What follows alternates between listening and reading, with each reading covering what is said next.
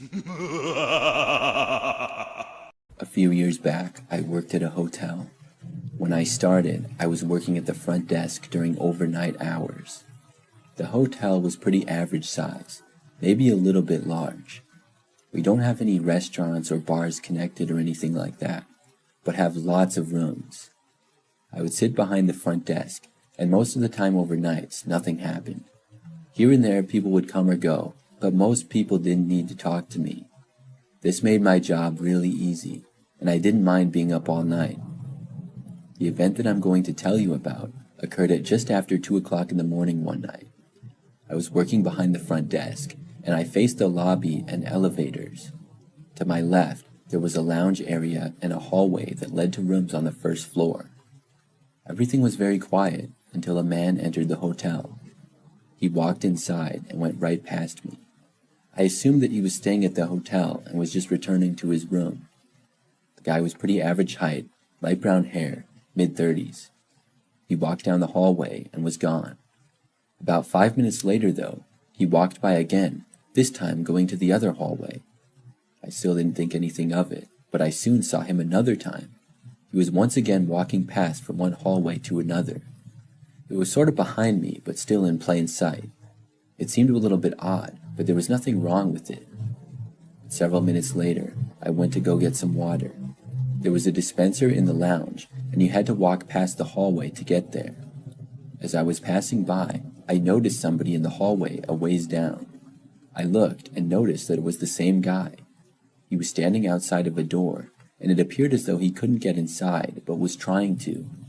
I thought maybe he was locked out of his room, or possibly he was trying to get into somebody else's. I started to walk over to him and was going to ask him if he needed help with something. When I got a few steps closer to him, he stopped and looked at me. Before I could say anything, the guy turned and then walked away in the other direction. Then he disappeared around a corner. It was really suspicious. I started to figure that the guy probably didn't even have a room here. I went back to my front desk and decided to look at the security monitors. We had cameras in every single hallway. Unfortunately, the video quality was honestly quite bad. Many details were hard to make out. I looked around until I spotted the guy on one of the cameras. He walked past it down a hallway. Then he went to a door and appeared to try to open it. It looked like possibly he was knocking on the door then or something. He was standing at it for a while. Then he paced around a little before returning to the door. This was too suspicious, and I decided to go ask him what was going on. I got up and walked over to where the guy was. The hallways could get a little bit complicated on the first floor. The second and third floor was very simple, but the first floor had more hallways. I walked to the one that the man was at. When I reached the beginning of the hallway, I saw him. He was a ways down, probably almost 100 feet. Almost as soon as I was within sight of him, he looked over to me. I asked him what he was doing. The guy just started sprinting towards me then. He appeared to be running as fast as he possibly could. This wasn't what I was expecting, and I moved back and started heading towards the front. The guy was still running and quickly approaching me. By the time I got back to the lobby, he was a lot closer. I could hear him running. I decided to run out of the hotel and see if the man would. After I made it outside, I realized that he did in fact follow me out, and he was also a lot closer than I expected, now only about 40 feet away probably. I didn't think that I would be able to get to my car on time if he was chasing me, so I ran across the street. Across the street and a little ways down was a 24-hour gas station, so I ran all the way there, and when I got there, I went inside. The guy hadn't crossed the street and stayed in the hotel parking lot. I think he went back in the hotel after that, but I called the police. I reported a suspicious man trying to enter hotel rooms and chasing me when I confronted him. The police were very quick to respond, and got there only like a minute later. They entered the hotel, which the man was still inside of. He tried running away, but was caught and removed from the hotel. He wouldn't say what he was doing there, or why he was trying to get inside of rooms. After that, I talked with police for a while, and then returned to work. I was really creeped out by the whole situation, but grateful to be alright. That was an experience that made me want to stop working overnights, and I did shortly after. This past Christmas was me and my girlfriend's 3-year anniversary. We don't typically do much, so this year we decided to make it special by planning a romantic getaway. At the time, the two of us were living in Wyoming, and we rented a cabin in the snowy mountains for the weekend. We found the cabin on Airbnb with a hot tub, and we were instantly sold. The cabin was in the middle of pretty much nowhere. The nearest other house was a half-mile away. To get to it, you had to drive down a small, removed, private road. We got to the cabin, and we both looked at each other, not thinking it was going to be that desolate. But we quickly brushed it off, as the cabin was amazing. We went inside, and there was a booklet with all the cabin's info outlined. The book said that during the snowy season to not be surprised if their contracted snowplowers showed up to clear off the driveway. Alright, well that was fine, we both thought. We unpacked, and quickly realized there was no service on either of our phones, though the booklet in the cabin told us that there was a landline if we needed anything. We spent the first night by the fire playing board games and drinking wine. It was honestly really nice. The weekend was exactly what we needed. Now, at this point, it was only 6 p.m. We planned to spend the next night in town, and this night, I booked us a reservation for a nice dinner. We were gone for quite a while, not returning till about 10. Dinner was great, and we were excited to head back to the cabin for some champagne and hot tubbing to end off the night. Now, something that should be mentioned is it had been snowing all day. As we were driving back, we both took notice to how much more snow had piled up outside.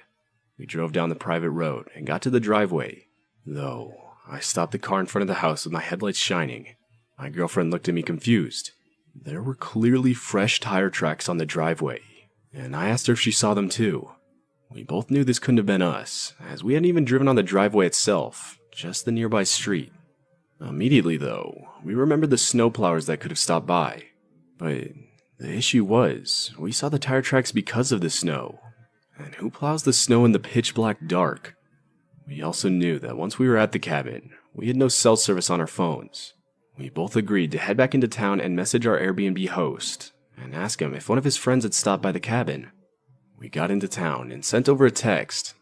We proceeded to wait for a reply, but unfortunately, we didn't hear back. We could have called, but at that point it was past 10, and we didn't want to be disrespectful guests. We figured we blew the whole thing out of proportion, and might as well head back to the cabin. We just figured we must have been psyching ourselves out over nothing. We drove back, and this time we actually drove up on the driveway. As we got out of the car, my stomach dropped as I noticed fresh footprints on the property. From what it looked like, someone had drove up on the driveway, parked, and then got out of the car and walked onto the property. Since we had also now driven on the tracks, we couldn't find where the footprints ended. The property was quite large, with tons of trees and bushes. We knew that the footprints could have gone anywhere. We decided to call the police, as the whole situation was too weird. We figured it was better safe than sorry. We would just have the officer go up to the property with us and check everything out. We drove down the road till we got service, called the police, and waited for their arrival. When the policeman showed up, we led him to the footprints. He scanned the property, and even partly in the surrounding woods, but determined there was no one out there, or anywhere near. Obviously, we were a little shaken up, but thanked the officer as he left. Needless to say, neither of us were in the mood to sit in the hot tub in the dark woods after the whole situation. Instead, we locked the doors and watched a movie I had downloaded on my laptop in one of the bedrooms. Though, we were both tired from the whole day, and had passed out not too far into the movie. Fast forward to 3 a.m., and I woke up. I remember seeing my laptop had finished the movie with my girlfriend fast asleep right next to me. I shut off the laptop and set it on the nightstand. Though, I was pretty confused as to what woke me up, as I'm a pretty deep sleeper and won't wake up to almost anything. That's when I heard a slight bump on the bedroom window. The curtains were closed, so I couldn't see what produced the sound. I figured it must have been a small clump of snow falling on the window, and proceeded to lay back down to fall back asleep. But not even 10 seconds later, the sound came again. This time a little louder. At that point, I thought it best to get out of bed, pull back the curtains, and see what was making the noise. And so I did. I got up and opened the curtains, but there was nothing. I turned on my flashlight on my phone to get a better look, as honestly all I could see was darkness. I had to open the window so the light wouldn't glare, and right as I did, my light revealed fresh footprints in the snow right under the window.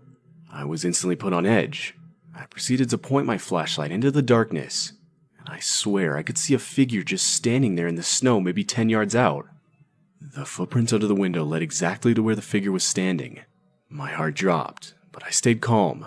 I closed the window and woke up my girlfriend telling her we had to go. She asked me why, but I didn't tell her, knowing she would freak out. I just said we needed to pack our stuff and leave immediately. Confused, she complied. About 10 minutes after I'd seen the man out the window, we both had all of our stuff at the front door and were ready to make a dash for it to the car. And so we did. I opened the door and we dashed outside to the driveway with all of our stuff and got inside. I started the car and was starting to reverse out of the driveway when my girlfriend screamed. I looked to where she was looking in reaction, and there the figure was, right beside the house, now just watching us leave. I booked it out of there, not looking back. Once we got far enough to have cell service, we sent over a text to the Airbnb's host explaining the whole situation. And later that morning, we would get a text back from the guy. He said that he went to the cabin, and there were indeed footprints all around the building. He said the footprints stopped at every window. This freaked us both out, but realistically it was out of our hands now. We never heard back from the guy, so we never ended up knowing if anything ever came of the whole situation. But that figure, and just the whole experience in general, still terrifies me and my girlfriend to this day. I'd like to preface this by saying that not all mental health professionals are terrible people. Good doctors and medication have saved my life. I also did not grow up in the United States. So if you hear something in the story that makes you go, "Oh, that's not how it works," keep in mind that different countries have different laws. Furthermore, this is about my experiences while staying at a psych ward. So, this is your trigger warning. Alright, here we go. I was a troubled kid. I'm kind of a troubled person in general. But when I was in my early teens, specifically 14, I would hurt myself and refuse to go to school. So I was put on a waiting list to a mental hospital for children. I know now that the fact that I was on that waiting list for close to half a year should have been the first warning sign. At the time, I just enjoyed being on sick leave from school, which basically meant that I would go play The Sims until 6 in the morning for 5 months straight. But when I had to pack my stuff to actually go to the hospital, I, of course, did not want to go. I wanted to get help, don't get me wrong, but the idea scared me of being away from home for 6 weeks, which is the standard time they take to analyze and observe you to give a diagnosis, after which you can choose to pursue treatment. I arrived at the hospital in shambles, my mom carrying my suitcase for me. The nurses noticed that obviously I didn't want to be there. "Are you here of your own free will?" the doctor asked me. I shook my head. They just shrugged it off, saying that they could get a court order forcing me to stay there. I never went in front of a judge. I never got a chance to defend or explain myself. As far as I knew, my parents didn't talk to a judge either. The court glossed over my medical history and signed a piece of paper that forced me to stay in this hellhole for the next 6 weeks. The contents of my suitcase were searched, and I remember feeling that I had just arrived in prison. The first terrifying thing that happened was on the first night. As I mentioned before, I had a history with self-harm. When wounds heal, they often itch. I had reopened some of my old scabs, and when I went to the nurse to ask for a bandage, everyone went nuts. To them, I had purposely harmed myself, which I couldn't prove otherwise. So what do you do with a 14-year-old patient in this kind of situation? Do you talk to her? Maybe try to help? No. You take away all of her jewelry, a necklace from my mom, and a bracelet from my ex-girlfriend, who at the time I still had very strong feelings for, and then you send her to the timeout room for 24 hours. The timeout room was a small room with a very big window that could just barely fit a bed inside of it. If I had to use the restroom, I would have to ask a nurse to accompany me. All of my clothes, including my underwear and pajamas, were taken and kept in the front office, so whenever I would need clothes, I had to go to the front office and ask for them. But apart from having to ask for clothes and to use the bathroom, I was completely left alone in that room. Nobody ever came to check on me. Getting out of the timeout room wasn't a whole lot better. For the first week or two, I had these horrible stomach pains. I would get up multiple times a night to use the restroom. Which, by the way, even if you weren't in the timeout room, they still weren't in the regular rooms. You had to walk down the hall. Because my stomach kept me up all night, I would often not get enough sleep and ended up sleeping through the day, which caused me to miss out on group activities. Instead of waking me up, I was bitched at, and I quote, "If I was up all night roaming the halls, I'd be tired too." Did they want me to shit the bed? And because I didn't partake in group activities, I couldn't earn the outside time. Yes, that was something that had to be earned. Even just sitting on the front steps with a nurse. So for the next 6 weeks, I was effectively locked up, except for school and weekends, where I was allowed to go home. It was blatantly obvious that none of the nurses actually cared about any of the patients. They weren't even real nurses. They were more like prison guards. One of them straight up looked like a homeless person. Another sounded like she had been a 5-pack-a-day smoker her entire life. And all of them, and I do mean all, were chain smokers.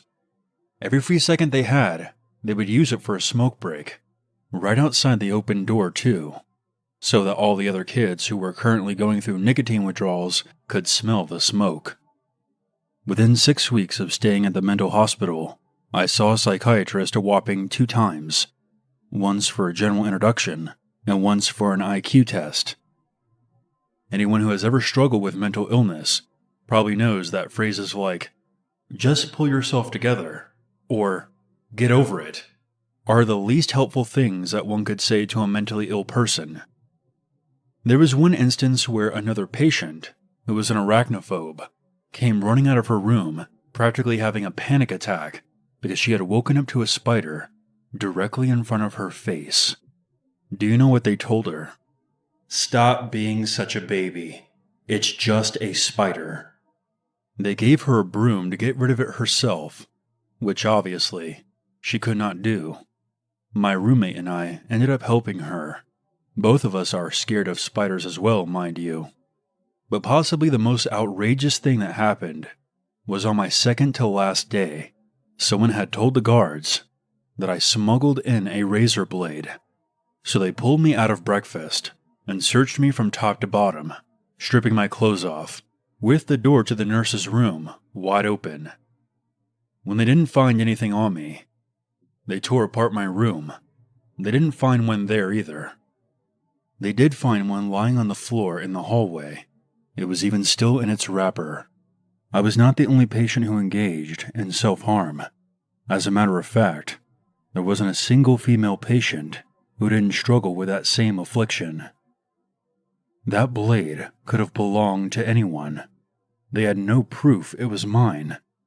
But of course, it was assumed that it belonged to me. I was thrown into the timeout room for another 24 hours. Literally my last 24 hours there. They paid so little attention to the timeout room that someone was able to slip something under the door so that I could take out my frustrations on myself. In case you're wondering if my parents were in on all this, my mother wanted to get me out of that place as soon as she heard about the timeout room. But since my parents had joint custody, she had to get my father to agree to it. My father is a whole nother story, but to make it short, he hadn't talked to me in 4 years, but was somehow convinced that I needed help and refused to get me out of there. My final diagnosis from that place? Narcissistic neurosis. I was 14, and to this day, I have no idea how they came up with any kind of diagnosis, considering that I had seen an actual psychiatrist a total of 2 times. Additionally, this diagnosis was delivered to my parents and I by the head doctor of the hospital, who I had never seen the entire time I was there. I was offered to stay and begin behavioral therapy, but I guess it goes without saying that I politely declined that offer. Every therapist and psychiatrist that I have talked to since, and trust me, there's been a few over the years, have disregarded that diagnosis entirely. Some even laughed at it. I am currently diagnosed with bipolar, depression, and a panic disorder. My current psychiatrist has suggested that I might suffer from borderline personality disorder. I guess the moral of the story is to always do your research on a hospital before you plan on admitting yourself. I sure as shit hope that I never see any of those guards, nurses, or doctors ever again. Context: I am currently a senior in college and live off campus with my two best friends. This time of year, particularly around Thanksgiving, my friends try to help me stay busy as it is typically a difficult time for me. My mother left our family the week of Thanksgiving when I was 8 years old, and my dad passed away 5 years ago on November 22nd. So as I said, it's a pretty easy time of year to get myself down in the dumps if I don't stay active. Every year for the last 3 or 4 years, I have gone to one of my friends' houses to celebrate Thanksgiving with their families. But this past year I decided I wanted to just stay home and have a mellow long weekend. I figured I could catch up on work as well as my schoolwork, which was pretty far behind. My roommates and I didn't live particularly close to the university. We lived in a suburb about 15 to 20 minutes outside of the school. This was nice because we didn't ever have to host any parties. We could just attend them near campus and head back home afterwards. Anyways, there was one house in our street that didn't quite match the others. It wasn't that the house was worse than the others, but it had no landscaping and desperately needed a fresh coat of paint. My roommates and I knew the owner as he introduced himself when we moved in a few years back. His name is Jacob. He's about 5'6" and probably weighed 100 pounds soaking wet. Every time we've had an interaction with him, he was always very nice and polite. He even helped us fix our porch light when it broke last summer. He seems to be very cordial with everyone in the neighborhood and has helped numerous people with small handy jobs similar to the one I just mentioned. On the Wednesday night leading up to Thanksgiving, my two roommates went back to their families' houses in their hometowns. They both asked several times if I was 100% sure I wanted to spend Thanksgiving alone and that I'd be fine by myself. I honestly thought I would be, and thought perhaps enough time had passed that I could just focus on other things and not dwell on the past. I stocked up on Mountain Dew so I could stay awake after my assignments to play some PlayStation. At about 9 or 10 p.m., I went up to my room to throw on some sweatpants and grab the blanket for my bed. I glanced out my window and saw Jacob sitting on his front porch with the two porch lights on. I didn't think anything of it and went downstairs into the kitchen and made a peanut butter and fluff sandwich. I would say I was in the kitchen for probably about 5 minutes or so, finishing eating and doing a few dishes. When I finally sat down to play some games, I thought I heard something hit the front bay window, so I went to take a look. At first, I didn't see anything, but then noticed that Jacob had now turned the porch lights off and was standing on his front lawn, staring at the house with his head tilted like he was looking towards the windows upstairs. A little creeped out, I tried calling one of my friends who knew I was still in town to see if she wanted to meet up or stop over to hang out for a little bit. She didn't answer, so I sat on the couch for a couple of moments trying to figure out what to do. He was still standing there staring and seemingly moving a few feet closer to our property each time I looked. I wasn't sure what to do. I couldn't call the cops. He hadn't done anything except freak me out a little, and to this point, he hadn't even stepped on my property. After another few minutes, I looked out the window again and saw Jacob now on our lawn looking at the corner of the house. At least that's what it looked like he was staring at. At this point, I wasn't sure what his intentions were, and I didn't want to find out. Perhaps I was blowing this out of proportion, but I was legitimately scared. I grabbed my keys and phone and a few other items, thinking I would just drive to campus. Maybe the library was still open, even though we were off for the holiday. I kept all the lights on so I didn't seem like I was leaving and decided I was going to sneak out the back door. As I quietly sneaked through the yard, I turned the corner to quickly get to my car, and there was Jacob, standing in our driveway. I asked him what he was doing in the driveway, and he put his finger over his mouth to make a shh noise. I slapped him as hard as I could and made a run for it past my car. My instincts and adrenaline told me to just run until I found someone or someplace else. As I got about a block or two down the road, I saw a bunch of cop cars pull up towards the area of my house. Confused, I began to go back towards my house, thinking perhaps another neighbor saw Jacob stalking outside of my house and called the police. As I approached the house, one of the officers asked my name and if this was my residence. I confirmed the information, and what I heard next is still the most horrifying and disturbing information I had ever received. The officer stated that Jacob reported that he was on his porch when he saw me from across the street. He saw me walk out of my upstairs bedroom, and as I walked away out of the room, he saw a man come out of my closet. Apparently that was why Jacob was looking into my room when I saw him the first time, and also why he was looking at the corner of the house. He was following the intruder who was now walking into my roommate's room. When I last saw him outside my house before I slapped him and ran in terror, Jacob stated that the random guy in my house had made it to the downstairs. Jacob was trying not to make any noise as not to alert the person inside, fearful he could be violent or dangerous. As soon as he saw the man in the house, Jacob called the authorities and did his best to try and defuse the situation and not bring any alarm to myself or the intruder. The person inside the house was arrested and taken away. He didn't have anything on him other than a knife, so it is unclear if he was attempting to rob the home or was planning something more sinister. Either way, I couldn't express to Jacob how much gratitude I had for what he did. He even tried apologizing for how he handled the situation, stating that there were probably things he could have done differently to make sure I was safe and aware of the situation. Unfortunately, this experience adds another mental scar to this time of year that will take a long time to get over. But one thing I can be sure of is that I will never spend a Thanksgiving holiday alone again.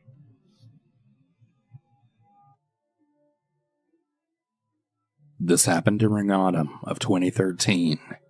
I was working as a delivery boy for a pizza place. I lived in southern Ontario, in a fairly modestly sized city.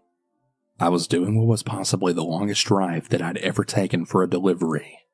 It was in the middle of a forested area, about 25 minutes away from the place I worked at. The place that I worked for is on the outskirts of the city, so it wasn't really unusual for us to get rural deliveries. When I finally pulled up to the address in question, it was an old, disheveled, dilapidated house, totally surrounded by forest.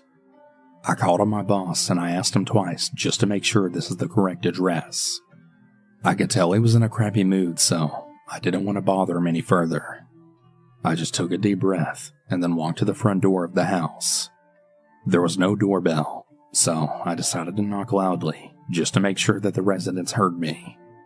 No response. I waited for about a minute before knocking again, saying that I was the pizza guy. Still no response. As I began to turn around to get back to my car, I saw a pair of eyes from an open window, staring intently and directly at me. After about 5 seconds of that person staring at me so eerily, I just dropped the pizza and ran back to my car. The damn thing wouldn't turn on until I turned my keys for the third time. I didn't get too far away from the house when the car then began jolting. Then an awful screeching sound started, forcing me to stop the car. When I got out and looked at my tires, my blood froze. Just what I had feared. All 4 of the tires were slashed. I thought to myself, who the fuck did this? I mean, I saw that person in the window while I was at the front door. I then went back to my car and called the emergency services. I explained my situation to them to the best of my ability. The operator then told me that the police would be there in about half an hour. I then asked her if it would be best to stay in the car or run away.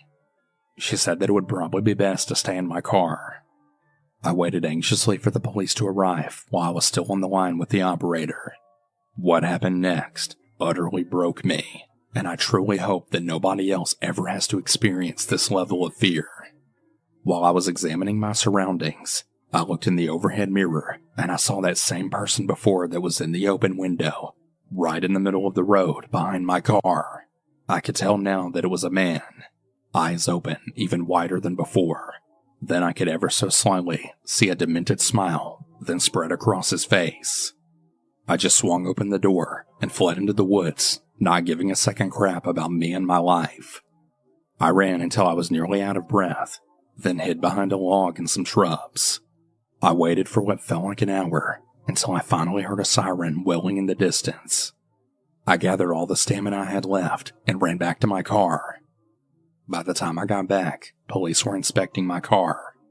I ran to them shouting for help like a lunatic. I fell to the ground and then coughed from running so much.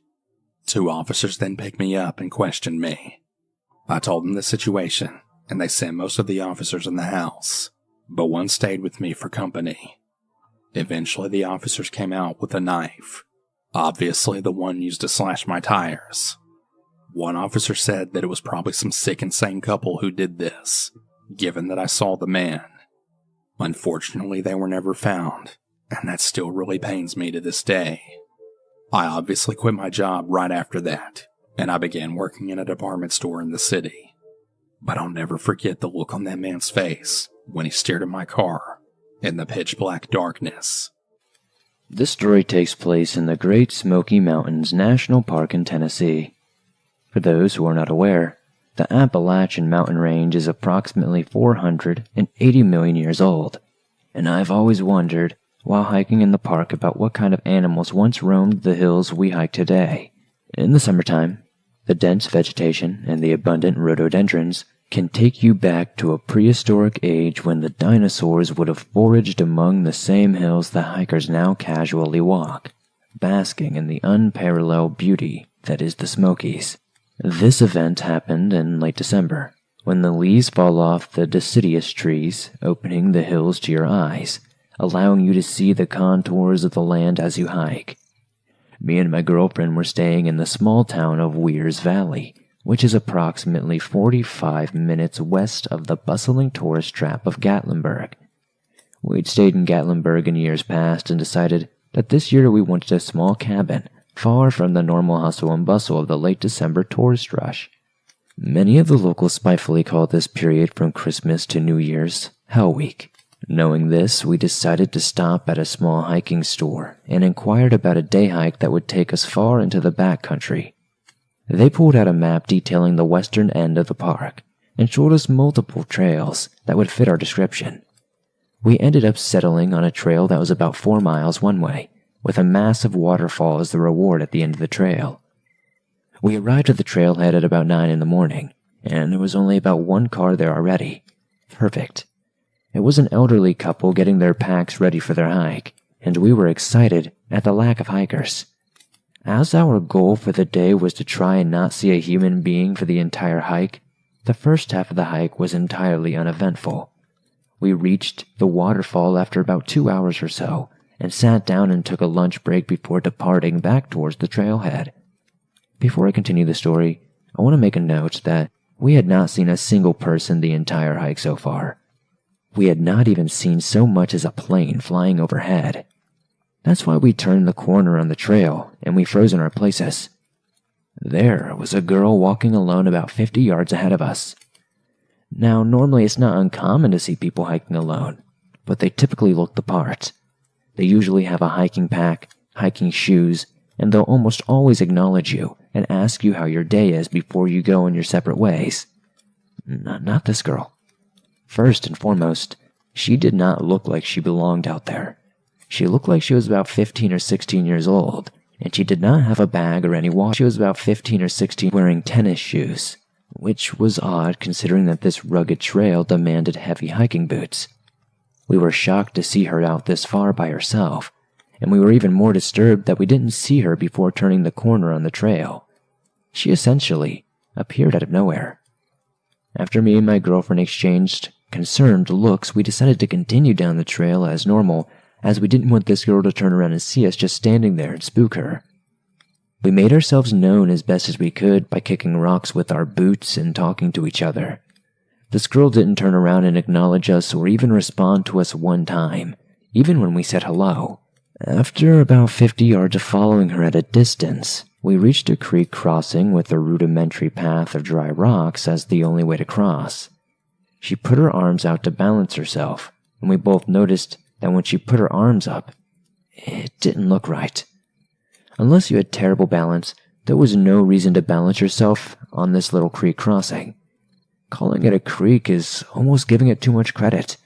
as it was more like a gentle stream coming off the hill that crossed the trail and flowed to the river below.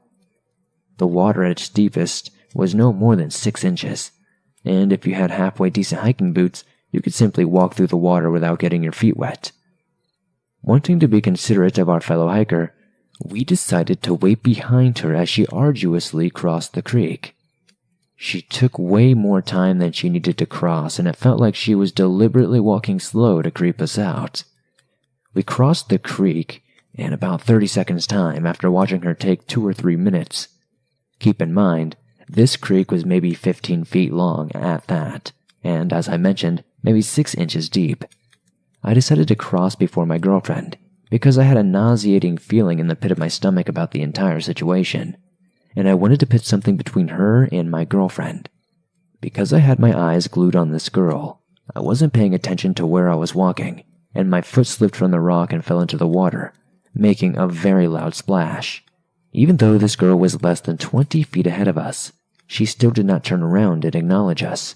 After me and my girlfriend crossed the creek, we could see that shortly ahead were a set of switchbacks going down the mountain. We decided to stop and put some distance between us and the girl. She was walking at an incredibly slow pace, and we waited for a couple of minutes before we saw that she had gone around the corner down the first switchback.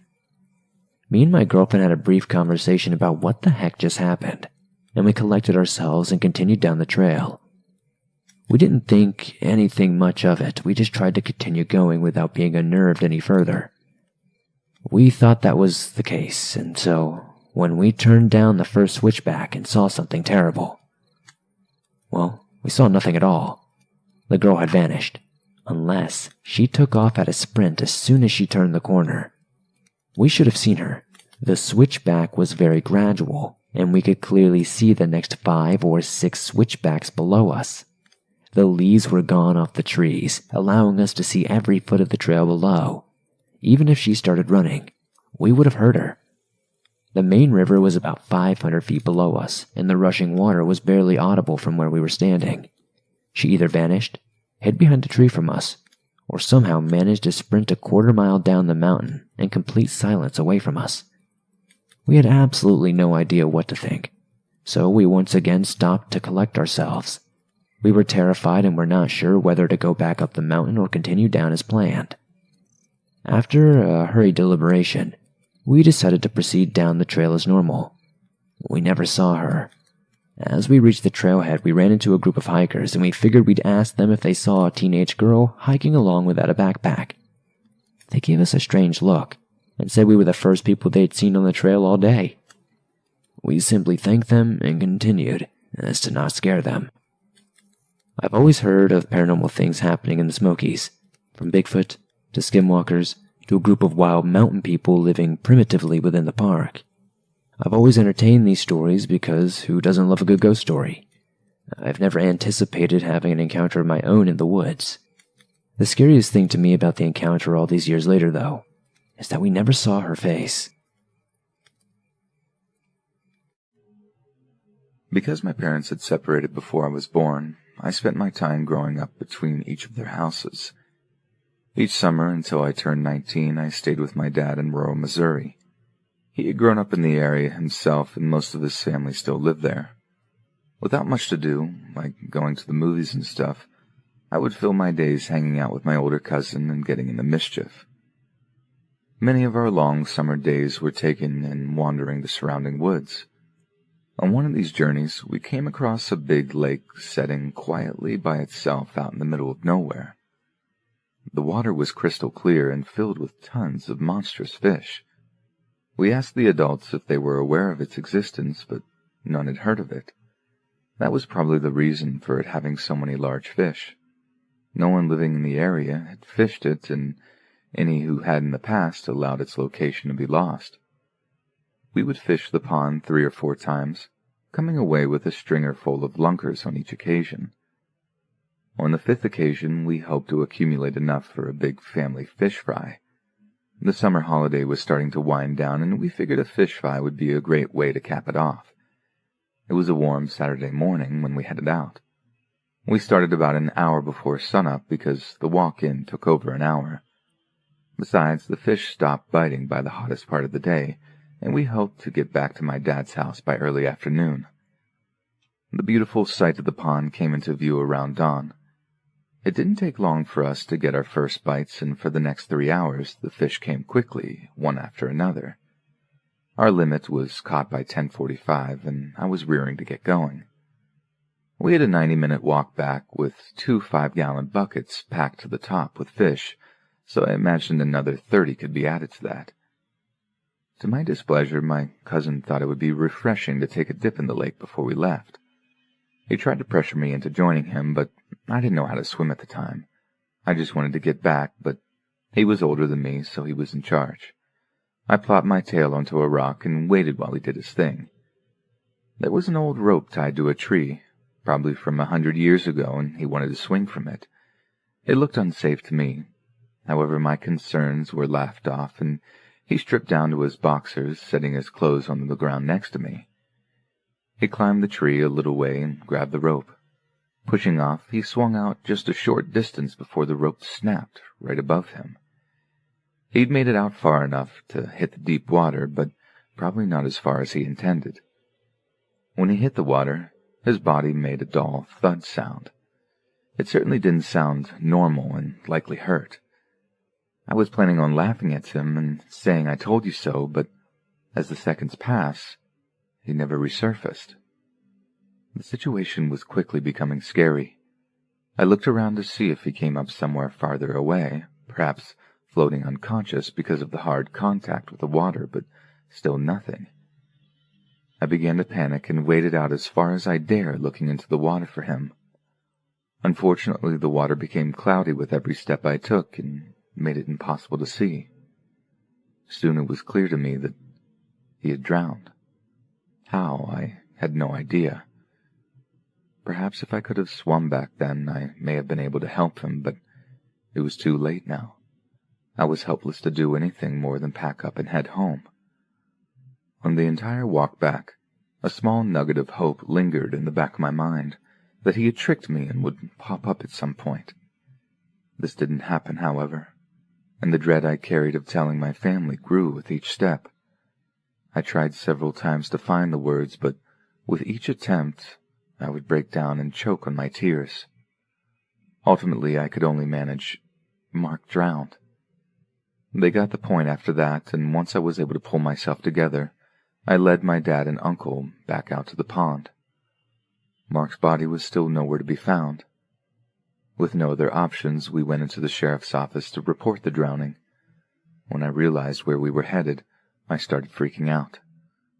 In my young mind, I thought I was going to get in trouble or be blamed for my cousin's death. It took a few minutes, but they were able to convince me I wasn't in trouble. Even after they had, I couldn't help but feel guilty every time I looked at my uncle. Regardless of what he claimed, I couldn't believe he didn't blame me, even if it was just a small amount. I explained what had happened to the sheriff, and the search began the next morning. Just by chance, that was the day I was going back to my mom's. That Monday night, my mom sat me down to tell me that a team of divers had found Mark's body earlier that day. When they discovered him, one of his feet were hung up on a sunken log, so they assumed that was why he never resurfaced. I wish I could say this made me feel better, but it did not. It did, however, serve as a catalyst to learn how to swim. The guilt of not being able to help my cousin stayed with me for most of my life, and I never wanted to be in the position of not being able to help another person ever again. So in a twisted kind of way, his death had a positive impact on my life.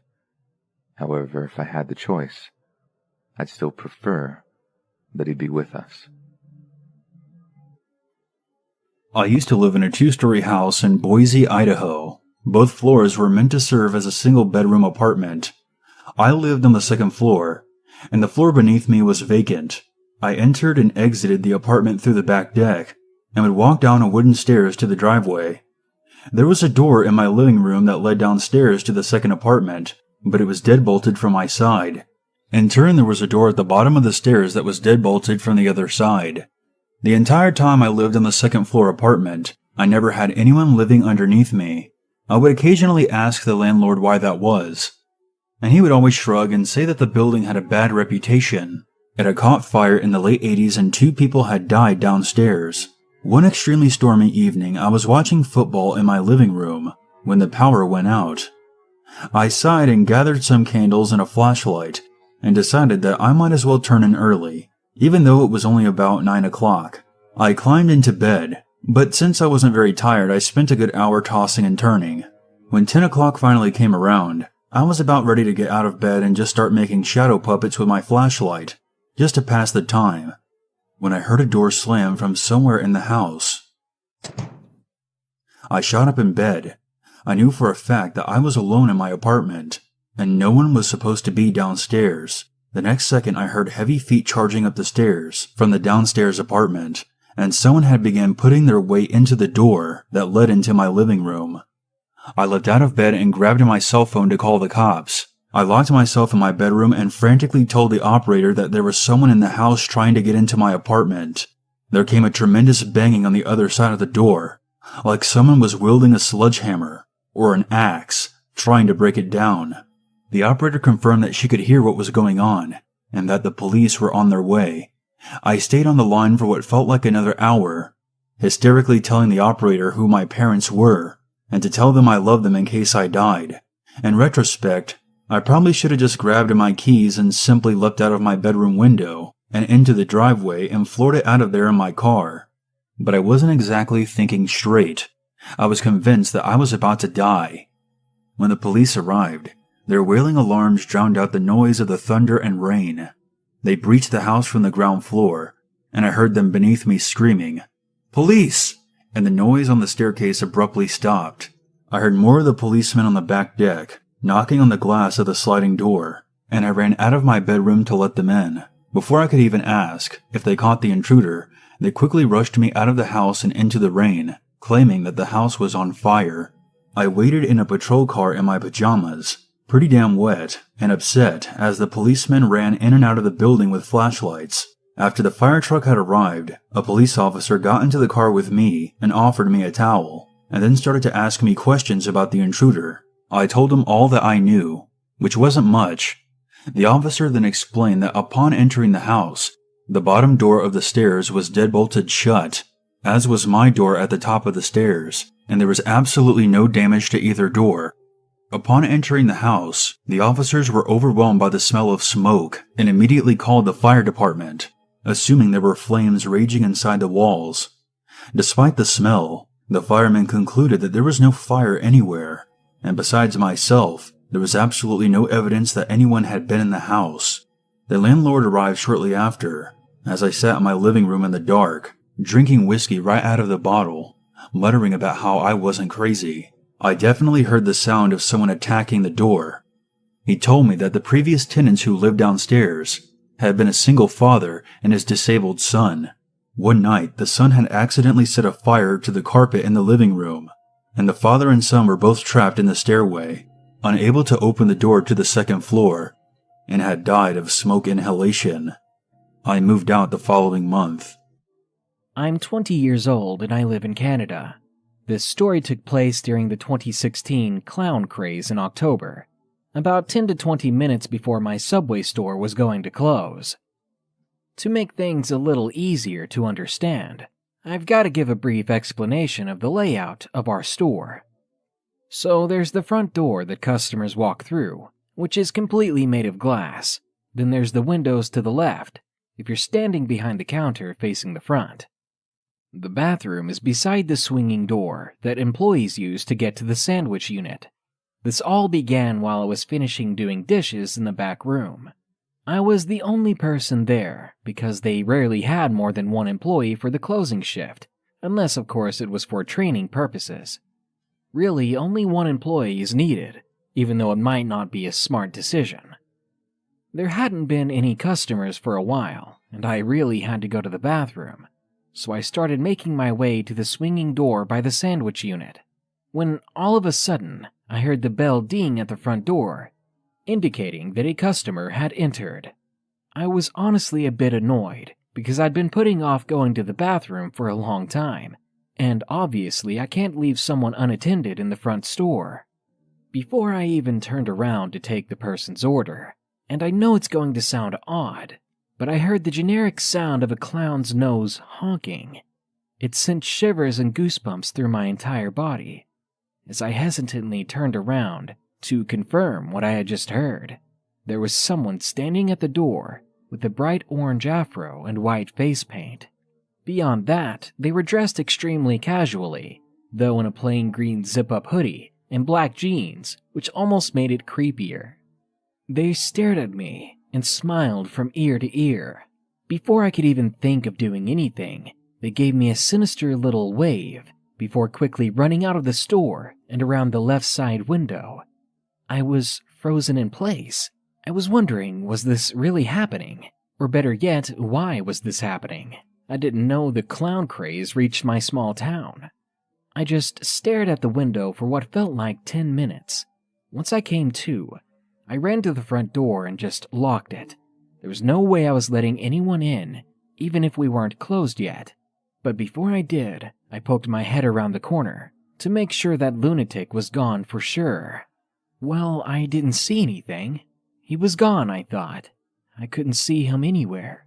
The parking lot was empty save for my car. So I went back in the store and locked the doors, counting the seconds until the actual closing time was here. But not 10 minutes until closing. A couple of cops were knocking at the door. I was nervous, yet relieved to see them. I immediately unlocked the doors and let them inside. Apparently, they were there to just ask me a few questions. They wanted to know if I had seen someone dressed with an orange afro and white makeup. Yeah, I was excited to tell them that some creep was out there so that they could catch this guy. Well, they explained that someone called not too long ago, saying that they drove by and saw someone matching that description in the subway parking lot, kneeling behind a green sedan. They were holding a carving knife. My heart seemed to stop. That was my car. This psycho was waiting for me behind my car. If the cops hadn't scared him away by showing up, he'd still be out there. What would have happened if I walked out there alone at closing time? I was scared more than I'd ever been, but the cops offered to walk me to my car and even check it if I needed them to. I happily obliged. Then I got out of there and stayed the night with a family member nearby, because after that horrific experience, I couldn't be alone. The clown craze was always hilarious in my eyes until something actually happened to me. There was just something horrifying about the contrast of the clown hair and makeup, along with normal everyday clothing. Better yet, what would have happened if I was already in the bathroom, defenseless and unaware? I'm so thankful I held it for as long as I did, and that some stranger drove by and saw this weirdo. I'm happy that I didn't find out what this lunatic was capable of. You can bet I don't work the closing shift at Subway anymore.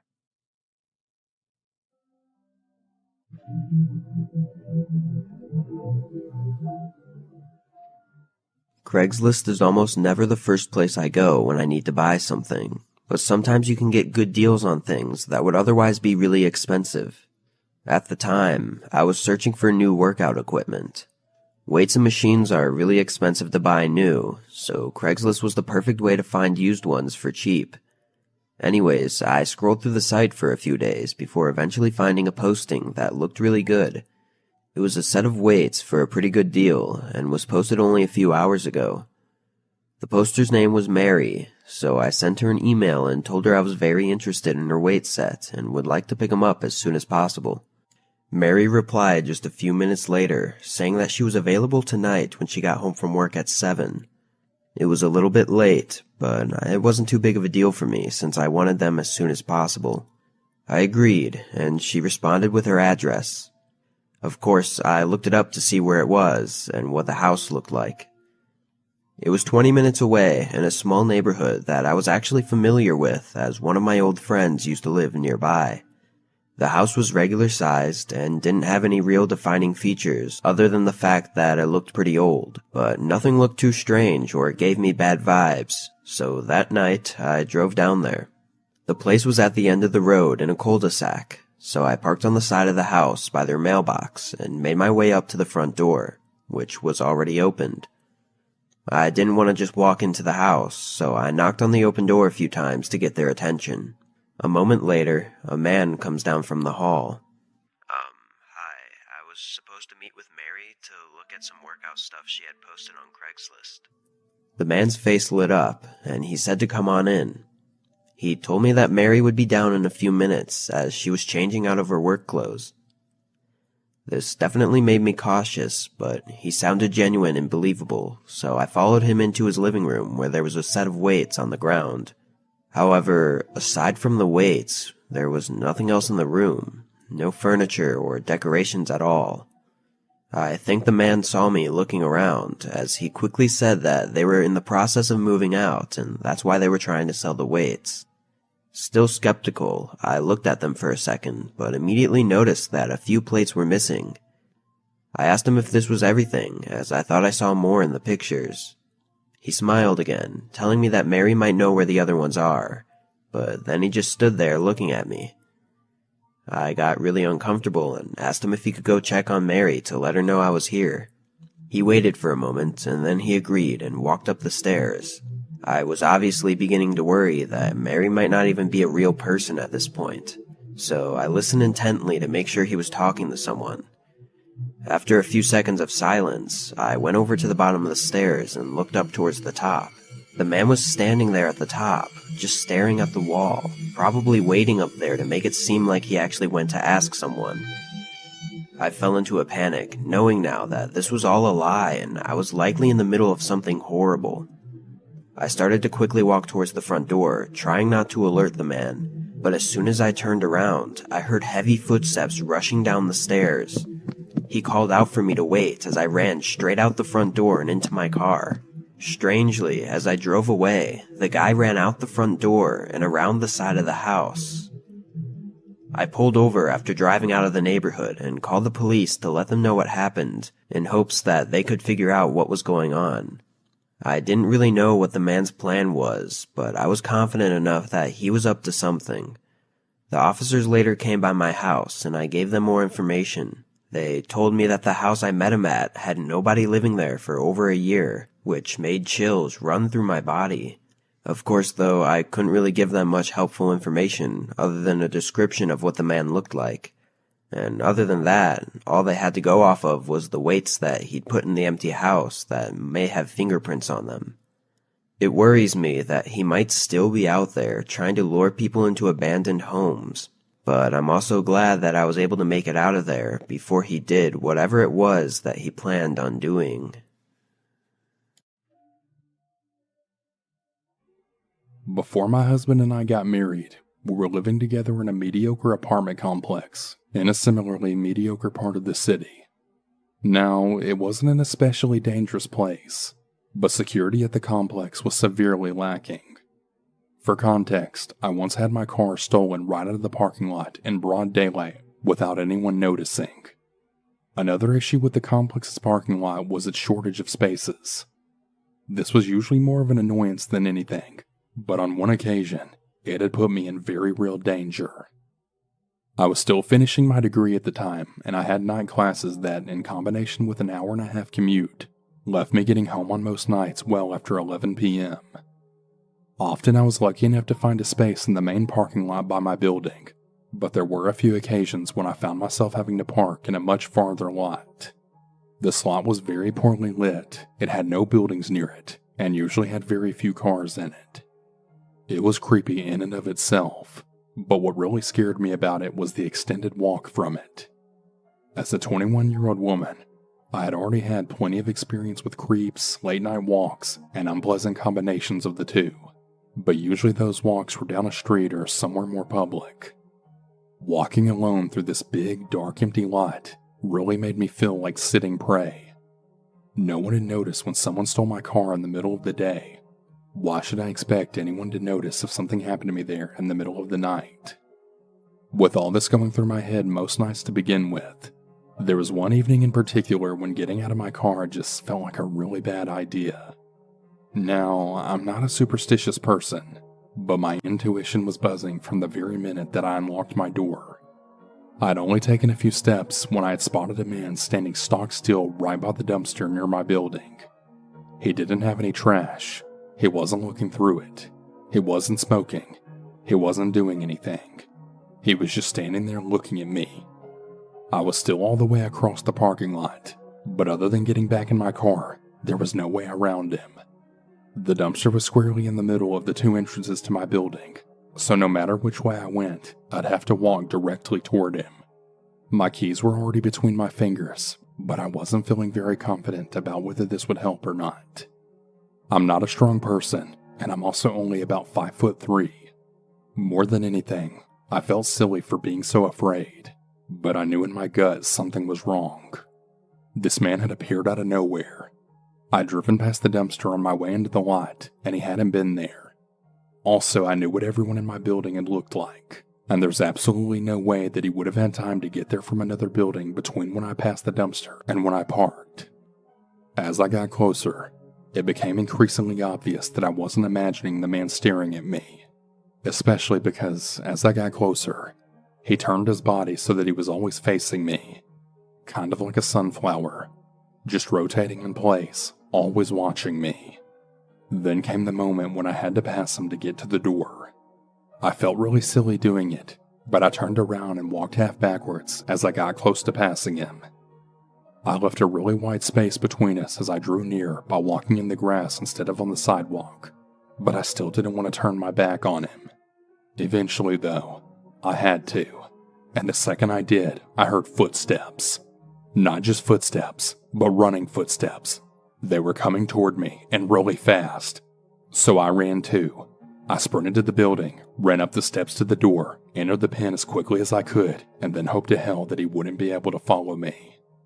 I didn't stop running until I got to my apartment door, 3 flights of stairs later. My neighbors were probably pissed about the noise, but I was terrified. The second I got in the door, I told my then fiancé everything that happened between panic breaths, and he immediately called security. While he did, I went to go peek through the balcony window to see if I could spot the man. I couldn't. He was nowhere to be seen. When security finally arrived, they reported the same. No one was around. I still have no idea what the man was doing there before I got there or where he came from, and I've moved across town since then. But to that really creepy guy from my apartment parking lot, I really hope to never encounter you ever again. I remembered something that had happened to my best friend and I a few years ago, and I figured I would share it here. While my best friend and I were seniors in high school, we went on a weekend trip to visit my grandmother a couple hours away from my town in Georgia. The town that we lived in was comparatively small for the state, but one of the biggest towns within a few hours. But we had to travel about 2.5 hours through tiny, somewhat redneck towns to get to my grandmother's place. We were on our way back home when we had to stop at a gas station literally in the middle of nowhere. I'm talking cornfields, cotton fields, streets with no signs or lights, not even stop signs, and definitely no cell service. The convenience store that was attached to the gas station had maybe a couple snacks inside but looked deserted from the outside, and we decided not to bother to get anything other than gas. I paid with card, mainly because I didn't want to leave my 5'1", 100-pound friend all alone in the car while I went alone inside. Another car had pulled up on the other side of the single gas pump while I just started pumping my gas, and because of everything I'd read before on Let's Not Meet, I already had a really weird feeling and decided to stay alert and stand outside of the car with my driver's side door wide open. The reason I did this was so that my friend could see and hear everything that was going on. A thin, late 50s-ish older man got out of the car and seemed to be paying at the pump and standing beside his car while he got gas. But after a few seconds, he walked around the pump and then maneuvered himself around my car door to stand within a foot of me and asked if he could pump my gas for me. Luckily, the gas nozzle was locked, so it was pumping without me having to hold it. I immediately placed myself between the opening of the door and the man, and I prepared to either shut the door with me inside it or move and slam it behind me to protect my friend if necessary. I calmly told him it was fine and no thank you. He looked me up and down with the corner of his lip tilted up and then said, "You know, pretty girls like you shouldn't be out here all alone, and you definitely shouldn't have to do this by yourself. Let a man help you, baby." And then proceeded to cover my hand with his own as he reached for the gas pump that I was holding. I jerked my hand out from underneath his and then slammed my car door shut. I then jerked my hand out from underneath his and slammed my car door shut, thinking the last thing that I would want is him jumping in my car and driving away with my friend in the passenger seat. Red flags were totally going off now. My typical overly polite demeanor turned serious as I remember something that I'd read here that said that it was better to be safe and to seem mean rather than be polite and uncomfortable. So I then responded and said, "Sir, get away from me. I can pump my own gas and I've already said no thank you. Leave us alone." He didn't move, only raised his chin and managed to make eye contact with me, his tilted lip totally gone now. I stared him down and I figured I'd gotten enough gas to last us enough time to get the crap out of wherever we were. So I made eye contact, pulled the nozzle out, and basically threw it back into the pump before getting in my car and driving away before he had even moved. As we drove away, I glanced in the rear view and saw that his car wasn't even being filled up with gas. So I'm guessing he was just driving by and then decided to help out a damsel in distress, even though I was nowhere even close to being a damsel in distress. My friend was shaking the whole way home, telling me she would have just let the man pump our gas. But I'm really glad of some of the confidence that I'd gained from this sub. It helped me stay attentive and respond confidently enough to get out of that crazy situation. So to the creepy, helpful gas station man in the middle of Ghost Town, Georgia, hopefully we won't meet ever again. Back when my daughter was just 11 years old, I got a call from one of her teachers while I was at work. It was the first time I'd ever gotten a call from them, as my wife dealt with all the school stuff while I focused on my building firm. So when the teacher mentioned something about my daughter being on a school trip, I had to interrupt her to tell her I barely knew anything about it. I know that seems rude, but I was in the middle of dealing with a customer, and time is money, as they say. The teacher then tells me that my wife isn't answering her phone, but that something very, very serious has happened. Like she'd already mentioned, my daughter had gone on a field trip that morning with the rest of her year's group. She'd been accounted for in the morning, but following another roll call after their lunch break, she was nowhere to be found.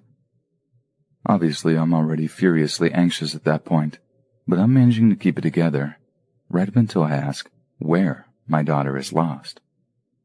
"Knowsley Safari Park," the teacher responded. I literally couldn't believe my ears. Like I actually had to ask her again just to be sure of what she'd said. When she confirmed it, my legs turned to jelly. Knowsley Safari Park has all kinds of wild animals that can just wander right up to cars. If my daughter had somehow just gotten up out of her seat whilst inside the safari park, there's no telling what kind of danger she was in. It was honestly one of the worst days of my life. All I could think about was getting the call that they'd found her body and the closed casket funeral she'd have to receive. It'd be in the papers, no doubt. Every parent's worst nightmare, I'd say. A national scandal, they'd make the grieving process infinitely more painful. Obviously, I got in touch with my wife about it before her teachers managed to, actually, and she was every bit as distraught as you can imagine. Of all the places for your kid to get lost, a place where lions are allowed to roam freely on some old country estate or something, the wife was in work at the time and was so upset that she was sent home. She called up our daughter's school just to make sure she wasn't there, but there was no sign of her. Obviously, they'd pretty much confirmed in our heads that she was gone, and we'd be the next set of parents to be crying on the nightly news, begging people to come forward. I was just numb with terror, and even with all my workaholic tendencies, I couldn't find my focus. So I decided to drive home and meet my wife at the house to make sure she wasn't too hysterical. She really had taken it badly on the phone, and I was almost as worried about her as I was my daughter. Then, as I'm driving home, I see my phone on the driver's seat next to me start lighting up and buzzing. This is before I had a car with a Bluetooth stereo, and there was a police car like 3 cars behind, so I didn't fancy getting pulled over in the middle of getting the worst news of my life. The wife kept calling too, over and over again, and I just had this horrible sinking feeling that she'd gotten the word that our worst fears had been realized. So again, I keep it together, focusing on getting home in one piece, but then I pulled into our driveway, and I see that the door to our house is slightly ajar. I don't know what it was about that little indicator, but it put the fear of God into me. Was my wife so upset she hadn't shut the door? Had the police just walked in after telling her our daughter was dead? It all sounds quite irrational, I know, but I was in a terrible state at the time, and that's all I could put it down to. So instead of actually getting out the car and going inside to check on her, I called the wife from my driver's seat. I felt like a condemned man being walked the gallows as I waited for her to answer, and when she did, she was floods of tears. I mean floods. And I knew the worst had come. I just needed to hear her say it. But instead, all she said was, "She's here. She's at home. And thank God she's fine." I practically fell out of the car seat and bolted into the house. There, in the living room, are my wife and my daughter, both with tear-stained cheeks. And I'll tell you what, I'd be lying if I said my eyes didn't get a bit leaky in the moments that followed. Now I bet you're all wondering what exactly happened and how she ended up back at home, and not at school or at the safari park. So, my daughter had just started secondary school here in the UK, and the safari park trip was supposed to be something of a social occasion in which kids could get to know each other while setting a positive atmosphere for the year ahead.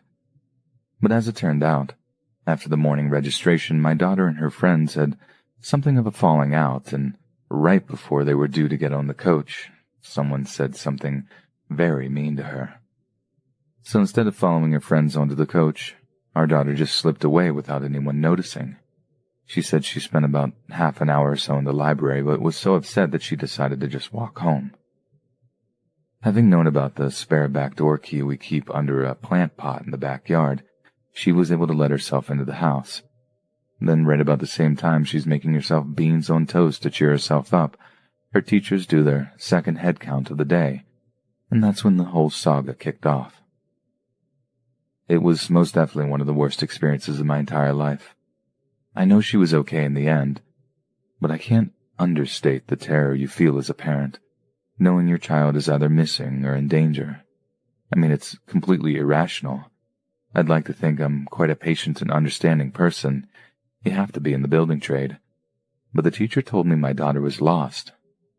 I actually wanted to murder her. This happened in 2005. Me and my older brother lived with our single mom. I was a freshman in high school and my brother a senior. We had a pretty normal life. Our mom made good money as a lawyer and me and my brother were happy. But one day, one of my mom's cases put our whole family in danger. My mom, being a lawyer, often prosecuted people in our city. In this case, she was prosecuting a man who had assaulted a woman. The man was found guilty and given 20 years in prison. Little did we know the son of this man went to me and my brother's high school. The family was very angry at my mother, especially the son, Kevin. He vowed to make my mom's life a living hell. Me and my brother knew nothing about this, though. Our mom never talked about her work with us, and threats are nothing new for lawyers, so no one thought anything of it. On the day it happened, it was like any other. I, being a shy and introverted girl, always went to the bathroom when no one else was using the stalls. This was a mistake. Our school walls were actually made out of glass, so anyone in the classroom could see you walking through the hallway. I know I hate the idea as well. Kevin must have seen me that day as I was walking to the bathroom.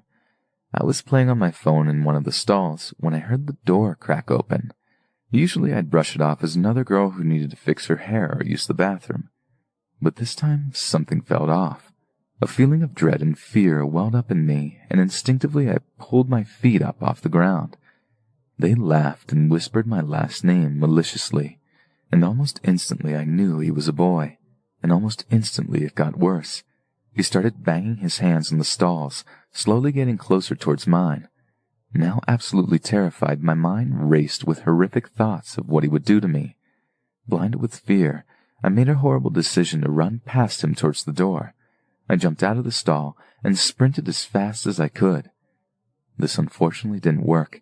He cut me off and pushed me into the tile floor. What I looked up to still haunts me to this day. Kevin standing above me, his face covered with a vicious smile. I stood up meekly and took a step back. "What do you want?" I managed to whimper out, my face now covered in tears. He didn't answer. He just took one intimidating step forward and pulled out a small knife. The next part is a bit of a blur. He said something about not screaming and tried to back me up against the wall. Unfortunately for him, I kicked and screamed and punched, though I don't think it did much. I was a small, scrawny 105-pound 14-year-old girl, while he was a giant 17-year-old football player. I don't think I would have gotten away if it wasn't for the fact that we were in a bathroom. Two girls walked in the midst of the chaos, giggling and talking. Through their screams and Kevin's surprise, I was able to bite onto Kevin's hand and escape his grasp. I ran out of the bathroom screaming and crying for help. My first thought being to run to my older brother's English room. I trudged down the hallway slowly. Now that my adrenaline had gone down, I realized another danger. A hole in my shoulder and lower stomach was gushing blood. I hadn't felt it until now, but it seemed through our struggle Kevin had stabbed me with his knife. Kids and teachers were now peering through the glass and coming out into the hallway to see what was happening. The two girls who had saw us in the bathroom were screaming, drawing a crowd. I started getting confused in the crowd of kids. My vision was getting blurred, and I felt lightheaded. The loss of blood probably affecting me. Everyone was screaming and running around, and the teacher's attempts to calm everyone was failing.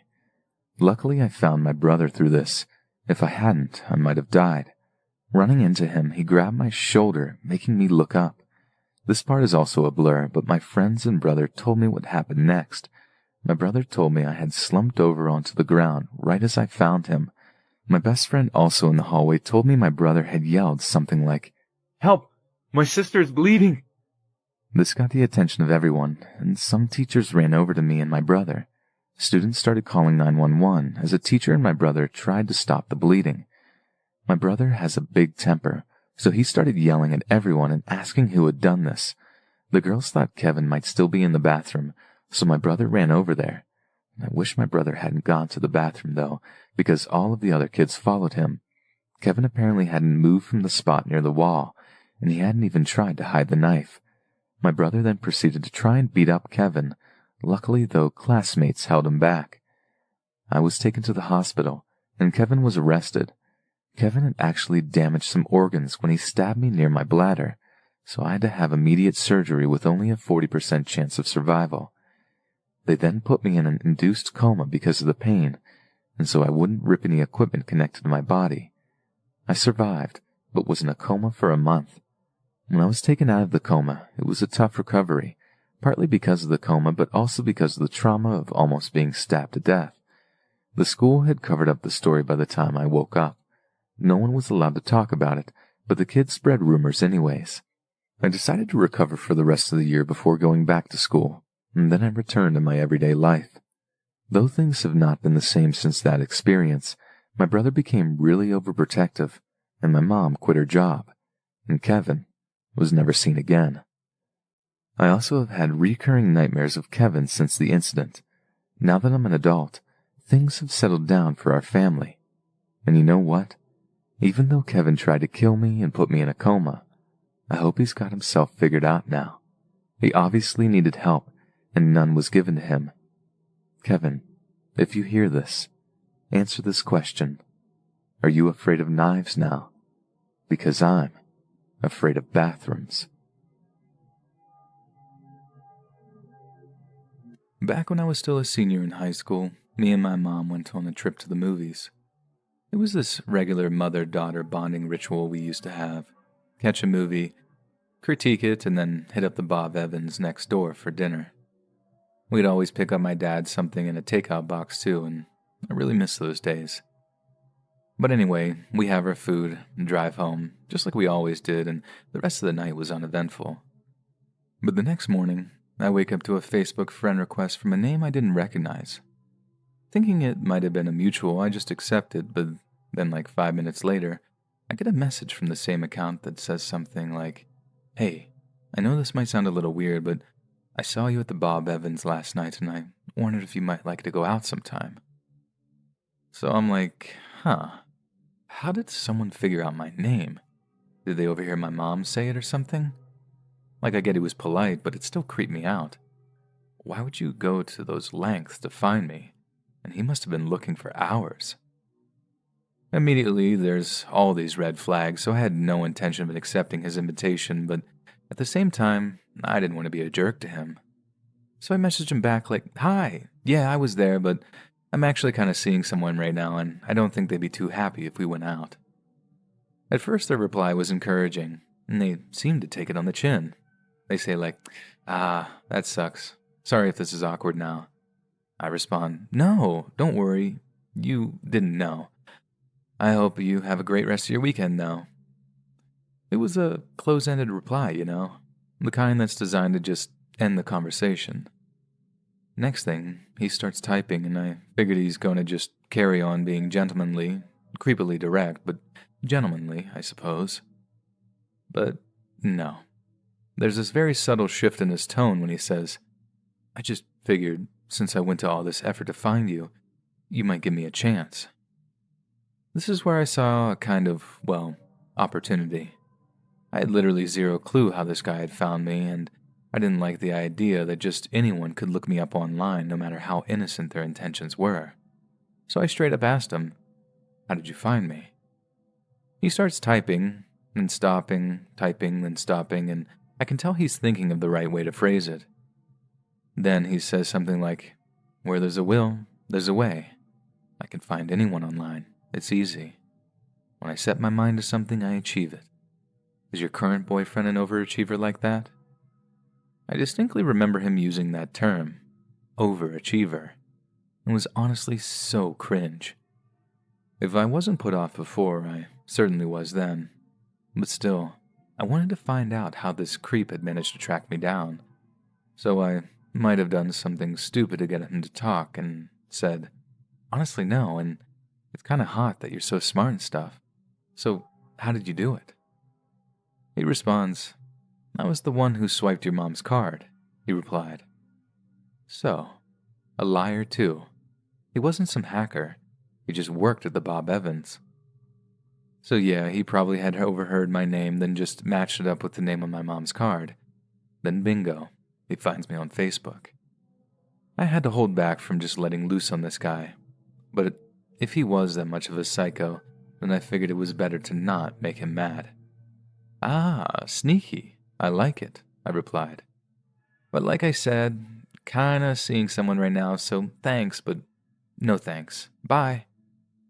I mute the conversation, but don't block the guy or unfriend him or anything. See, making him mad I was worried about. Then I just go about the rest of my day. Yeah, I told all my friends how creepy it was, and I casually suggested to my mom we pick a new food venue for our post-movie dinners.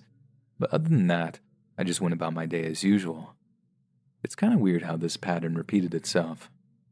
The first time I'm asleep, blissfully ignorant that some creep is plugging my name into Facebook, probably to perv at my display picture.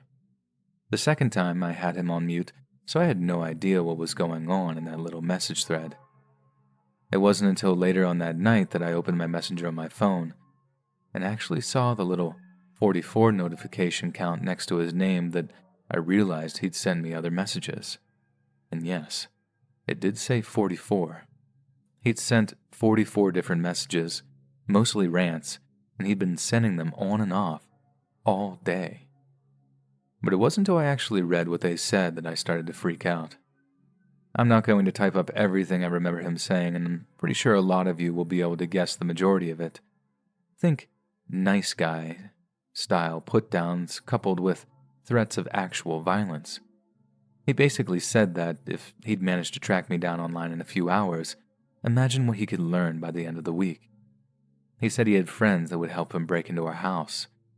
After that, they'd tie my parents up, kill them in front of me, then take turns abusing me until I was used up and lifeless. And that's the clean version of it, condensed into 2 sentences. 44 different lengthy messages he sent me. Think about that. The final message I read, it went on, before I ran downstairs to tell my mom and dad, was the message that read, "I'm in my car, and I'm looking for your house." I didn't know he was just trying to scare me, so I was crying as Dad called the cops. The guy ended up getting arrested for the threats he made, and I know he got fired from the Bob Evans because my mom kicked up a stink about it after the arrest. I never saw the guy again, so I'm thinking it was a case of his bark being louder than his bite. But I know that there are other women out there who aren't so lucky, and their stalkers are much more willing to get up close and personal.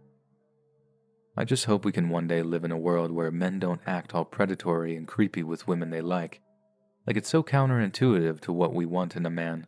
I wish they just understand that. But till then, I suppose all we can do is be safer online and with dating apps, and hope we never run into that one sick psychopath that won't take no for an answer.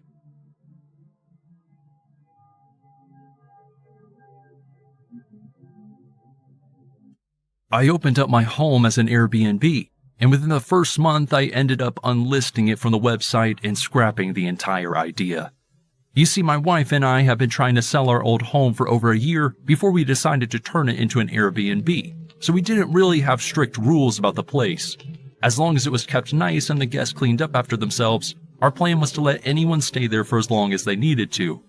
The only thing that we did when we listed the house was get a single security camera that we placed in plain view at the entrance of the house facing the front door.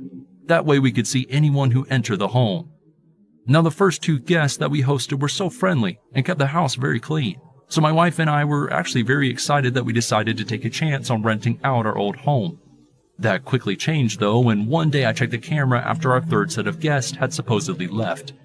They finished up their booking, and when it was done, we got the text that they had left the key on the counter, and we thanked them for their business.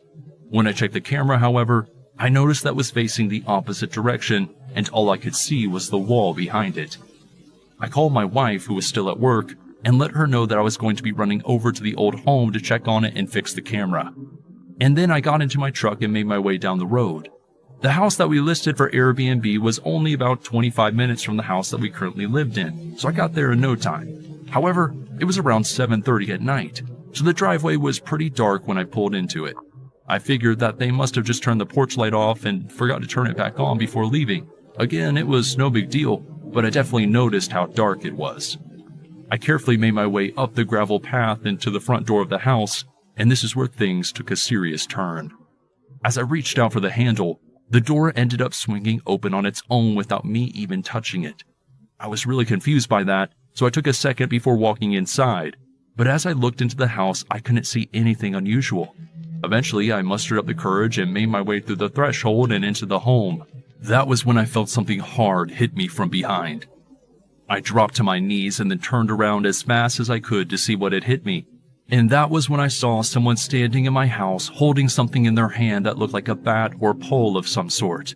I put my hands up in front of my face to protect myself from any incoming attack, but that was when I was grabbed from behind by another assailant. They pulled me to the ground and held me there as the man who struck me in the back began digging through my pockets. They pulled my phone, my keys, and my wallet out of my pocket before letting me go. But I didn't even get to pick myself off the ground before I was struck over the head with the bat again. Everything around me went black as I fell back to the ground. I woke up a couple of hours later to my wife, who was shaking me awake. She said that an ambulance was on the way and that she had come to check on me after she got home from work and noticed that I still wasn't back. My wife also told me that my car wasn't in the driveway, and I knew right away that they had stolen it. After the ambulance came, I told my wife to call the police and to cancel the cards that we had in my wallet. I ended up needing 3 stitches on my forehead where I had been hit by the one assailant, and according to the police, there was no evidence that would help us find them. They never even found my car. We immediately chose to unlist the house from Airbnb and just tried to continue to sell it. So I just moved to California about 4 months ago, and everything's been pretty much a dry run for the worst. My car got rear-ended, my living situation absolutely sucks, and I'm now more broke than I've ever been in my life. I've also had some pretty creepy experiences out here that have definitely forced me to be more on my guard. I come from a small town where you can walk the streets at 2 in the morning and arrive home in one piece. But I now live in a really large part of LA where you have to keep your eyes peeled 24/7. It also doesn't really help that I watch a lot of crime shows and have now become terrified to leave my apartment after these following events. The first happened to my rental car that I was given due to my car accident. I was a full-time DoorDash driver trying to make ends meet in an attempt to squirrel away some cash, as I knew I'd be relying on Lyft rides and would need basic things such as groceries when my time with the rental eventually ran out. My DoorDash shifts typically ran from early in the morning to late in the evening, as LA gas prices and the fancy grocery rates aren't going to pay for themselves. All of that, along with my rent to my crazy roommate. Anyway, fast forward, and I dragged myself and my silver Sentra to a grocery store that wasn't too far away from my complex. The incident was short, simple, and very common. I was pulling into a space at the same time as another car. It was a larger tan SUV. At first, I didn't really get a good look at the people inside the vehicle, and without thinking of any circumstance, I pulled in. Now in hindsight, I probably should have submitted and just given the spot to them. However, it was a really long shift, I was tired, and the spot was really close to the groceries doors.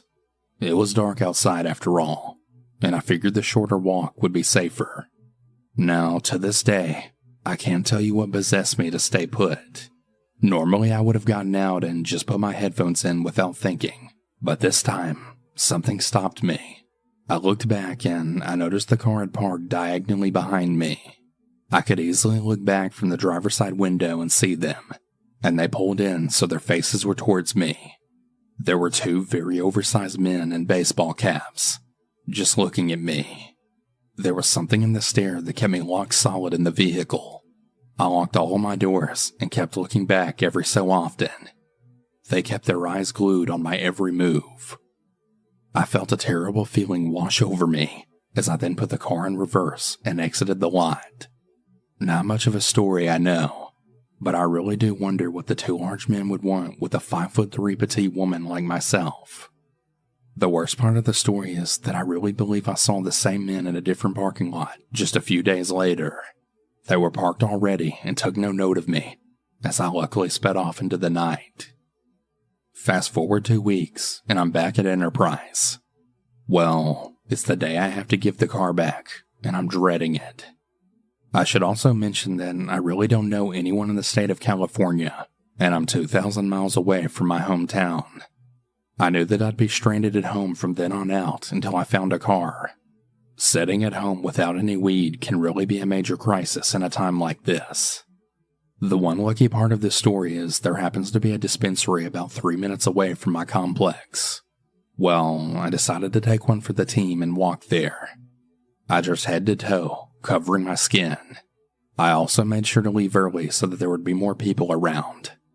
I even had a friend from home on the phone with me the entire time. Unfortunately for me, though, this plan fell flat on its face. I walked 1 minute down the road to a gas station, and when I paused at the crosswalk, a dirty-looking man in a white truck made eye contact with me. His windows were rolled down, and he was paused at the stoplight. This is another time where I can be thankful for my intuition, as I just felt something wasn't right about that look in his eye. I stayed out until he drove out of sight, and then made my way, passing the crosswalk. I realized that the man had doubled back and followed me by truck. He made a U-turn and everything. His eyes were still attached to me as I ran back towards the busy gas station and through the busy crosswalk. To my amazement, he turned around yet again, just as I had. He passed me, but not before making that same eye contact with me again as he drove off. This time I stayed put and called for an Uber. Sometimes it's just more worth it to shell out the extra $6. Overall, the time here's been pretty rough, and I really wouldn't recommend moving to the state unless you have people you know here and a good place to live. Please stay safe out there. The pandemic has been pretty hard on all of us, and we've all felt its effects in a variety of ways, but musicians have felt it more than most. I don't mean to throw myself a pity party or anything. I know there are older folks who are actually fearing for their lives, so I've counted my blessings plenty of times. But for most of my friends, the pandemic just meant working from home or taking a long paid vacation. For me, it meant work dried up entirely. As a professional musician, I've been playing music both solo and with bands for most of my adult life now.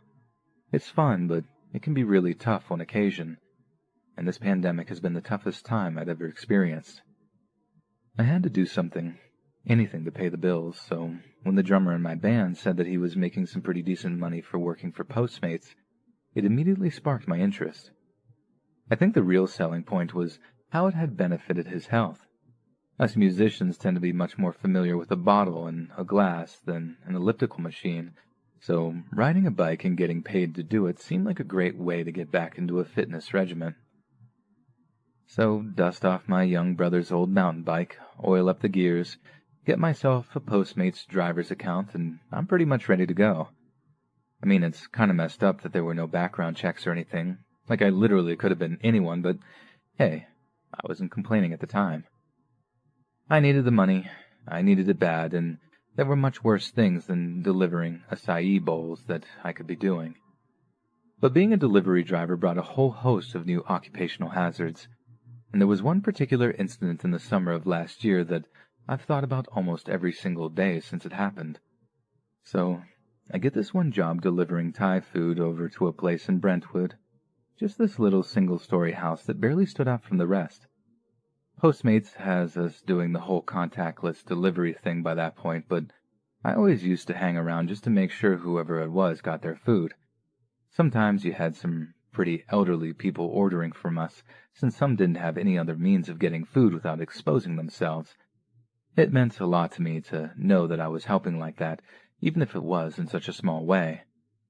Anyway, the dude comes out to get his food, and he's not nearly as old or infirm as I first expected, but he does look tired.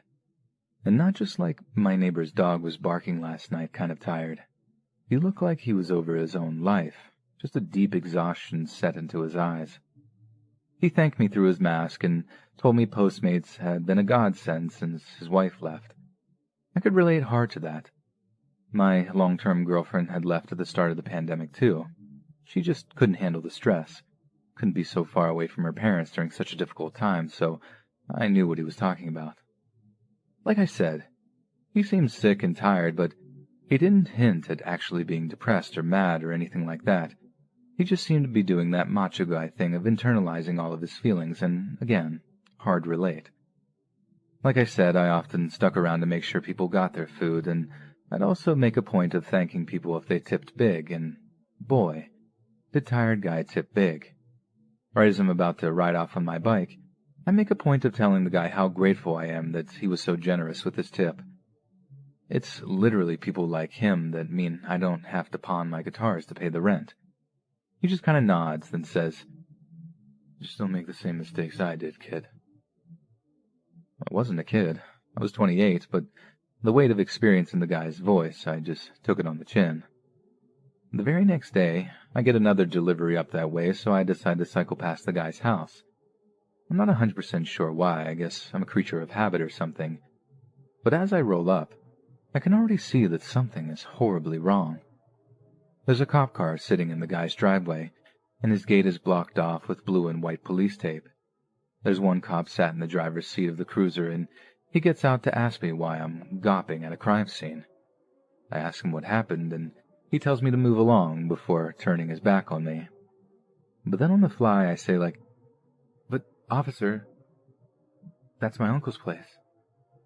And I drop the same name he'd used for his Postmates delivery. As soon as I say that, the cop stops dead in his tracks and turns around and sighs. That's when I know it wasn't just some home invasion or a car theft or something.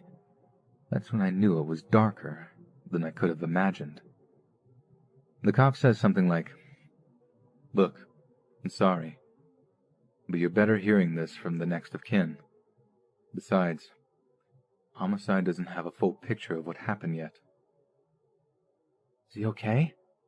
Is my uncle okay?" I ask. He was taken to the hospital, but after that, I'm not sure. I'm so sorry, sir. I had to do my own research to find out what exactly actually happened, and to me, it was way worse than home invasion or something. The older guy, the one who'd been so generous with his money and his advice, had a full-on mental breakdown the very same day that I brought him his food. From what I could gather, he'd been ranting and raving in his driveway, and then when the cops showed up, he waved a gun in their faces. And that's all she wrote. They shot him dead right there in his driveway. I don't know if he was trying to end his own life by cop, or he actually had some kind of mental breakdown. But if it all happened that same night I dropped his food off, then I basically fed this guy his last meal, the final thing that ever passed his lips. A couple of hours later, he was dead. I don't know why, but that messed with me something awful over the weeks that followed. I kept thinking that maybe if I'd stuck around, maybe if I asked him more about his problems or his life in general, maybe it had given him the strength to carry on, at least for a little while. Or maybe it was always going to happen. Maybe he'd planned it or something, and nothing I could have said would have made a difference. For the longest time, those were the kinds of thoughts that I just couldn't seem to shake. Like the guy was a ghost that just haunted me, no matter where I went, or what I did.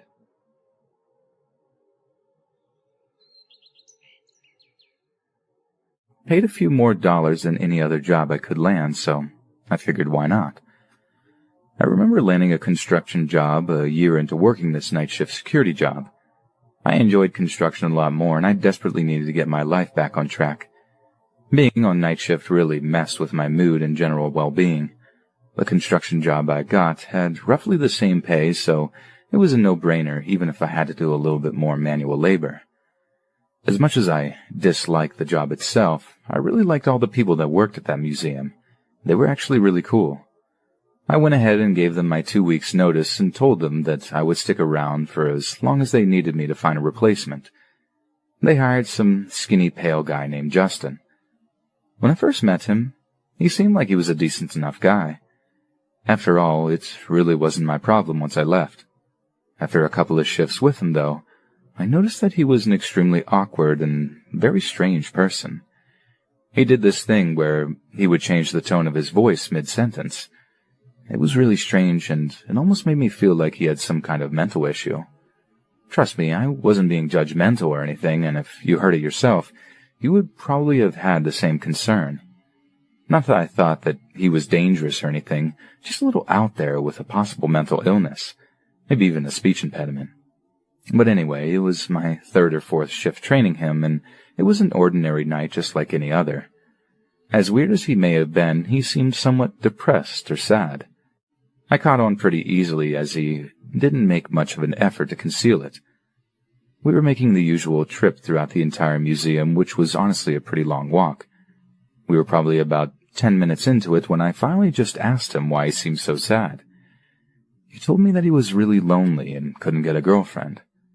Again, if you had one look at this guy, you would probably understand why he couldn't get a girlfriend, let alone his weird personality.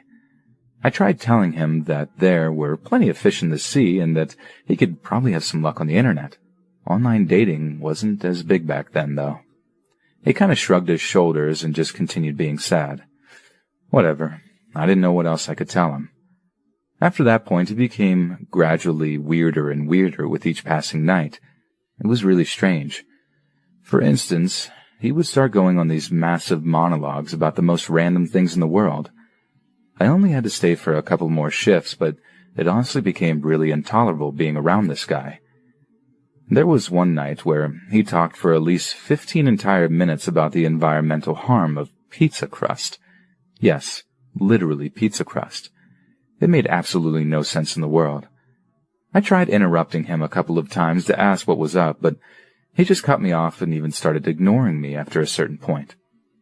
When you are completely alone in a massive building with one other person, trust me when I say that their mental well-being is very important. I gradually began feeling more and more unsafe in the presence of this weird guy. Justin just seemed like he was going crazy or something. Thankfully, my entire shift with him went by decently enough. It was still awkward and moderately unbearable, but it was at least over. I started my new job and everything seemed to be going really well. I had completely forgotten about Justin and life seemed to move on. I didn't really think about that security job anymore at all. That was until I heard about an interesting story from my friend a few months later. I still kept in touch with a few people from the museum that worked there during the day. We were only Facebook friends, but that was enough for me.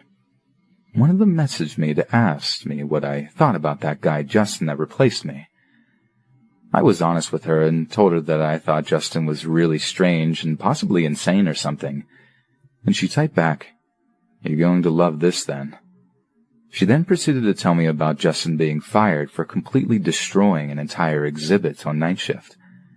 I guess they came in at the morning shift and found him trying to put it back together. They watched the security footage and this guy literally tried to fight a dinosaur skeleton. I guess he had been acting really weird that night, judging by what she had told me about the rest of the security footage. But the interesting part of the story is that they somehow found out he was on antipsychotic medication. They figured that he probably had stopped taking his medication. That was all my friend knew, and that's all I know. It's really scary how people can stop taking their very necessary medication on a whim, and then potentially have a complete mental breakdown. I started wondering if he had been off his meds when I first met him. All I know is that I'm kinda happy I don't ever have to see Justin again. This happened about 5 years ago now. I had just gotten through a really rough breakup of a codependent relationship, so I was going through a phase of trying to be more independent, self-sufficient, and just generally more okay with being alone. I would go to a lot of movies, restaurants, etc., all by myself. At the time, I was living in Montana where spending time outdoors is a prime recreation. Camping solo seemed like it would be a really good exercise in truly being self-reliant, so I packed a little tent and went to Jerry Johnson Hot Springs. Jerry Johnson is a natural hot springs with a few small, mostly natural pools in the mountains on the border of Montana and Idaho. I'm going to try and keep this as brief as possible, so I won't go on explaining the place. What I will say, however, is that it's truly in the middle of nowhere.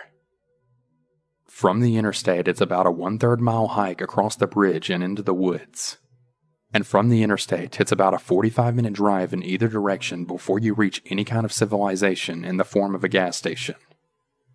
There isn't a motel or anything attached to the hot springs like there are with some. It's really just forest land with a few tiny ponds of warm water, and if you ever go, you'll probably be the only person there. There's plenty of daylight, so I decide I'll go soak first and then set up my camp when I'm finished. I make the short hike to find that there's a couple, a man and a woman around their 30s in the main pool, and they look kind of startled to see me. I say a friendly hello from a distance as I then approach. At first, they don't really respond, they just kind of stare at me. Then the guy pipes up. "What are you doing, man?" I then tell him that I'm really confused and I don't know what he means. The man then asks, "Are you the one that's been creeping around the woods and watching us for the last hour or so?" I assure them that I didn't know what they were talking about, and they begin to tell me that there's someone in the woods way off of the trail. Apparently they'd been yelling at him and he just doesn't respond. He'll walk away into the woods for a while and then reappear somewhere else, just watching them. After they've been assured that it isn't me, I get undressed and get into the water. The pupils in their eyes were huge. I'm guessing that they ate some magic mushrooms. I never asked, but it seemed pretty obvious. It's not a big deal. It's basically the perfect setting for something like that, but it makes me think that they might just be having a bad trip. We talk for a while, and first about the creepy guy and then about some other stuff. The mood lightens and they seem pretty relieved not to be alone. I'm a relatively large guy and I guess there's strength in numbers. No more sightings of the creeper. They get out of the pool before me. I'm in the pool all by myself for about 10 minutes before I then hear some shouting in the woods. I decide to cut my soak short just in case someone's in trouble. I get out, dry off quickly, and then get dressed, still mostly wet, when I then hear another shout. I then start quickly hiking. I eventually come across the couple that was shouting off into the woods and saying things like, "Hey man, we have a gun," which they didn't. I ask what's going on, and they say that the guy was just ominously standing in the path looking at them way off in the distance. When they started to shout at him, he left the path again and then retreated into the woods. Now he's out of sight. Through all of this happening, they never get a good look at him. We walk back to our cars. We decide that we're all going to camp near each other. There's an official campground, but you have to pay. The guy tells me that he knows about another spot that's relatively flat that would probably work for us. I agree, and I decide to follow them. It's not very far. They set up their tent, and I set up mine about 100 yards away. I wanted to give them plenty of space to trip or whatever, and I was out there in the first place to camp alone. We were in a dry season on raw forest floor, so neither of us made a campfire. I got all set up and just sat around reading a book, really enjoying all of the nature. The mosquitoes made me retreat into my tent at about 6 p.m., and by 9 I was sound asleep. At about midnight, I was then awoken by the sound of screaming. I grabbed my flashlight and my .22 pistol, put on my shoes but didn't tie them, and then started running toward the other tent. When I arrived, the two were standing outside of the tent with their own flashlights and completely losing it. They said that the guy had been there and that we all needed to get the crap out of there ASAP. They showed me a slice in the wall of their tent that he had made with a knife. They then haphazardly packed all of their stuff in a hurry and we went back to the cars. I only then realized that I hadn't actually grabbed any of my own stuff. I asked if they would go back with me to get it, and they basically just said, "Sorry dude, you're on your own," then got in their car and took off. I then thought about it for a minute. I could come back the next day and get my stuff, but it was over an hour drive in each direction, and I was there now. I did have a gun, but if I shot someone in the woods, even if self-defense, that would be the beginning of another nightmare that would probably last the rest of my life. I made the decision and decided to go back for my stuff. I killed my flashlight and basically went stealth ninja mode back into the trees surrounding the clearing where my tent was. My thought was that if I was really quiet then I could probably hear him, but he couldn't hear me. It took me about 20 minutes to get where my tent was since I was moving so slowly. When I got back to my tent, it was totally untouched. I quickly threw on my backpack, put my flashlight in my mouth, grabbed my tent in its fully assembled state with my sleeping bag still inside of it, and then ran back to the car with a loaded .22 revolver in my hand. I went back to my car, started it, and drove away. What didn't really occur to me until later is that I never actually saw this guy, and to this day, I can't really be sure that there was actually anyone in the woods at all. I really kind of doubt that these people would have sliced their own tent, but at the same time, I kind of doubt that there was actually just a dude hanging out in the wilderness all day and night just to freak these campers out. It's really possible that the two campers were really just messing around with me. If so, they really deserve Oscars for their performance, as they really seem genuinely terrified. I guess I'll never really know, though. This story happened my senior year of high school, which was about 5 years ago now. That year, they added this new room at the back part of the school. I can't remember the exact name they used for the room, but it was basically just an area with several computers and tables, and it was used for giving students extra help with school or making up tests and things like that. It had been made out of an old abandoned classroom that wasn't used for several years. At this time, I had been out of school for 2 days with an ear infection, and in that time, I missed a math test. When I returned to the math teacher, he allowed me to make up the test during study hall, so I went to that new room to take it.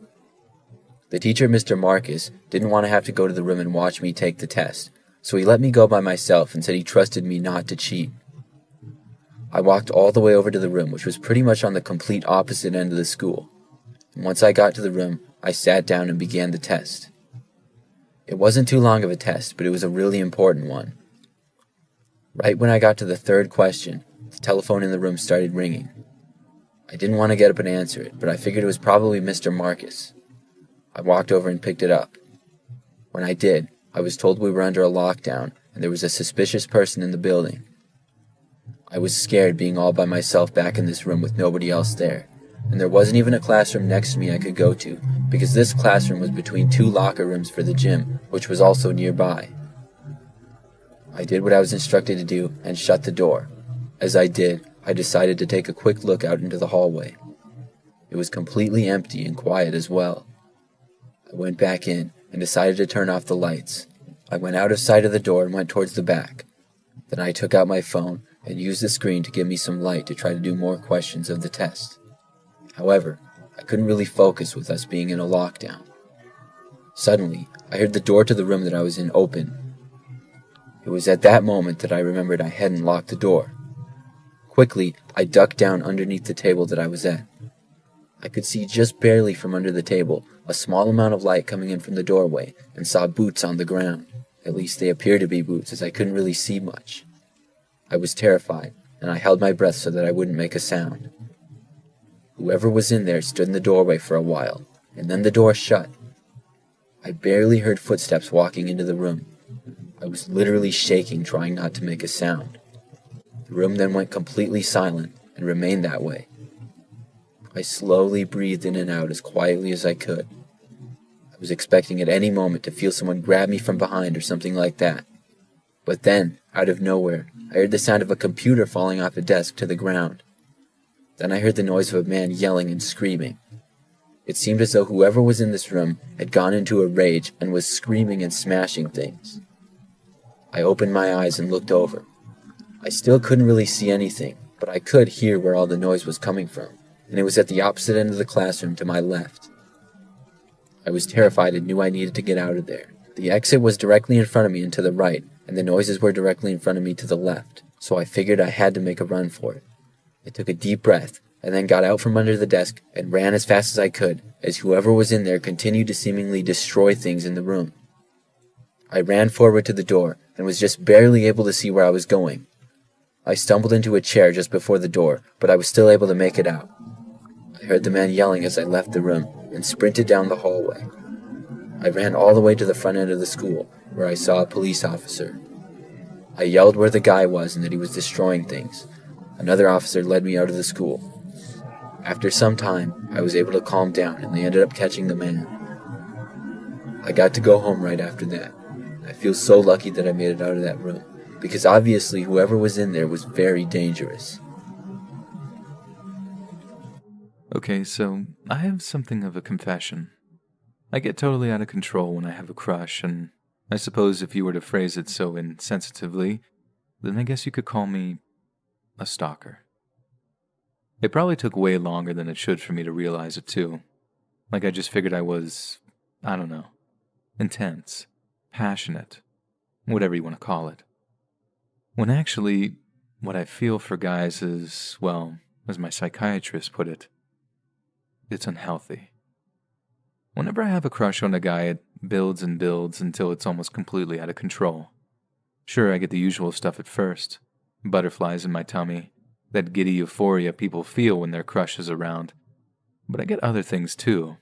Like, there's a lot more, and some things that people might consider kinda scary too. When I like a guy, they're constantly on my mind.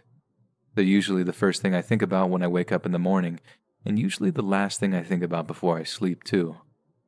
I look up every social media account they have, and guys tend to be much less careful about their privacy settings, which makes that whole thing super easy.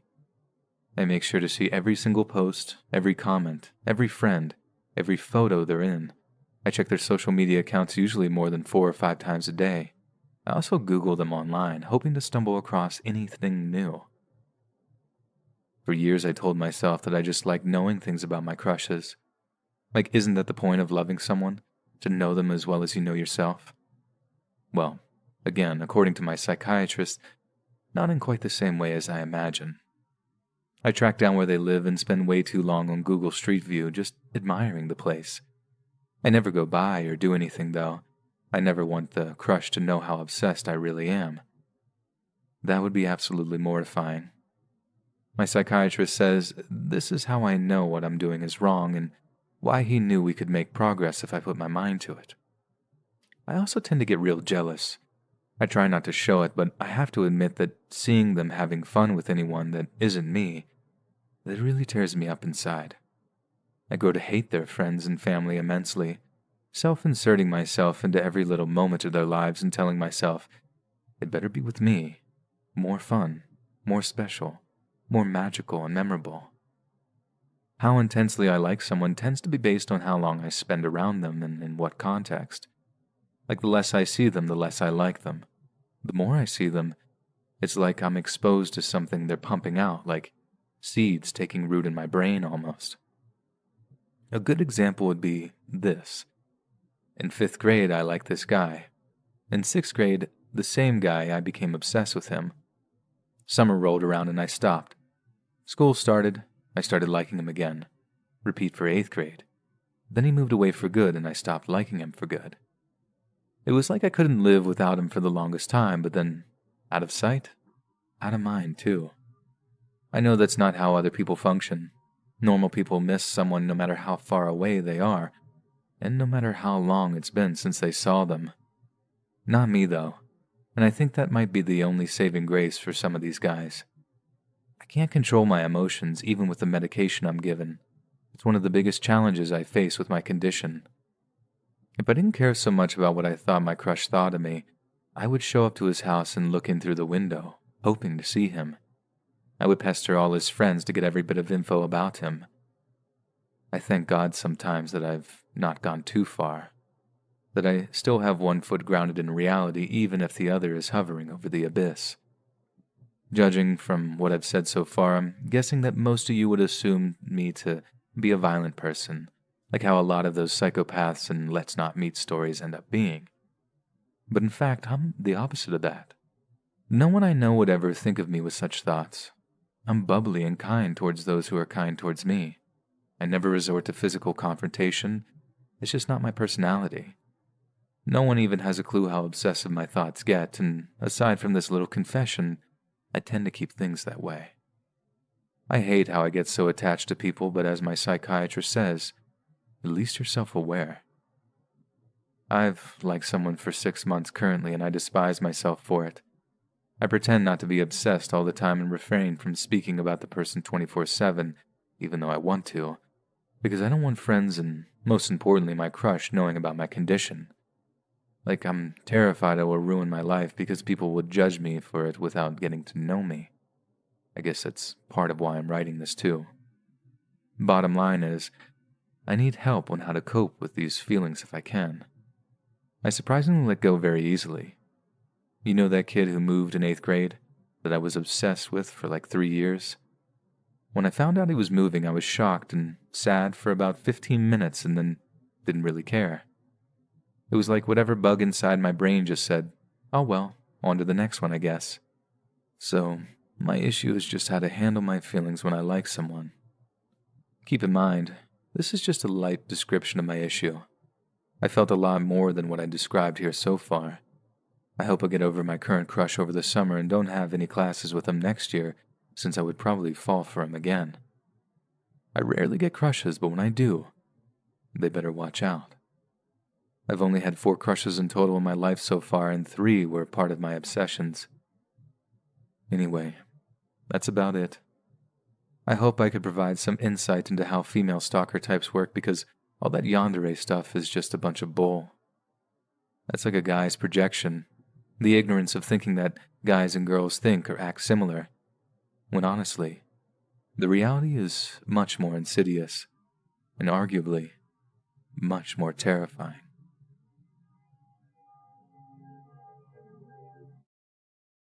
I worked at a gas station for a brief period of time almost 5 years ago. During that time, I worked overnight shifts. The city that the gas station was in, I would describe as pretty quiet and small. In the overnight hours, there would never be much business. I would be the only one working for most of my shift, and I'm kind of surprised that we were even open all night at all. The gas station was along a road not too far off the highway, so it would get some traffic. There weren't really any other businesses close by though. Probably 3 weeks after I started working there, I had gotten the hang of the routine. But still, I was always a little nervous working overnights. Being by myself in the gas station, not knowing if anybody who walked in there could be dangerous, was something I thought about far too much. But through the first couple of weeks that I had worked there, nothing too unusual happened. But that all changed one night. The time was probably 2, maybe 2:30 a.m. Things were very quiet. As I sat behind the counter, I saw a car pulling into the gas station from the road. The car drove past the 4 gas pumps that we had and started driving towards the parking spaces right out front. But it didn't park there. Instead, it turned and went to the side of the building. There were a couple of extra parking spaces there. Maybe 30 seconds later, I saw somebody. It was a man, and he was walking towards the door. He opened the front door and came inside. When he did, he walked straight towards me at the counter. The man then spoke, saying that there was a problem with the free air that we had. On the side of the building, in front of one of the parking spaces, we had free air that people could use to fill their tires. The guy said that his car had terrible air pressure in the tires, and he really needed it and asked me to help. I wanted to help the guy, but I really didn't know how to fix the machine if it was in fact broken. Beyond knowing how to use the machine, I didn't know much about it. I told the man that I probably wouldn't be able to help him, but he asked that I come out and try anyways. I agreed to, and I followed the man outside the gas station. We walked out front, around to the side. When we got there, I saw the man's car. It was an SUV, and it was not parked at the space for air, but was parked like 3 spaces over instead. I also looked at his tires, and the ones that I saw appeared to have plenty of air in them. Things were starting to seem a little bit strange. Furthermore, when we got to the air pump, I picked it up to see that it was working just fine. I said to the man that it seemed to be working. He told me that when he tried it, it didn't work, and then asked me to explain to him how to use it. I started explaining it to the man. He stood right next to the building, as I stood in the parking space where you would park to use the machine. As I spoke, I saw out of the corner of my eye the SUV start moving. It looked like it was backing up. I was about to ask the man if that was his car, but he told me to keep explaining. I started to, but then heard a sudden screeching of tires. When I looked to the side, I saw the SUV headed straight towards me. I jumped out of the way and got to the sidewalk next to the building, just before the car would have ran me over. The car ended up hitting the air pump and then quickly turning to the side. I saw it start to back up. I got up and ran for the gas station door. The other man who had been standing talking with me had already ran away around the building towards the back of it. I got inside the gas station and went to lock the doors immediately. The car outside drove around and then back to the side. I got to the doors, locked them, and then witnessed the car speeding out of the parking lot and back onto the road. I kept the store closed for a while with the doors locked. Nobody tried to go in during that time, though. I made a call to the police, who came out a short time later and took down all of the information that I could give them. We did have a few security cameras. Unfortunately, none of them were angled to show that side of the building.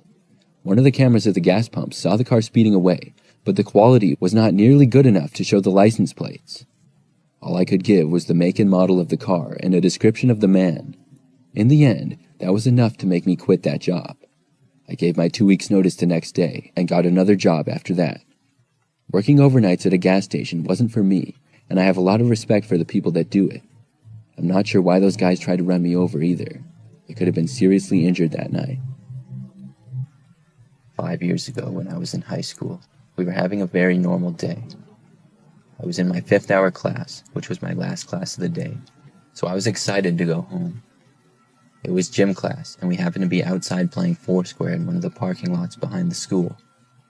It wasn't that long into the game when suddenly our teacher, Mr. Watson, told us all to stop our games and listen up.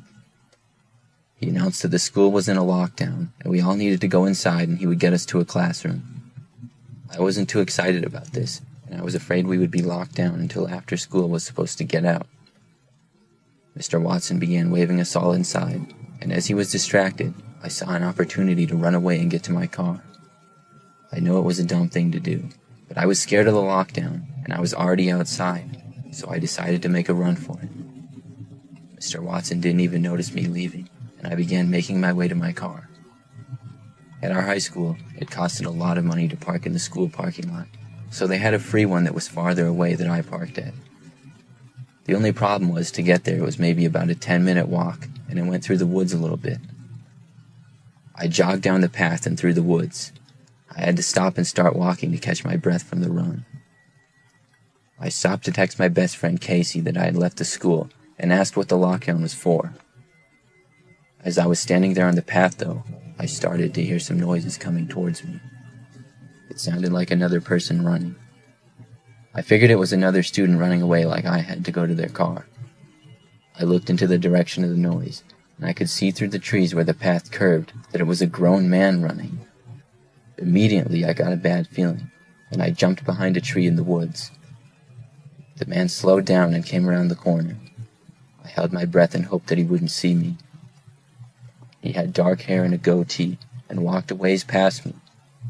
He kept looking over his shoulder, and then it sounded like he went into the woods because I heard trees and brush being moved around. Then the noises stopped. I waited there and was hoping to hear him walk away, but I heard nothing. It sounded like he had gone just inside the woods, about 30 or 40 feet down the path from where I went in. The trees were pretty thick in this area, and it was a good place to hide, but I didn't dare move or make a sound. I really just wanted to go to my car and drive away. I realized the mistake that I had made by running from class now, but it was too late to do anything about it. I sat there for a few minutes, and I knew the man was still there, but I was sure that he hadn't seen me. I debated in my mind between running back to school or trying to make a run for my car, but they both seemed pretty risky, and I didn't want to take a chance. So I remained hiding there, trying my best to stay silent, because any movement I made would make noises with all the trees and branches in there. I occasionally heard noises from where the man had gone in, pretty much confirming to me that he was still there. After what had to be at least 5 to 10 minutes of hiding, I started to hear police sirens off in the distance. They got closer and closer and seemed to be heading for the school. The sound of those sirens made me feel a little bit safer and more brave, so I then decided I was going to run back towards the school. I took a deep breath, and on the count of 3, I made a run for it back to the path towards the school. I heard the man start to move in the woods when I started running, but I couldn't tell if he was chasing after me or moving in another direction. I didn't look back at all, and ran my fastest until I had made it up to the school. I saw the police officers arriving, and I ran up to one of them and told them about the man in the woods. They had me wait with some other officers for a while. The man had made a run for it, but he ended up being caught a short time later deeper into the woods. Apparently he had been trying to get into the school, and had actually broken a window. My mom came and picked me up, and I had to get my car later when the area was cleared for us to return. This is something that I've been wanting to talk about for a while, to be sure that everyone is cautious and stays level-headed at all times. Now, for some context, I lived in the middle of nowhere, Canada. It was an old town that had quite a few abandoned buildings due to the absence of residents. Me and many of my friends were tired of the lack of entertainment options for us, so we would go exploring in these abandoned buildings. Prior to this experience, nothing too crazy has ever happened to us. Occasionally we would see a small amount of liquid that looked like blood, and a pentagram on the ground, left by someone who was there previously, but nothing too out of the ordinary. That was until the last time I went exploring. When I was younger, I used to go to a daycare that was part of a mental hospital. It was a weird combination. It closed down due to a lack of patients and the lack of children at the daycare. I decided to go back there with my friends a few years ago. I was 15 when this happened, and most of my friends were around the same age. When we got there, it was rather cliché. There was a fog, it was dark, and there was a light drizzle. We went to the main gate, which was locked shut. We decided to help each other hop over, making a ton of noise. We were laughing the entire time, completely oblivious of what was to come. We looked around the small play area with flashlights, but even with our flashlights, our visibility was rather limited. We decided to enter the decaying building. Glass and dirt crunched under our feet as we stepped into the daycare section of the complex. There were still old Legos, wood chips, torn dolls, and toys strewn about. The further we went into the daycare section, we naturally became more and more silent, until all we could hear was the sound of the dirt crunching under our feet. I found some crayons in a plastic container in the corner of the room. I walked over to pick them up, when all of a sudden, we heard a loud crash coming from behind a metal door which led to the psych ward part of the building. My friends and I all looked at each other. As a whole, we were a group of 5. Most of us were very bold and cocky. My friend Brian then suggested that we go look to see where the sound came from. Personally, I was not too fond of that idea, but with my group of friends, there was no way I was going to decline. We all stacked up on the door and opened it. It was rusted to the floor, and we had to heave to get it open. The metallic smells and must became stronger, with a hint of something else I couldn't quite put my finger on. We walked in, our flashlights pointed in every direction, with Brian leading the group. The hallways were tight, and there were metal doorways to our left and right. Some of them were open. I felt slightly claustrophobic, and it was becoming difficult for me to breathe. As we continued, Brian shined his flashlight into a room, then recoiled. We all stopped walking as Brian slowly entered that room. "What is it?" I asked him. "I thought I saw someone in here, but I guess it was just my imagination." To be honest, I thought he was messing with us to increase our anxiety, but looking back now, I think he was being completely honest. He backed out of the room, and we continued walking deeper into the psych ward. Another friend in the group told us to stop. We all came to a halt and listened. In the distance ahead of us, we heard the sound of subtle footsteps echoing through the hallway. We all looked at each other, fear in our eyes. Brian continued walking toward the sounds. The rest of us considered turning back, wondering if it was a ghost or something else in the building with us. But we couldn't just leave Brian behind. The closer we got, the more I felt I was in danger. We finally entered a room on the right, which smelled of rotting meat. In front of us was a eviscerated deer carcass. Its innards were all over the floor, staining the concrete. One of my friends, who had a very weak stomach, instantly vomited all over the floor. That's when we heard whispering from somewhere nearby.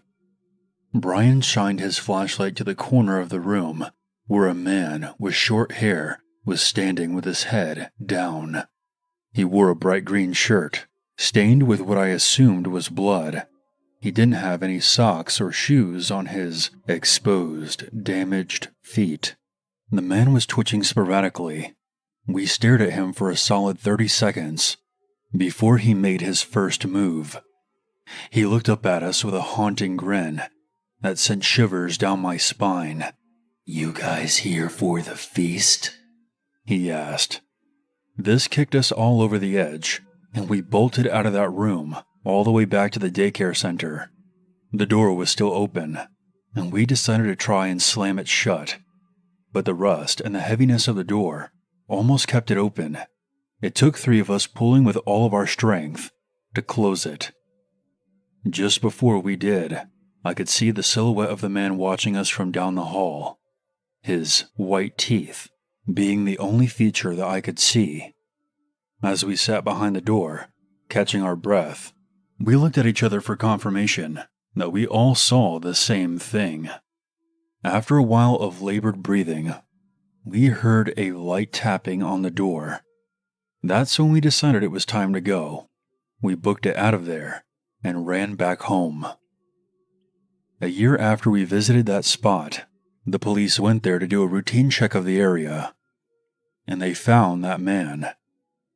It was stated that this person used to go to the psych ward before it closed down. He escaped the facility that he was transferred to and lived off of the wildlife around the complex. When the cops brought him in, he had a series of diseases and sickness from eating raw meat. His mental condition was much worse than before. There were other rumors that he killed somebody in the forest while searching for food. So if you're going to go exploring in abandoned buildings, don't forget my story, and always be on your guard. You know, they tell you not to pick up hitchhikers, and when I was younger, I always thought that was a very cynical way to view people, assuming that they were inherently up to no good. However, as an adult, and having had experienced something almost terrible happen to me in one of the most unforeseen ways, I'm certainly wary of roadside travelers.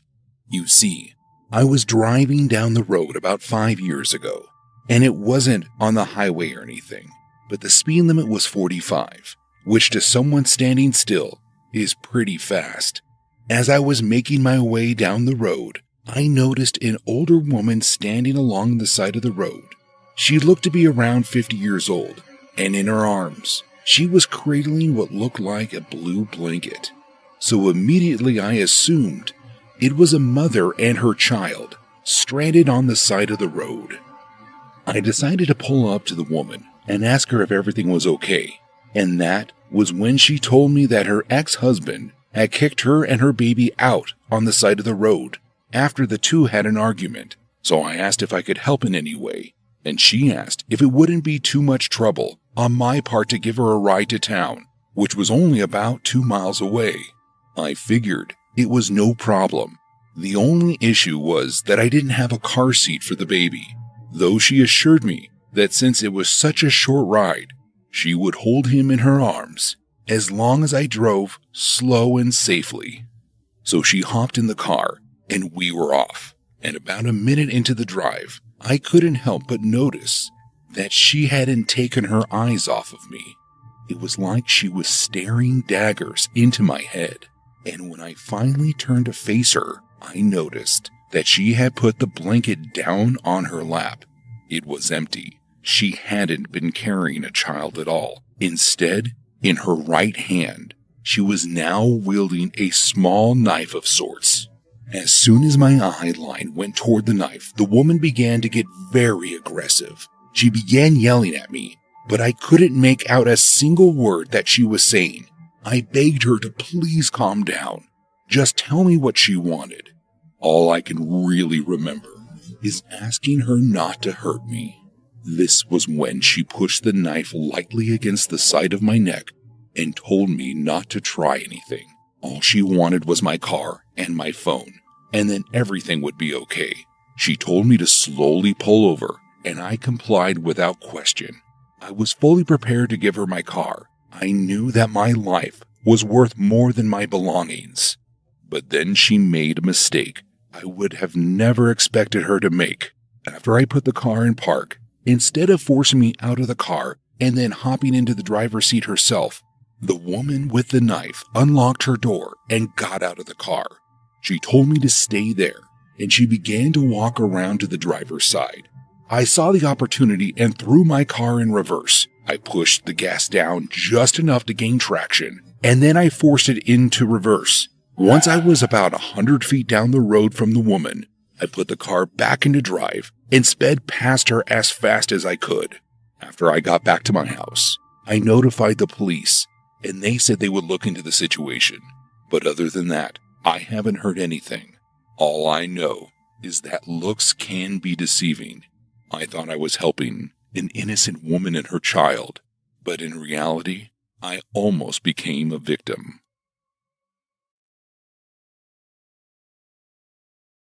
So, about a year ago, my apartment complex decided that they wanted to renovate my unit, so I had to move out at the end of my lease. I live in Denver and my rent is pretty ridiculous here, so I started worrying about finding something affordable in my neighborhood, which I really love. I posted on the Nextdoor app to see if anyone in my neighborhood knew of any affordable rentals in the area. I immediately got a message from someone named Joe who said that one of the condos in his complex was going to be up for rent pretty soon, and he knew the owner. He offered to get me in touch with the owner. I asked if he could send me pictures of the unit, and he asked if he could text me some pictures that his neighbor took because the chat function on the app is really slow. I now feel really stupid for doing this, but eventually gave him my phone number. I kid you not. I received a phone call from an unknown number within seconds. Now, I normally don't answer calls from unknown numbers, but I was expecting a call from a number that wasn't saved in my phone, so I answered it. I was completely bewildered when the person then said, Hi, it's Joe. How's your day going? Huh? It really took me by surprise, and I didn't really know what to say. He started to just shoot the crap on the phone, talking about how he works nights and how tired he is and how he takes care of his daughter while his girlfriend works during the day. I finally interrupted and then said, So, about the condo? He pretty much completely disregarded that and then said, I really don't think that my girlfriend would appreciate me talking to you, but I don't have to tell her, right? I said that I have to go and then immediately hung up the phone. And as soon as I did, he then started texting me. It was really bizarre and quite alarming to me. I blocked his number and then moments later, he found me on Facebook and sent me a friend request. Now, I'm 32 years old, but it was really creepy to me, and I even called my parents to tell them about it and just how unnerved that it made me. And the worst part about it is that on Nextdoor, even if your exact address isn't listed, your complex is. So, I was pretty certain that I didn't have my address visible in my profile, but I checked, and sure enough, my address and unit number were totally public. Unable to really contact me in any other way, he started messaging me again on Nextdoor, asking me if I wanted to go on a walk with him. You can't really block or report people on the app, so I just decided to delete it. So one night about a month or so later, I had a knock on my door at around 10 p.m. on a weeknight. I looked out my peephole but couldn't really get a good look. I saw that it was a man who slightly had his head down. Either way, I don't answer the door for anyone that I'm not expecting, especially not a random guy at 10 o'clock at night. Feeling panicked, I decided to call my neighbor across the hall. She's an older woman and we always look out for each other since we both live alone. I asked her if it looked like he was some kind of delivery guy at the wrong door. She opened her door to try and get a good look at the guy, and that spooked him because he literally ran away. I honestly have no idea if this was the next door guy or not, but my gut tells me that it was. This was a big wake-up call. I always felt that I practiced good online safety, but I didn't even know that my address was visible on Nextdoor. I'll never be that casual or lazy about privacy settings like that ever again. For the past few years or so, I've lived here in Redwood City, California. Back in 2008, some of you might remember that a Philadelphia branch of Starbucks asked two African Americans to leave because they hadn't bought anything. They were accused of racism, there was a whole bunch of fallout from it, and in the end, Starbucks announced that it would no longer ask anyone to leave their stores as long as they weren't causing a disturbance.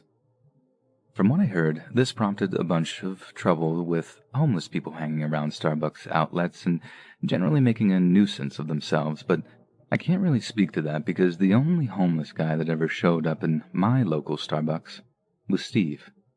Steve was about as far from the stereotypical idea of a homeless person as you can imagine. I remember seeing him in relatively clean clothes, tapping away on a smartphone that was charging from a nearby power outlet and not giving him a second glance. I walked in, got my coffee, and carried on my way to work. The next morning, Steve is there again, paper in front of him, tapping away on his smartphone. Only this time, as I'm in line waiting to give my order, I see him reaching for a grubby-looking backpack that seemed to contain all of his worldly possessions. It dawned on me that he didn't have a coffee in front of him, and when I thought about it, he didn't have one that day before either. And that's when I realized that Steve was in fact homeless. And it was then that I actually noticed how tired he looked, how the skin of his face was stretched around his eye sockets like he'd skipped one too many meals in his time. Steve was obviously taking advantage of Starbucks' new policy in order to get indoors and charge his phone, and although he was technically taking up the space of a paying customer, none who got an inkling of his living situation ever seemed to complain. This was until one day when Steve got himself into some kind of confrontation with a customer. I think maybe one of his bag straps was lying in the way of someone because I only looked up in time after hearing someone apologize. This big guy in a bad suit scoffed as he sat down close by, shaking his head. "Shouldn't even be here. the big guy said. I thought it was quite an obnoxious comment, but I'm far too much of an introvert to say anything about it. Steve tried to apologize again, but the guy started going off on him, telling him he shouldn't be there if he wasn't a paying customer. And in a display of kindness that'll stay with me for the rest of my life, the guy at the head of the line bought Steve a coffee and a red berry cheese Danish. There. Now he has something. So mind your business. It wasn't one of those, and then everyone clapped, moments. It was still incredibly awkward since no one wanted to get into a shouting match at that time in the morning, especially not me. So after the fat guy was shamed into silence, he just sort of wrapped his double-smoked bacon and walked out, avoiding eye contact as he went. That's when I found out his name was Steve, and every morning after, if Steve was in the Starbucks, I'd always say hi and asked if he wanted a coffee or a red berry cheese. Some mornings he'd accept, some he'd decline, and I came to learn that he used the charger and the free Wi-Fi to look for a job. He wasn't a drug addict, he wasn't an alcoholic, he'd just fallen on hard times after a nervous breakdown and was slowly building himself back up and putting his life back together. Learning that is how me and a handful of other Starbucks regulars developed a great deal of affection for Steve after a while, but our regular cheery encounters with him somehow made it easier to forget that he slept under Redwood Junction every night, and I guess assuring ourselves that Steve would be okay meant we could just walk away and not worry about it. Because one Monday morning when I walked into the Starbucks and saw Steve's seat empty, I automatically assumed it was good news. Maybe he'd found a place to stay, or maybe he'd struck gold in his job search, and I found myself asking the barista if they'd heard anything from Steve over the weekend. To my absolute delight, he told me Steve had an interview at a local car wash. He wasn't sure exactly what day, he just knew that Steve had made the announcement the previous afternoon before departing the store. So, that was the end of seeing Steve on my morning Starbucks runs. I hoped that he might show up again, buying his own coffee, looking healthier and happier, but he didn't, and I guess that was just fine. But at the same time, I'd have been lying if I said I didn't kind of miss him. Like I might have mentioned, I'm a card-carrying introvert, but I do enjoy a sense of community. I still enjoy the comfort of familiar faces, so anyone who makes me comfortable enough to come out of my shell, I appreciate that more than I think I can even describe. So after a few weeks of not seeing Steve at all, I decided to take a walk down to some of the local car washes to see if I could spot Steve. First place I asked hadn't heard of him, neither had the second place. But the third car wash I tried said that they were hoping I was the one who could give them the answers. You see, the third place I tried was indeed the same place Steve had an interview scheduled, but it was an interview he hadn't shown up for. I asked if he'd called ahead to cancel or anything, and the car wash boss said no, and that he just ghosted. And that's when I really started to worry. My concern for Steve's well-being grew to the point where I began to entertain the idea of going down to the Redwood Junction to look for him. I hope I don't sound too prejudiced when I say I found it an intimidating prospect. Like, as much as I appreciate that a lot of homeless people are just like Steve, good people who've fallen on hard times, I know that there are some people in the streets who are so broken that they do actually pose a danger to the general public. But as I said, my concern grew and grew until I didn't give good care if the sight of homeless people camp would upset my delicate sensibilities. A man's life was at stake. I needed to act. I wasn't sure I'd be able to live with myself otherwise. That was how I ended up cycling down to the junction one Saturday afternoon, where I began nervously giving descriptions of Steve and asking if people had seen him. People mostly shook their heads at me, looking at me like I'd grown an extra nose or something. I guess having visitors to the camp wasn't exactly a common occurrence. Time and time again, I was met with the same response. A shrug, a shake of the head, complete indifference. At least until I spoke to one much older guy who wore a Vietnam veteran baseball cap and a grimy old fatigue jacket. This guy seemed a little bit more with it than some of the other homeless folks, and although he had the distinct smell of marijuana about him, he was lucid enough to get a straight answer from. After confirming we were talking about the same Steve, this vet told me that he knew him well, but that he hadn't been around the junction in a few days. When I pressed him for where Steve might have gone, the vet shrugged, but told me Steve had left behind a bunch of his belongings. According to him, this could be a good thing just as much as a bad thing. When some homeless folks find a way off the street, either moving back in with family or getting a place in a program somewhere, they leave behind all their stuff. Some just don't need it anymore. A tent and a sleeping bag are useless when you have a room and a bed, but others find that the stuff they had on the street just reminds them of a time they'd rather just forget about. But sometimes, leaving all their stuff behind meant something bad had happened. I could see the worry just etched into the vet's face, and he seemed to be racking his brain for a moment before an idea struck him. He mentioned that Steve used to bring food to a girl who stayed on the other side of the camp, and that maybe she'd know where he was. Up until talking to that girl, my time at the camp had been unexpectedly uplifting. Sure, seeing people living like that was upsetting, but seeing how nice some of them were, how they hadn't let their hardships break them down, seeing them purely as the human beings they are, I have to say, it was quite cathartic. Yet the visit to the girl's tent was the point at which the trip became more terrifying than I ever imagined it could be. As we approached the girl's tent, the vet greeted someone nearby and asked if a person called Mouse was home. They nodded, but added that she wasn't doing too good. I wasn't sure what they meant by that, but on seeing this mouse girl curled up in a fetal position in her tent, I was almost certain it was drug-related. The vet gently shook the girl awake, and I'm pretty sure she was high from the way she lazily opened her eyes and how out of it she seemed. But then as soon as the guy mentioned Steve's name, the girl shoots wide open, and she gives him this terrified look before saying, I told him not to go. I told him not to, but he didn't listen. Now he's gone. The vet asks her where. Where did she tell Steve not to go? She replies with, the cemetery, before bursting into tears. The last question we could get her to answer was what happened at the cemetery for Steve to be gone. She replied with, it took him. It. Not he or they. It. Hearing that word used like that caused this sinking feeling in my stomach. Not so much because of what it entailed, but because this girl was so messed up over what happened, and that obviously meant bad news for Steve. Before leaving the camp, I asked the vet what cemetery Mouse could have been talking about. I had my own idea of which one she was referring to. I just wanted to see if he had the same answer, and he did. He'd said he'd bet his last dime that she was talking about the historic Union Cemetery on Woodside Road.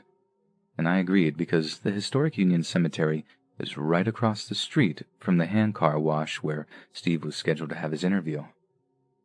I took all this information to the police, telling them I was a friend of Steve's before I had them file a missing persons report. I made sure to record the reference number I was giving, as I'd be able to use it to get in touch with whatever detectives would eventually be assigned to the case, I assumed. I tried all throughout that next week to get the relevant cops on the phone, but it seemed to take forever before the case was properly assigned. In the meantime, I thought I'd take a ride down to the cemetery to see if anything caught my eye. I don't really know what I was planning on doing. It's not like I knew anything about being a detective, but at the same time, I couldn't just sit on my butt and do nothing. So, for those of you that don't know, Redwood City's historic Union Cemetery isn't really a cemetery. It did actually function as one until about 1919 or so, but after that it basically became a kind of memorial. From what I can remember, some Civil War soldiers are buried there along with a few famous pioneers, so it's more for tourists and sightseers than grieving families or funeral processions. While walking up and down the gravel paths and checking out the old graves, it occurred to me that when the girl said, Steve is in the cemetery, it might have been her way of telling us that he was dead. There was every chance we just totally misinterpreted that, and I was in that cemetery on a complete fool's errand, wasting my time looking for something I wouldn't find. And if that's the case, what I found and saw next is completely irrelevant, and is naturally to be disregarded. But, and a big but here, if it is connected to the Steve disappearance, it raises questions that honestly don't bear thinking about. So, as I said, I'm walking down this gravel path, and a handful of people I see are just all checking out the statues, taking pictures, and all that other stuff. Only, I see this one guy, all by his lonesome, and he's walking with purpose, with a plastic bag in his hand. When I say walking with purpose, I mean like he wasn't there just to hang around and check out the memorials. He was walking fast, like he wanted in and out in as short a time as possible. Just the sight of him filled me with curiosity, but it's not like if I rushed after him, he wouldn't freak out. So as much as I tried my best to follow him, he slipped away from my view almost as quickly as he had appeared. Only he'd left something behind, the white plastic bag having just dumped it behind one of the bleach-white tombstones, apparently in the hopes that it would remain hidden from public view. At first, I was just mad, like who leaves their trash in a graveyard or whatever. But I went to check out what the bag contained. It just looked like a bunch of organ meat. Like I 100% saw something dark enough to be liver in there, and some of the other pieces looked like chunks of white fat. It smelled real bad, too, like he might have been hanging on to it for a couple of days before he'd left it there. To this day, it's probably one of the weirdest things to ever happen to me, finding a bag of meat like that, just abandoned in the middle of a ceremonial cemetery. And like I said, whether or not it's even remotely connected to Steve's disappearance is anyone's guess. I mean, the detectives treated me like I was crazy when I brought it up with them in the weeks that followed. They'd sent some beat cops out to the cemetery, and they hadn't found a thing. But I also know they seemed totally clueless in their investigation, like they either didn't care about it or just couldn't get a lead anywhere. And that's just how things went. I get in touch every so often, only to be told the investigator hadn't progressed anywhere. It didn't help that it had taken weeks for anyone to report him missing, and the fact that it was me that should have acted earlier gave me this horrendous sense of guilt for the longest time. Steve had no family out here, and I barely knew anything about him. The best I could do was share the few slivers of info I had with the cops, then just hope it came to something. But it came to nothing, and now Steve is just one more name on the missing persons register, a missing persons register that stretches a mile long. The rate at which homeless people go missing around Redwood City is considerably higher than the surrounding areas, and given how difficult it is to conduct any kind of census or research among the homeless, that figure could be even higher than the numbers suggest. The trouble is, people just don't care. Even people who purport to care about social justice are content to focus their attentions on ridiculous niche topics when homeless people are dying and disappearing on the streets of California every single day. I don't know what's going on out here. Whether or not it's just fentanyl killing people off, some kind of serial killer, or something less explainable.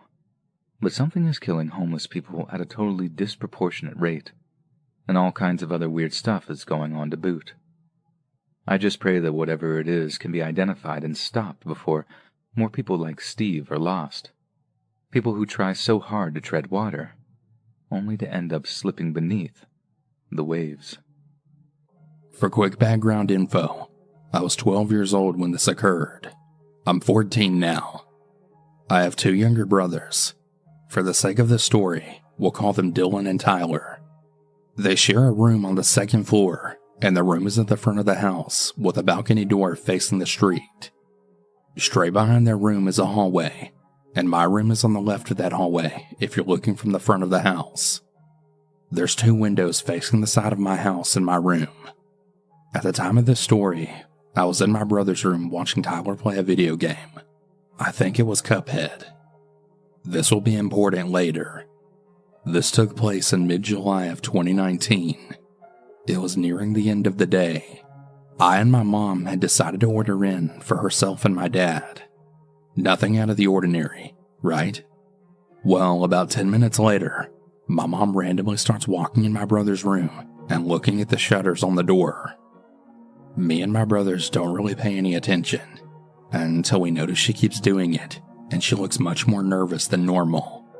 My brothers ask what's wrong, and my mom surprisingly, and she tells us that the delivery driver was sending her really weird messages, such as, "God is coming. He will come for all who don't believe." Believe. Constant physical abuse, although there was that too. My parents ignored me most of the time. Both had drinking problems.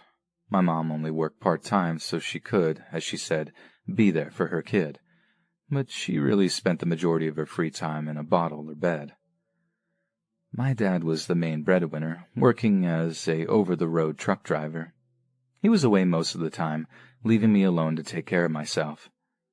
Our apartment was on the edge of town, surrounded by miles of forest. As long as I can remember, I was entranced by those woods. It wasn't long before I was spending my days exploring them.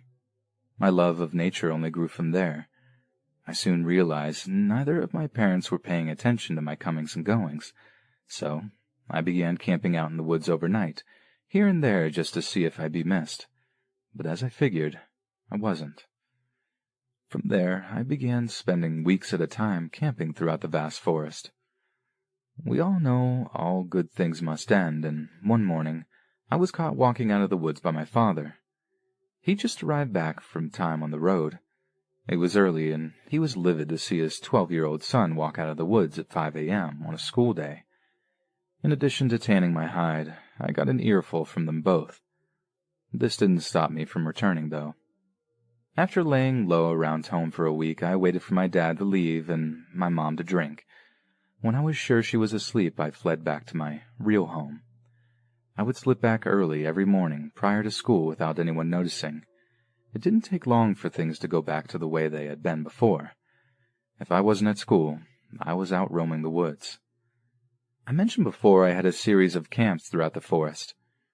Early on, I realized I was sharing my getaway with others. Among these interlopers were small groups of homeless people, probably way before I came along. They'd use the woods as a place to camp and drink, away from the prying eyes of the police and public. I made the mistake of staying in the same place too long on one occasion and almost got assaulted because of it. After that run-in, I moved my camps to the other side of the river.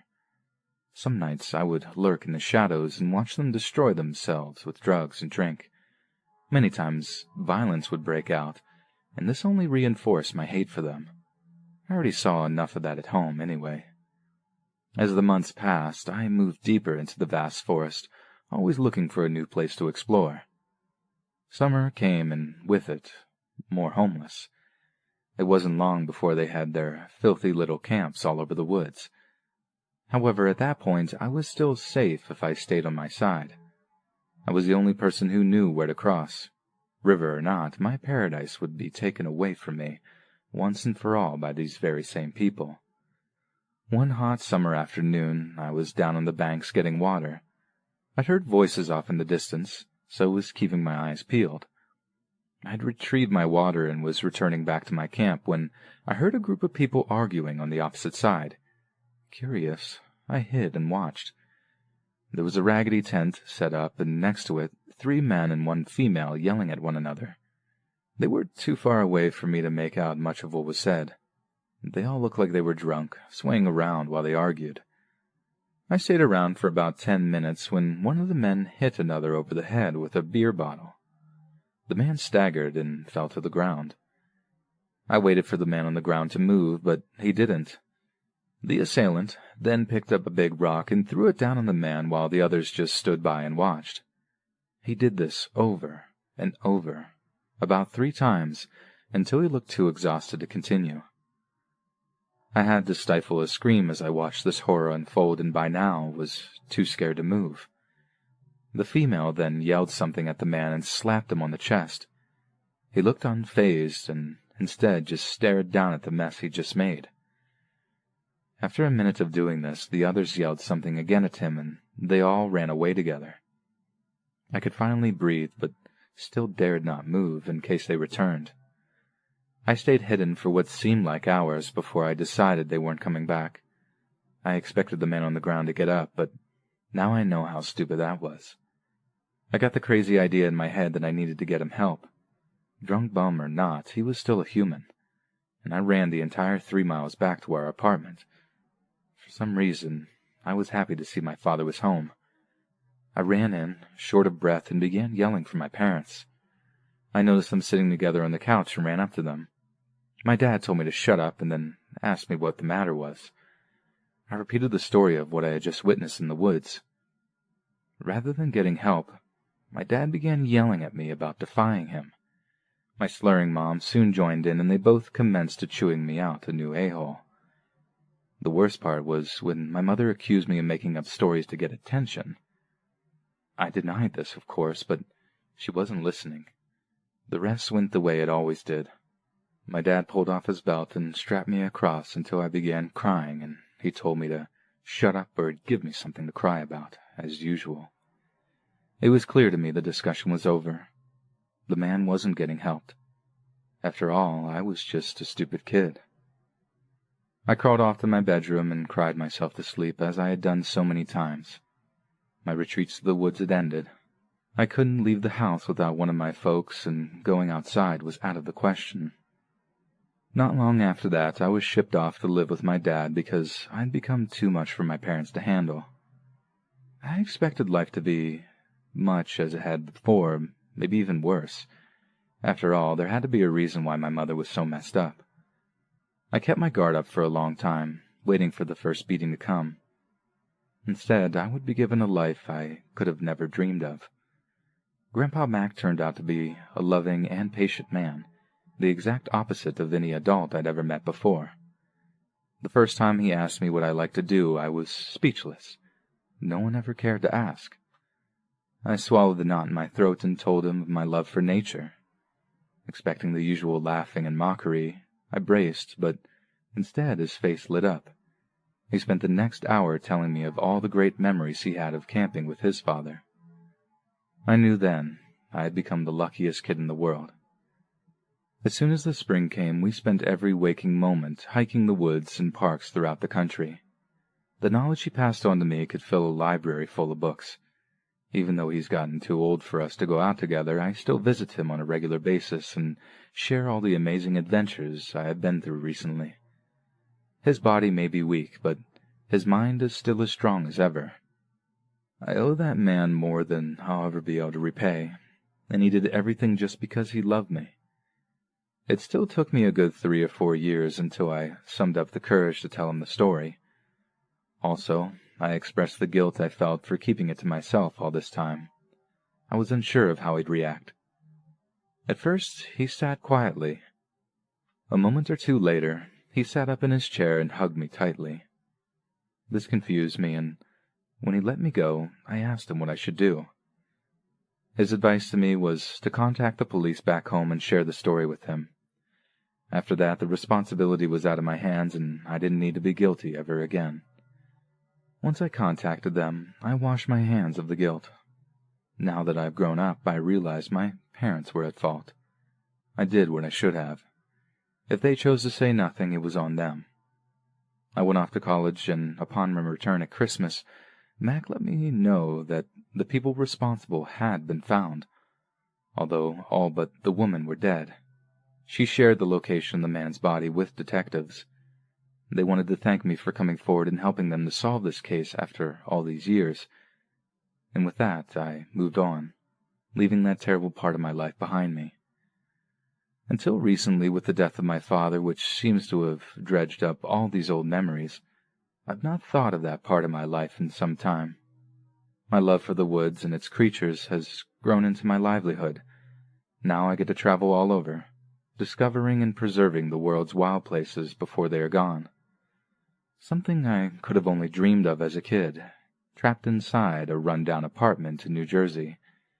And without Mac's love, understanding, and teaching, none of it would have ever happened. Derek James Engbritson was born on July 5th of 1990 in the small city of Klamath Falls, Oregon. He was an intelligent but shy young man with a love of the outdoors, and he had brown hair, dark eyes, and a bright smile. On December 5th of 1998, 8-year-old Derek agreed to accompany his father and grandfather to Pelican Butte, near Rocky Point, Oregon. The trio planned to look for a suitable-looking Christmas tree that they could cut down and transport back to their home. It was an annual tradition for the men of the family, and Derek was vocally excited to be the one to pick out the family Christmas tree. The trio drove out to the butte, parked their truck, and then wandered through the snowy forest, dodging Derek's snowballs as they went. Finally, they came across a suitably sized tree, and after making sure that it met Derek's approval, his father and grandfather began chopping it down. It was a scene not unlike one found on a Christmas card, but unbeknownst to the Engbritsons, it was a day that would end in a living nightmare. While Derek's father and grandfather worked on cutting down the tree that he had selected, they momentarily took their eyes off of him. They stopped watching him for no more than 2 or 3 minutes, but when they turned around again, little Derek was gone. Knowing that he couldn't have gotten too far on foot, Derek's father rushed around the forest, searching for tracks and calling out the boy's name. But bizarrely, he was nowhere to be found. And suddenly Derek's father was hit with a terrifying realization. To have disappeared so suddenly and completely, someone or something must have taken his boy. Upon realizing the gravity of the situation, Derek's father and grandfather rushed back to their truck and sped off in the direction of the nearest phone. Then, at exactly 4:13 p.m., Derek Engbritson officially became a missing person. Despite the impending loss of daylight, the Klamath County Sheriff's Department commenced their search effort immediately. They flooded the area around Pelican Butte with deputies and tracker hounds, and at first, their hopes were high. Derek's parents told the police how their son had grown up in the mountains, and that he had been taught a handful of cold-weather survival techniques. What's more, Derek's father mentioned that at the time of his disappearance, his son had been in possession of a small hatchet, meaning that despite being just 8 years old, he had a much better chance of fending for himself than other children his age. As the police continued their search, evidence of his education was obvious. Towards dawn, deputies discovered a small rudimentary shelter made of fir boughs and fallen logs. Nearby, they found a trail of small boot prints in the snow, and after following them, deputies found that the prints looped around from the location where Derek's father had last seen him to a small woodland clearing near a highway. However, what they found there, given the circumstances, was truly bizarre. It was a snow angel, and as you might imagine, it raised a lot of questions. Since these were the only tracks found in the area, it stood to reason that they belonged to Derek, but it made no sense why he would suddenly stop to make a snow angel. There was no way he could have covered that amount of ground in the period of time his father had stopped paying attention to him, and a lost and panicked child would not be in the mood to play around in the snow. Suggestions that the snow angel was evidence of a physical struggle were dismissed because it was too well formed to be anything but deliberate. Police then tried to continue following the small boot prints, but a sudden blizzard made their efforts extremely difficult. Once the blizzard had subsided, the search resumed. Additional sniffer dogs were dispatched to Pelican Butte, and a number of Civil Air Patrol planes joined search and rescue helicopters in scanning the area from the skies. Unfortunately, not a single trace of Derek could be found, and just 8 days later, the search was called off. Derek's family continued their investigation independently of law enforcement for quite some time, but came up with nothing. They were later joined by hundreds of civilian volunteers from all over North America, but once again, no progress was made. Then one day, a member of the public approached the police with some alarming information. On the day of the disappearance, they claimed to have witnessed a man struggling with a young boy in the area where Derek vanished.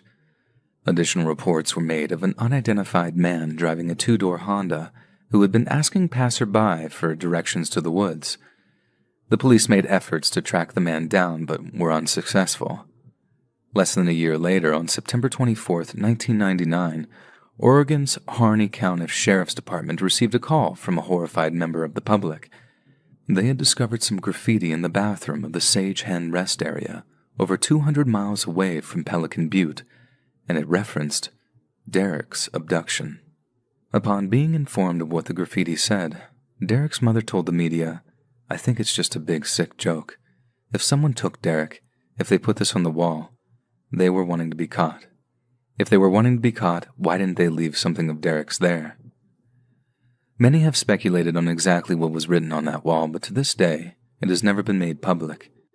This is probably to honor a personal request made by Derek's family, as if they did indeed believe it was nothing but a sick joke, it would serve no purpose to broadcast it. However, based on what Derek's mother said, it's not difficult to infer what was written. Someone claimed to have taken the boy, and they most probably claimed to have kept him alive, or at least kept his body as some kind of sick trophy. The implication that they could have left something of Derek's at the truck stop strongly implies that they were in possession of some of his personal effects. In 2008, police confirmed that a man named Frank James Milligan was considered a potential suspect in Derek's disappearance. At the time, he was serving a hefty sentence for violating a 10-year-old in a town just outside of Salem, Oregon, and the modus operandi seemed identical to the one used in Derek's disappearance.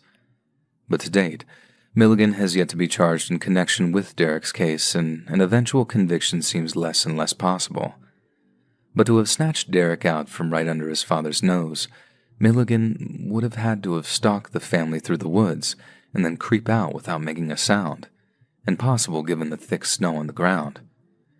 If they were using chainsaws to chop down their Christmas tree, then it would be feasible that Derek's father didn't hear his cries. But the two men were using one axe between them, which is hardly capable of making enough noise to cover a child's abduction. But if Frank Milligan isn't to blame for Derek's disappearance, who is? The truth of what happened to Derek that day has remained a mystery for a quarter-century now, and his case is unlikely to be solved anytime soon. But the question still stands. Did Derek fall victim to a very despicable but explicable form of predator, be it animal or man? Or did something else happen out there in the woods that day? Something we're not quite ready to believe yet. One scary day, my mom and I went to Subway for a quick snack. When we reached our destination, we got out of the car and went inside. Inside, I sat at a table near the only window there. I'd always liked the window seats. My mom was ordering, and I was just watching like the little stalker I was. But as I watched my mother deal with the cashier, the situation seemed to get weird. I could hear them talking from where I was, when I suddenly heard the words sex and children. I was starting to get nervous, so I went up to the counter and rested my arm on my mom's head. I'm a lot taller than my mom. The cashier looks at me with an angered look and says, "Who the F are you?" I hadn't even said or done anything, and he's treating me like that. I'd gone to anger classes before, and I did pretty well. But even still, it took everything I had just to say, "I'm her son." Why? I wanted to say so much more to someone that rude. The cashier was wide-eyed. "He's your son?" My mother said yes. Then the cashier pretended that nothing happened, even though I wanted to snap his freaking neck. My mom saw my anger and said to calm down. I just didn't know why this guy was being so disrespectful. The cashier is staring at something under the table, and I look suspiciously at him and look over the table. The cashier noticed me looking at him, so he lifted his head up fast, like he was looking at something in secret. I was still trying very much to fight the anger from this rude person. I don't know what he and my mom had been talking about, but he still had no reason to treat us like he did. Suddenly, and I still have no idea what set this guy off, maybe he was crazy, he pulls out a pistol that he had apparently taped under the counter, and he began to point it at the two of us. And when he did, I let anger take over me, and I jumped over the counter and began fighting with this guy. I felt like if I didn't, someone was going to get hurt, and I wasn't going to give up until that gun was out of his hand. Taking quick glances to check on my mother, she seemed extremely surprised, and she was still like a statue. As I'm struggling with the cashier, he whips the arm holding the gun toward my head, and I flinch and feel something smash into me. It hurts, but I don't stop fighting with this man. My mom at this point was running out of the store, and before I knew it, I feel another crushing thud against the back of my head, and then everything slowly got dark. I came to in a hospital bed. Confused, I got up, but at that moment, the only thing I felt was pain. I dropped myself back onto the bed. A doctor walked in and said that I had a concussion. He told me not to worry, that I'd be fine within about a month. All I have to say is that I'm glad I didn't get shot. We are, along with several others, pressing charges against this freak. Apparently, the guy just snapped, and no one knew he had been hiding a weapon in the store. This happened when I was in the 2nd grade of elementary school. One night, my parents had to leave to attend a wake, and they left me home alone to house sit. They told me that I was in charge of the house. I was to eat dinner, take a shower, and go to bed. They said that they would be back after midnight. I'd never been alone in the house before. It was really strange, but I wanted to enjoy this newfound freedom. So I was watching TV and feeling really powerful, as I could choose whichever channel I wanted. We live in the rural countryside of Kyushu. Our neighbors are a couple of minutes away, so nights are usually very calm and quiet. I think it was about 8 or 9 o'clock.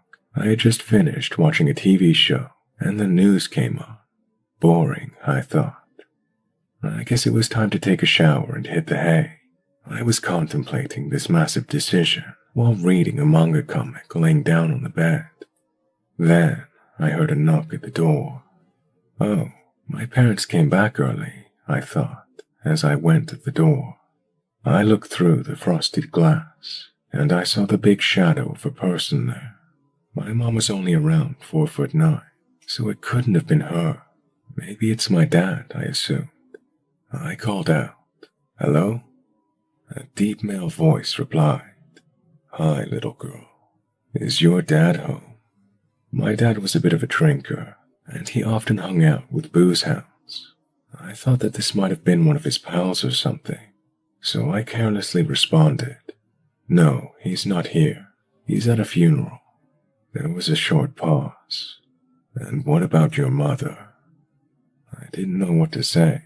I knew my mom hung out with her friends, and they went drinking too, so maybe this guy knew both of them. But something told me not to reply. I felt a bit suspicious. What do I do? I thought that no matter what I would answer with, I might end up making another mistake, or getting into trouble somehow. "Mom's not home either," the voice persisted. This was so strange. We never usually had people coming to the house at this time of night. This wasn't right. There was something about his voice too. It didn't sound like the local accent. This wasn't good. I felt extremely anxious, and I couldn't bring myself to say anything in response. "Are you alone in there, little girl?" I began to cry silent tears while standing still and silent.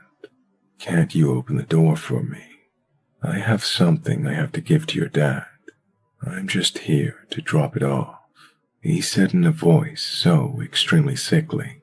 The kind of voice you hear when you're trying to coax someone into doing something. I mustered up enough strength to reply, "Can you come back tomorrow?" He didn't reply.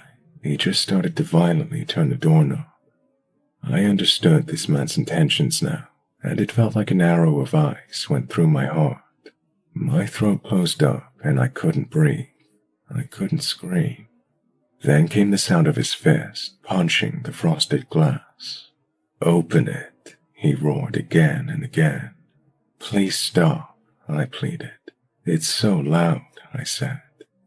Then my brain kicked into gear, and I ran into the living room and grabbed the house phone. I didn't even know the number of the place where my parents were at. My parents had told me about people who would call the police when they don't need their help. Hoax calls.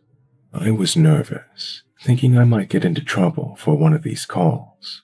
While I was panicking about what to do, I heard the glass shatter in the hallway. He had breached the door. A horrible, thick arm shot through the hole. I remember he was wearing a jet black jumper. I screamed for help. I remember thinking this was more like a scene from a movie, not from real life. The arm was searching for the lock. While the arm was desperately probing for the lock, I heard another scream coming from outside. It was someone shouting my name, someone shouting that they called the police. I wandered over to the door, and I saw the owner of the new voice. I jumped for joy. It was the voice of the older lady who lived next door. She had heard all the commotion and came to see what was going on. As she shouted that she called the police, the man ran for it. I let her in. I was inconsolable. I just bawled my eyes out the whole night through. The police arrived about 30 minutes before my parents came back. When my parents did come back, they apologized again and again for leaving me by myself. In the end, we didn't know who the intruder was. My dad assumed it was a robbery attempt. Just as a side note, our town is located along the East China Sea in Kyushu, and there are a lot of suspicious ships around the ports. In addition, my hometown is famed for many unsolved missing person cases. We never found the man, but I often replay that moment in my head over and over. Thanks to that man, I have had countless sleepless nights. I don't like to think about what might have happened to me if my neighbor hadn't been there. We've become very close with our neighbors after this, and my parents never let me house sit again.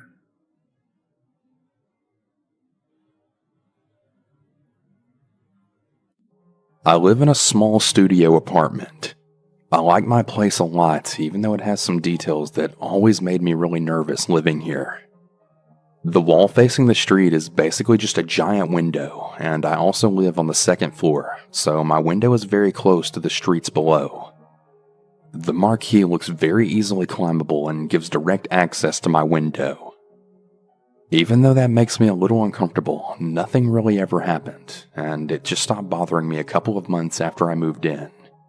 That is, until last week. Last Monday, I woke up at around 2 a.m. to go get some water to drink. Since the kitchen is right next to the side of my front door, I could hear something coming from the corridor as I filled up a cup. It wasn't coming from another apartment or from the streets. The noise had that very specific reverberation from an empty corridor. I approached the door and could make out that the sound was actually some kind of trap beat playing on repeat.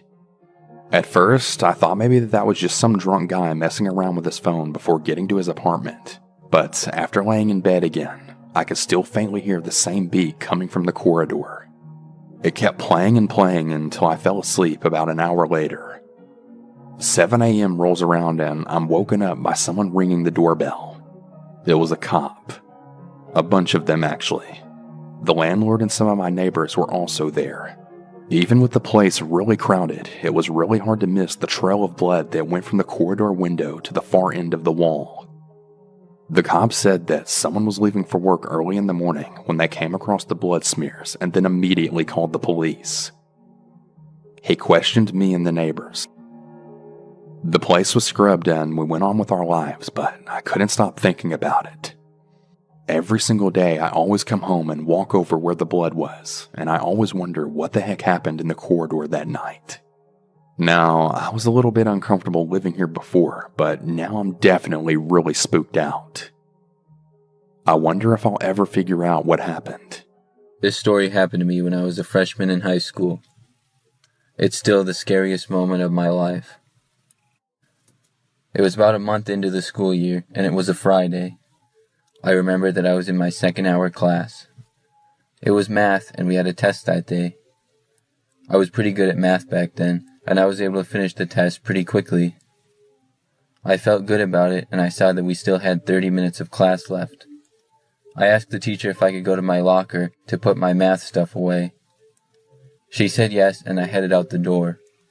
I was in no hurry to get back to class, knowing we wouldn't do anything the rest of the period, so I planned on taking my time going to my locker and back. I walked slowly to my locker, which was on the other end of school. The hallways were completely empty and quiet as I walked through them. I got to my locker and put my books back. I got some gum out of my locker and then started to head back to the classroom. Our school had 2 floors, and I remembered that one of my best friends had a class right above the freshman lockers. I went upstairs to wave at him from the hallway, but when I got to his classroom, the door was shut and the lights were off. I figured the class must be in a computer lab or something.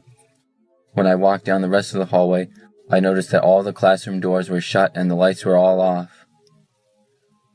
I figured we must be having a lockdown drill. We usually had fire drills and lockdown drills early in the school year. I knew I wasn't supposed to be out in the halls during lockdown drills, so I started to walk back to my math class. After I got down the stairs, I heard footsteps. I didn't want to get in trouble, so I went under the stairs to hide. There was a little area underneath the stairs that was pretty open, but at the same time you couldn't really see from the halls. I saw it was a teacher walking down the halls. He was going pretty fast and had a concerned look on his face. He must have been looking for kids in the halls, is what I thought. He then went back up the stairs. What concerned me was that he actually started to run to go back up the stairs. The thought then occurred to me that maybe this lockdown wasn't a drill. I decided to keep going back to my classroom. I got to the sophomore locker commons, which were just in front of the math hall. But after I walked about 10 feet into the commons, I noticed a man standing in the middle of them with his back to me about 100 feet away. I didn't recognize him, and he wasn't dressed at all like a teacher or a staff member. He had longer hair and was wearing boots with dirty jeans and a black hoodie. He was just standing there looking at one of the lockers. I stood there unable to move for a second. I didn't know if he had heard me or not. I started to turn around to go back when the man punched the locker with his fist and then started to turn around. This stunned me and I quickly hid behind a row of lockers next to me. He started to walk closer. I ducked down and held my breath. My heart was pounding out of my chest. I heard his footsteps get closer and closer. He then opened up a locker. He sounded to be about 2 rows over from me. I really didn't want to stay there for him to find me, and I made up my mind that I was going to make a run for it.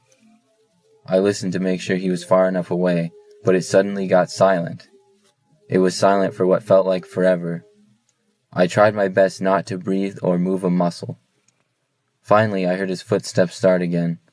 They were getting closer. I couldn't take it anymore, and I got out from the lockers and took off running. I ran back the way I came and took a left which led to the front doors. I heard the man's footsteps start pounding on the floor behind me. I ran as fast as I could and didn't look back, all the while hearing him about 20 feet away. Finally, I got to the steps leading to the lunchroom and out to the front door. I sprinted to the front door to see a police car right outside. An officer saw me and the man chasing me and ran in the door and grabbed me, while another officer ran past. The man stopped chasing me and ran the other direction, but didn't make it far as he was caught. I ended up having to answer a lot of questions, but we all got out of school early that day. It turns out the man was on drugs and was trying to break into the lockers to steal things. My teacher and principal weren't even mad at me and were just happy that I was safe. When I was in college, I lived in apartments that weren't on campus but still called student housing. I saw this guy around that I thought was pretty cute. His name was Kiefer. He knocked on my door one day and he said he was the maintenance man and that he needed to change our AC filters. I was making dinner for my roommate at the time and for myself, and he commented that it smelled really good, so I invited him in to stay for dinner. All went pretty normal as we watched a movie afterwards, totally innocent.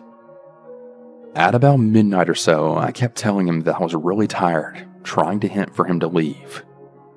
My roommate had already gone to bed, so it was just him and me now. After telling him to leave because I was going to bed, he kept trying to talk me out of it, saying that I should stay up longer. He just kept taking forever, trying to drag it out. When he was putting on his shoes, he then started crying that he had a cramp in both of his calves. He told me that he couldn't walk upstairs and that he didn't know what to do. I really wanted to go knock on his door to have his roommate come and get him, but I'm in a wheelchair and I couldn't go upstairs. We had an extra bedroom in our apartment that only had a bed in it and nothing else. He continued asking if he could sleep in the room and I kept telling him no. We argued for like 10 minutes about allowing him to sleep in the extra bedroom. I was so freaking exhausted, I just went ahead and decided to let him. I locked my roommate's door and my door so that he at least couldn't come into our rooms. When I woke up the next morning, luckily he was gone and nothing was stolen. I honestly should have reported it to the apartment complex, but I wasn't really thinking. A couple of days later, I heard someone knock on my bedroom window in the middle of the night, and I totally flipped out about it. It ended up being Kiefer, but obviously I didn't let him in. Then the next night, my roommate and I were in the living room, and then he came and knocked on our door.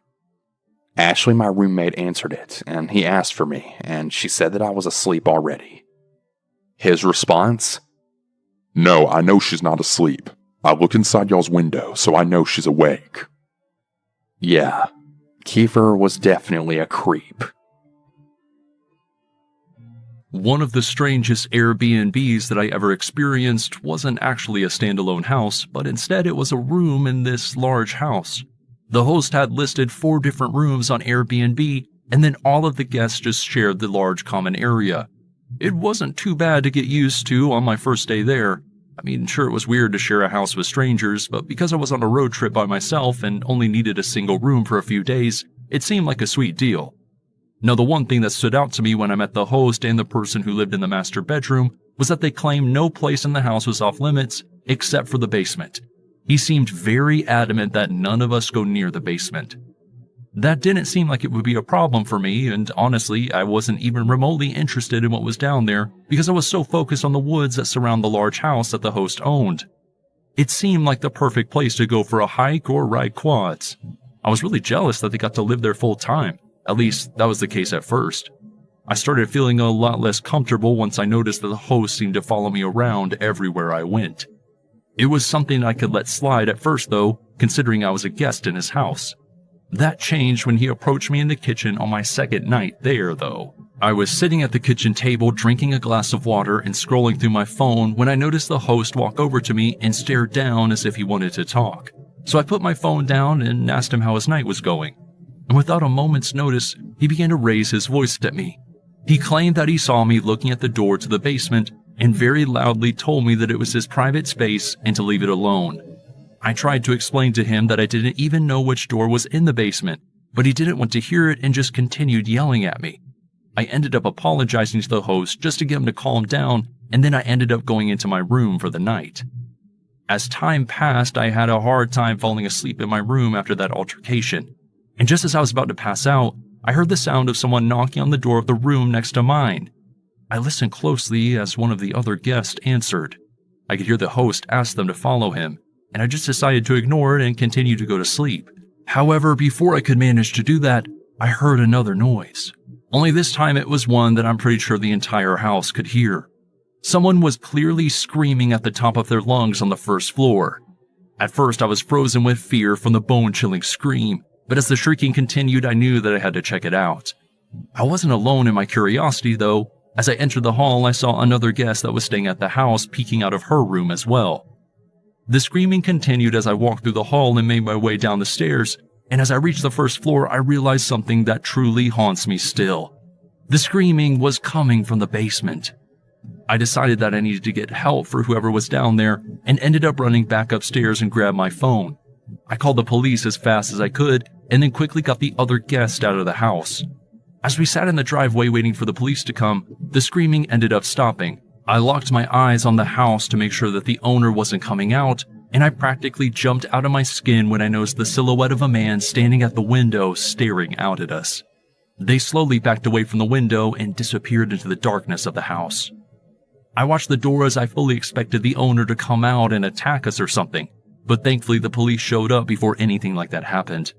I explained to the officers what had happened and they quickly rushed into the house and made their way to the basement. However, what was really shocking was the fact that the house was supposedly empty. When they checked the entire place out, they couldn't find anyone. All they saw was that the back door to the home was left wide open as if the owner had run out the back and into the woods. After giving our statements to the police, we were all escorted inside to get our belongings, and then we all went our separate ways. To this day, I don't know who was screaming in that basement or where they went, but I can't help but shake the feeling that something horrible happened in that house that night. This story took place when I was 23 years old, close to 10 years ago. I was living in upstate New York in a very rural area with my ex-boyfriend and his family. He and I used to argue quite a bit, and one morning, before he went to work, he and I got into a very heated argument.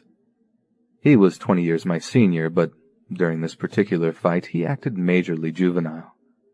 He jumped out of bed, flipped me the bird, and yelled, "If you don't like it so much, then why don't you go back to the Bronx?" That was all the prompting I needed. I threw on my Uggs and my winter jacket, grabbed my cigarettes, and flew out of the house. I am unfortunately an impulsive idiot, and didn't think to grab my cell phone before I stormed out. I didn't drive, so my only option was to walk. I don't think at the time that I intended to walk back to the Bronx, as I was a 3-hour car ride upstate, but I just needed to go for an angry, dramatic walk. I realized once I got to this road at the entrance of the trailer park that I had no idea where anything really was around me, as I had only lived there for a few months at that point, and we really didn't go out a lot. I banked left and just walked and walked where I knew civilization was.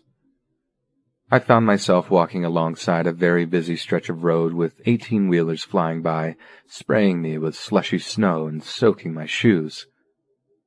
I saw my then-boyfriend driving by on his way to work, and he sped up as he drove past me, evidently still angry about our fight. I thought for sure he was going to turn around at some point, but he never came back. I pressed on, deciding instead to try to walk to my best friend's mother's house, which I knew to be in the same town. It started to snow, and I was losing momentum. I passed by a VFW where a nondescript pickup truck was parked in the driveway. It wasn't until I had passed it that I even realized the driver was in the front seat.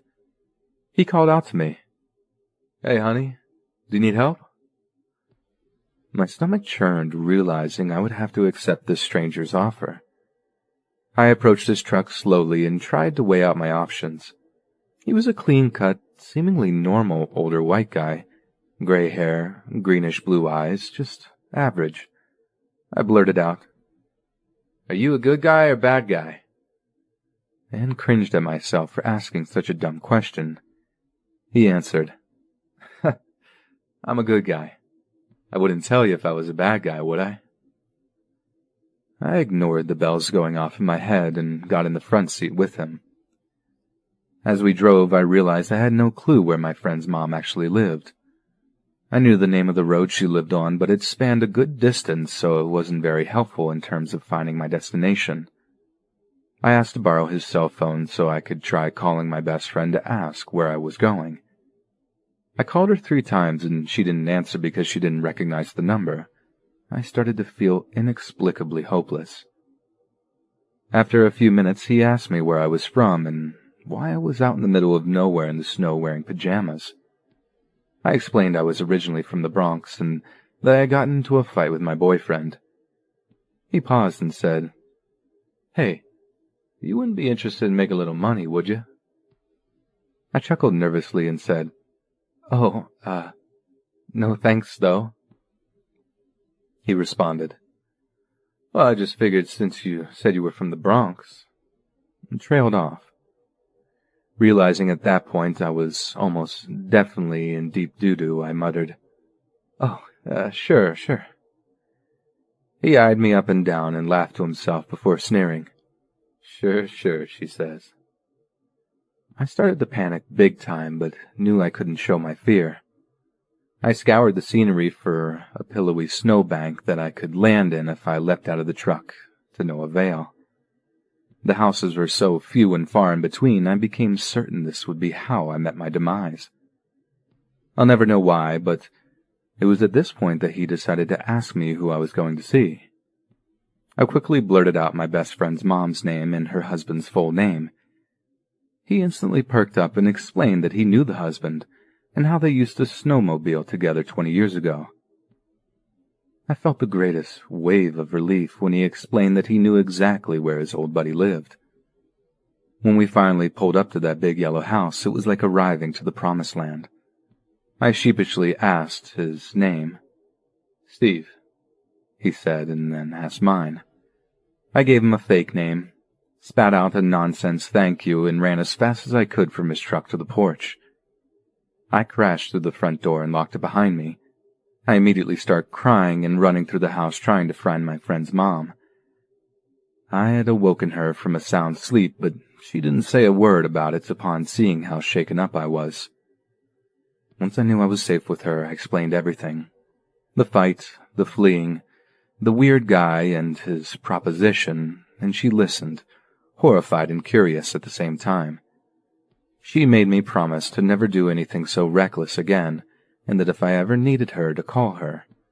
She told me she would ask her husband when he got home about this Steve guy and find out more about him. I returned to my boyfriend's later that same day and got really stoned and tried to forget about the events of that morning. The following day, my friend's mom called me to tell me that Steve was a dangerous person who her husband had cut off communication with years ago. The last he had heard about Steve was that he had been arrested for assault. She then went on to point out how incredibly easy it would have been for him to hurt me and leave me just about anywhere on some lonely stretch of road, and no one would even know where to look for me. Not to mention, I might not even been found until the snow thawed out.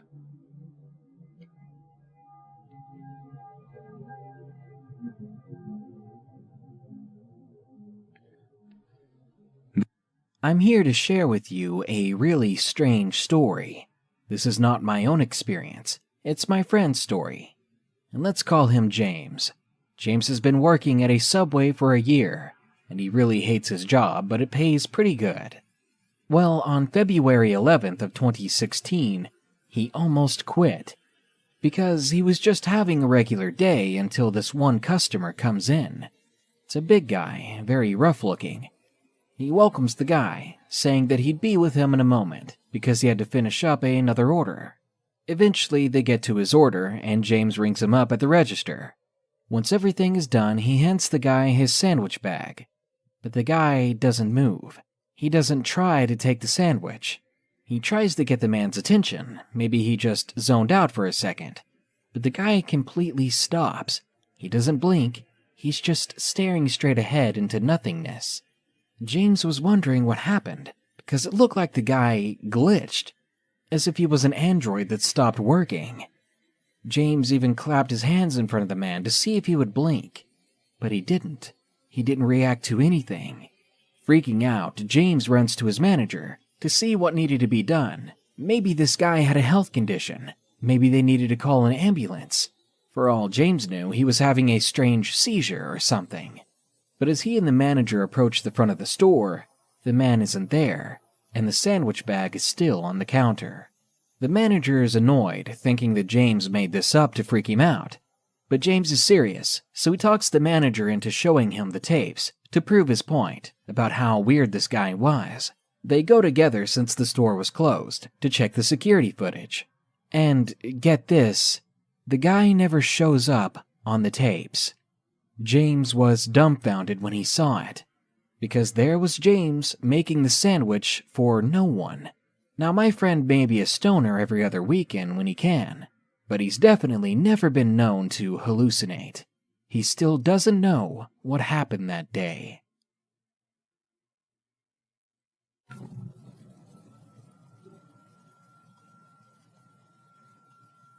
I am a pizza delivery driver. This was by far the scariest thing to happen to me. It took place about 1 year ago. I was working on a Thursday night, which were usually decently busy. I made quite a few deliveries, and the later it got, the more things calmed down. At about 1 in the morning, I got a delivery for a cheese pizza. I put it into my car and drove to the location, which was about 10 minutes away. It was in an area of town which I rarely delivered to and was a little more run down. I got to the address, which was a 2-story house with a pretty decent-sized yard and many overgrown plants and trees. It looked a little bit run down like most houses in the area and had a front porch that seemed to wrap around the house. I got out of my car, grabbed the pizza, and walked up the driveway to the house. Then I walked up the steps to the door and rang the doorbell. About 30 seconds went by, and I was about to ring the bell again when the door started to open. A man answered. He was fairly large and bald and looked to be in his 50s. He just stood there staring at me for a second. I said I had his pizza and handed it to him. He looked almost surprised and said, "Oh, okay, that's nice." Then he just looked around. He just seemed a little bit strange to me. Then he said to me that he had to get some cash to tip me and he would be right back. He went back inside and closed the door. I stood there waiting for a good 2 or 3 minutes, but the man still didn't return. I was thinking about just leaving when I heard some noise and figured the man must be coming back. But when I listened closer, it wasn't coming from inside. It was coming from outside on the porch. I looked around to the direction of the noise. Then I saw from the side of the house on the porch 3 men approaching me about 30 feet away. I guess it was just an instinct, but as soon as I saw them, I turned and sprinted back down the porch to the driveway. When I did, I heard all the men start to chase after me. I ran as fast as I could to my car and unlocked it and then jumped inside. I frantically started the engine and stepped on the gas. As soon as my car started moving forwards, the men reached me. I felt one of them kick my back door, and another one tried opening the door on the other side, but I was just barely able to drive away. I sped out of the neighborhood and all the way back to the pizza place. I have to think that the pizza delivery was some sort of trap to lure me into getting robbed, or maybe even worse. I haven't delivered to that area much since, but when I do, I'm extra careful.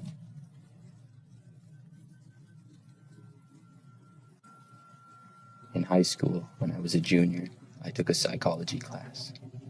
It was my second period of the day.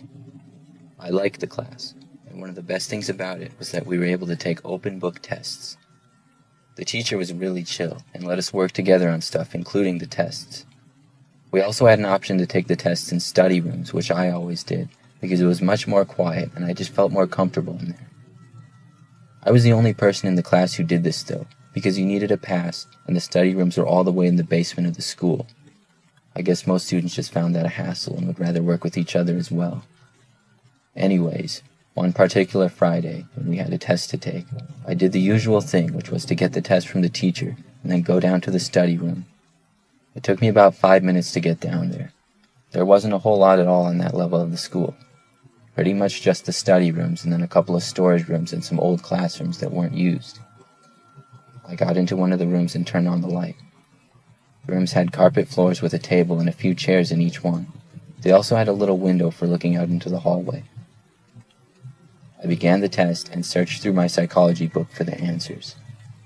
I remember I had just reached question 15 when I suddenly heard over the intercom that we were entering a lockdown.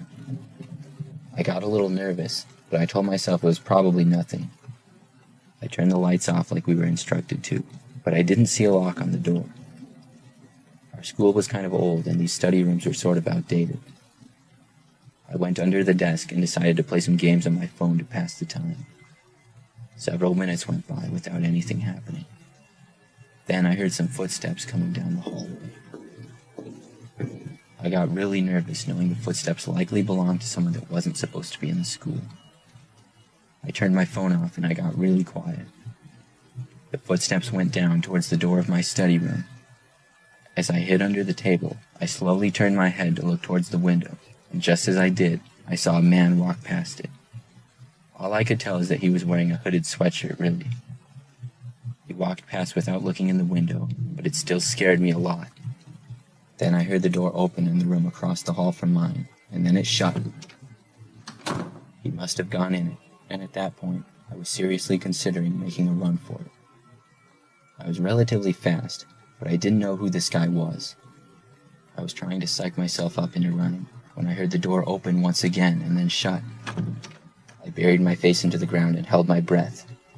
I didn't really hear any footsteps though, so I lifted my head slightly to listen. I didn't know whether he had walked away or if he was just standing there. This made it much more risky for me to try to run away, so I decided to stay put for the time. Several minutes went by and I got more and more nervous. I decided once again I was going to try to run back upstairs, and this time I was going to actually do it. I didn't bother getting my backpack or anything, besides just my phone, wallet, and keys. I slowly crawled up the carpet to the door, and then stood up, careful not to make a sound. I then placed my hands on the doorknob. The second it started to turn, I heard it creak, and it sounded extremely loud. At that moment, I knew there was no turning back. I quickly left the room, and then headed down the hallways. Once I saw it was clear, I started sprinting towards the stairs, which were about 50 feet away. As I was running, I looked down one hallway to my right while passing by, and saw the man walking out of a room about 20 feet down the hallway. I ran even faster the rest of the ways and didn't look back. I sprinted up the stairs all the way back to my classroom. Once I got there, I pounded on the door yelling that it was me, and after about 10 seconds, I was let in. I told the teacher what had happened, and she alerted the principal. Police were able to get into the basement and locate the man, who was later found hiding in the same study room I had been in. Apparently, the man had broken into the school and beat up one of the teachers, then ran off. They had been searching the school, but hadn't made it to the basement yet. Every time I went near the basement of the school for the rest of my high school career, I would think about that day. A couple of years ago, me and my boyfriend were looking at this budget Airbnb for a weekend in Berlin. It wasn't the nicest place we'd seen, but to us it was just going to be a place to get some sleep in between hours of exploring Berlin. We'd hardly be there, basically, so we figured we'd go for it. When it comes to paying for the rental stuff, there's a problem with my boyfriend's card details, so we decide to use mine. Then there's a problem with my card details too, so we try using PayPal. That doesn't work either, and we can't work out what's going on because we definitely had the money in our accounts. There must have been a problem with Airbnb's payment services or something. But tell that to the owners, who ended up getting really annoyed with us because we'd already basically agreed to rent the place via verbal agreement. By the time we got our bank stuff sorted, turned out it was fraud on both our accounts. They weren't interested in renting to us anymore, so we missed out. Or so we thought. Ages and ages later, my boyfriend sends me a link to an article from a German newspaper telling me to get it up on my iPad so I could use Chrome to translate it. But before I actually used the translate feature, I scrolled through the whole article like, what did he send this to me for? And lo and behold, there's a picture of the Airbnb we wanted to rent. Only then did I translate the text, so it was only after that I read that 2 parents and their young baby had died in a carbon monoxide leak that occurred overnight in the bloody Airbnb we were going to stay in. I'm not religious or anything, never have been, but I kinda get what people are talking about now when they mention guardian angels or whatever. If it hadn't have been for that annoying fraud, we'd have rented the flat, and it might have been us that were there when the gas leak happened. I was just absolutely horrified when I read through the story, and I was crying like a baby by the end of it. It said the owner had been arrested over it, that he was going to be charged with some variant of manslaughter or whatever, and rightfully so if you ask me. I still get chills when I think about it though, and obviously we just stick to hotels these days. Not that they're any safer, but it just makes me feel safer, you know? Because when I picture that poor family who went to bed one night and never woke up again, all because some cowboy landlord was too cheap to service the flat.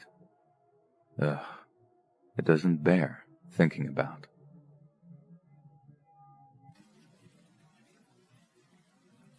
I used to work at a gas station many years ago. I was the clerk in the convenience store that we had, and it was open 24 hours. So, as you can guess, I worked overnights, and when I did, I would be all by myself. Now, the gas station was located across the street from some stores, such as Target and a few others, so the area would get a lot of traffic during the day. A highway was also nearby, and the gas station was on a corner. At night, though, all of the other businesses nearby closed by 10 or 11. Things would be very quiet until probably 6 a.m. or so. I worked almost every night for a while, and was getting used to being there overnights. It was mostly pretty quiet, and the gas station would get cars here and there, but people rarely came inside. Between the hours of midnight and 5 a.m., the average amount of people that came inside was probably about 4 or 5, so roughly 1 per hour. One night I was working, and it was a typical quiet night. By now it was about 2 o'clock in the morning. I was behind the counter, and nobody else was inside. No cars were at any of the gas pumps either. At one point, I saw a car pulling in from the street. It was a white van, one of those typical creepy-looking ones that was kind of old as well. It slowly drove up and parked in one of the spaces out front. I expected somebody to get out of the van and come inside, but instead, the van just sat there for a while. I didn't really have anything better to do other than to watch it, so I did. I couldn't tell who was driving, but soon I realized that they probably weren't going to come inside. After sitting there for maybe 20 minutes, the van eventually backed out. I thought it might leave, but instead it drove around to the side of the building. There was a few more parking spaces there, and it was now out of my sight. I honestly found this a little bit odd, and in the middle of the night, sort of creepy as well. I always tried my best not to let anything scare me though working overnights. After the van went to the side of the building, probably an hour or so went by. Now it was well past 3 a.m. Nobody came inside the store, and in that hour, only one car got gas. Then I noticed that somebody was walking on the sidewalk up towards the entrance. It appeared to be a man, and he had come from the side where the van had gone before. Could this be the driver? He was wearing a large black winter jacket, and the hood was up, but he was looking down so I couldn't really see his face at all. He made it to the doors, and then walked inside. After entering, the man walked to the right and away from me at the counter. After disappearing down an aisle, I focused my attention back down to my phone. Several minutes went by. When I looked up again, I noticed that the man was just standing there, about 40 feet away from me. He was facing me and looking in my direction, with an angry look on his face. His hands were in his pockets, and I was confused as to what he was doing. After glaring at me for like 10 seconds, he didn't move or look away. I said hi to him, and asked him if I could help him with anything. He didn't answer me, and just kept standing there. Then I asked him if he was okay. The man still didn't answer me. I was really confused, and not sure what to do. After standing there for a few more seconds, the man then turned and slowly walked out. Then he walked back down the sidewalk and returned to the side of the building. Less than a minute later, I saw the white van drive away.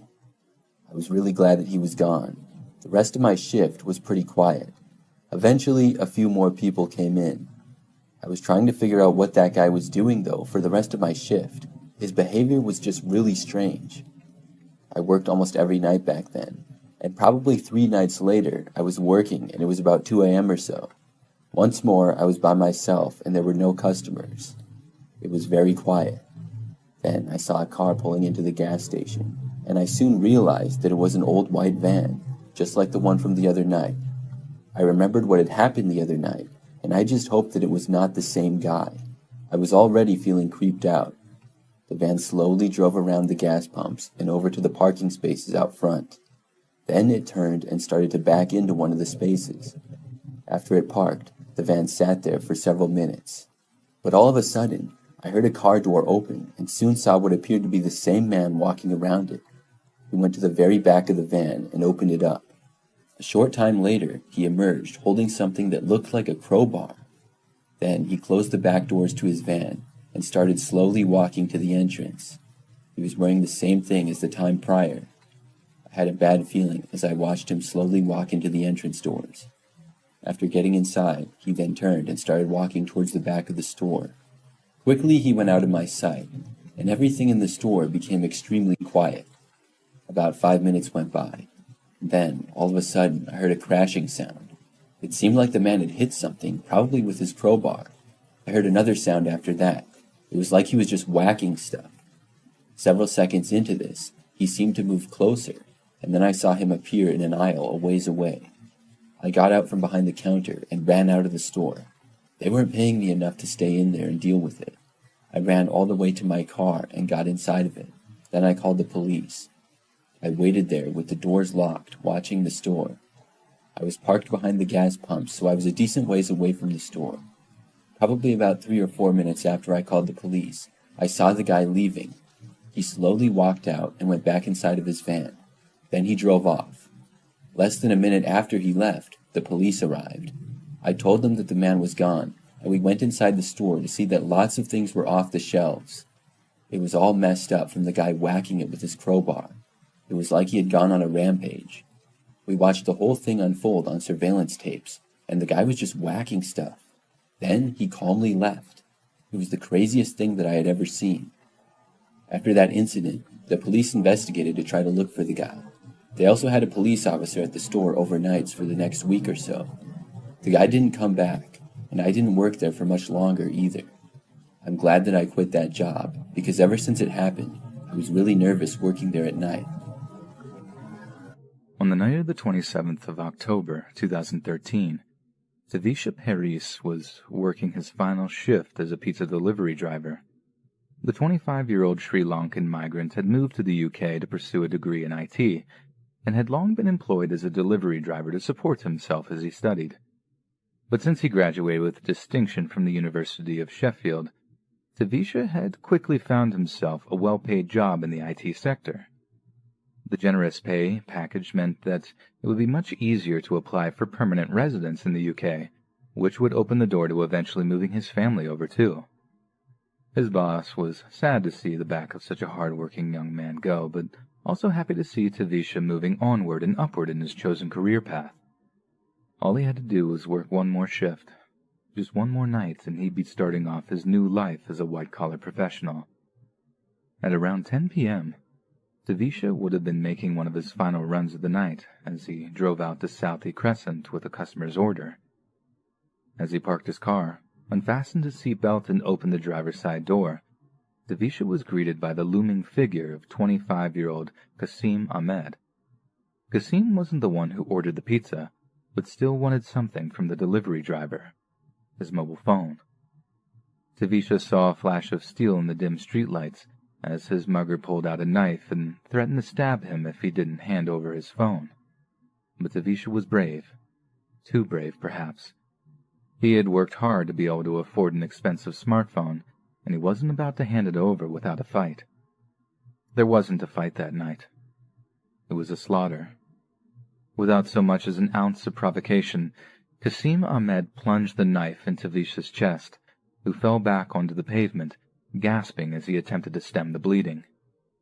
As he lay dying, Qasim's 18-year-old partner in crime, Shamraze Khan, rifled through Tavisha's pockets to relieve him of his belongings. With just one stab wound, Tavisha might have stood a chance of surviving the attack. But Qasim knew he had seen his face, and he knew the hard-working young migrant wouldn't just take the robbery lying down. The police would be called, a report would be filed, and repeated offender Qasim would no doubt be headed back to prison. And in Qasim's mind, that just wasn't going to happen. He knelt down and began plunging the knife into Tavisha's chest, over and over again, stabbing the dying delivery driver a total of 14 times until he bled to death, right there on the cold Yorkshire pavement. The local community was appalled by the brutality of the murder, but also by the horrific and painfully tragic circumstances. Just one more night on the job. If Qasim Ahmed had waited just one more day to steal a phone or a wallet, Tavisha would still be alive. It's like some cruel cosmic joke, so utterly senseless that it almost sounds made up, and many were moved by the story. Given that Tavisha worked for Domino's in the UK, the company paid for his family to fly over so they could better organize his repatriation, as well as working more closely with investigating police. Tavisha's older brother, Pramod, spoke to the media on his arrival in Britain, saying, "I'm heartbroken. My brother, Tavisha, was the center of our world. He gave us so many reasons to smile. He was kind and considerate, and we were extremely proud of his achievements. We were so happy that he was doing so well in England, and we never thought his life was in any danger. I can't believe he was taken away from us in this cruel and inhuman manner. Please, if anyone saw or heard anything that could help us to catch these murderers, we beg that you step forward to help find my brother's killers." But it wasn't long before Tavisha's killers were found. As it turned out, Qasim Ahmed had stolen the cell phones of 2 young women at knife point just an hour before he murdered Tavisha, and he'd been stupid enough to do it in downtown Sheffield, a place that's practically covered in CCTV cameras. Police tracked him down as a part of their theft investigation, only to find that Qasim was in the process of disposing of clothing that was soaked in blood of his victim. He was arrested and charged with murder, and would go on to be sent to prison for a minimum of 24 years. But 24 years seems like far too lenient a sentence for someone willing to take the life of another human being for nothing more than a mobile phone. And it seems like the only justice for a person responsible for such a cruel cosmic joke, who fabricated a scenario that would horrify all who heard it, deserves to go to prison for much, much longer than just 24 years.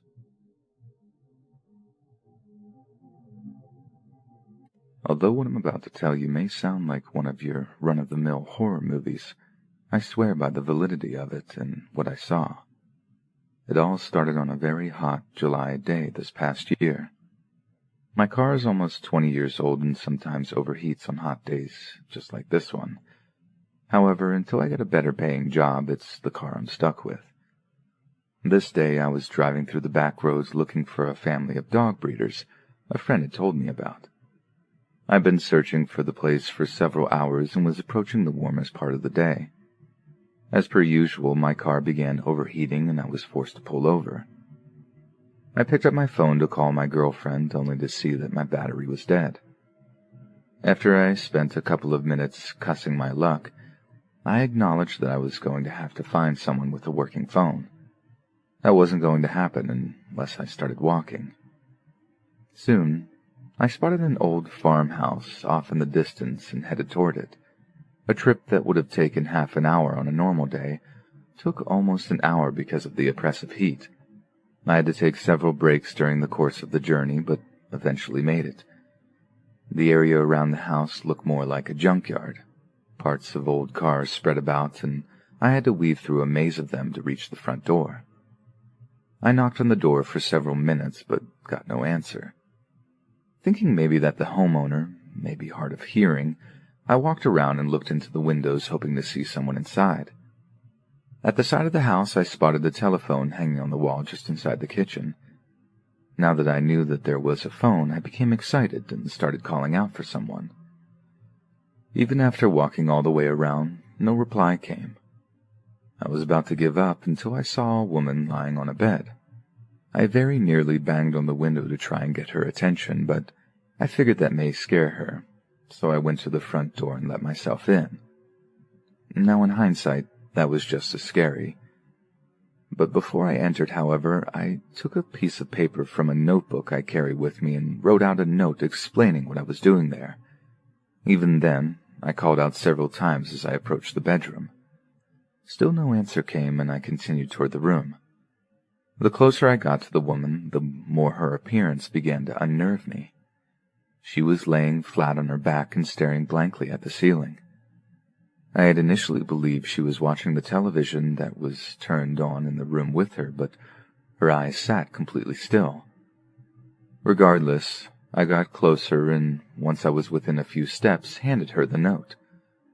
When the note touched her hand, she didn't react.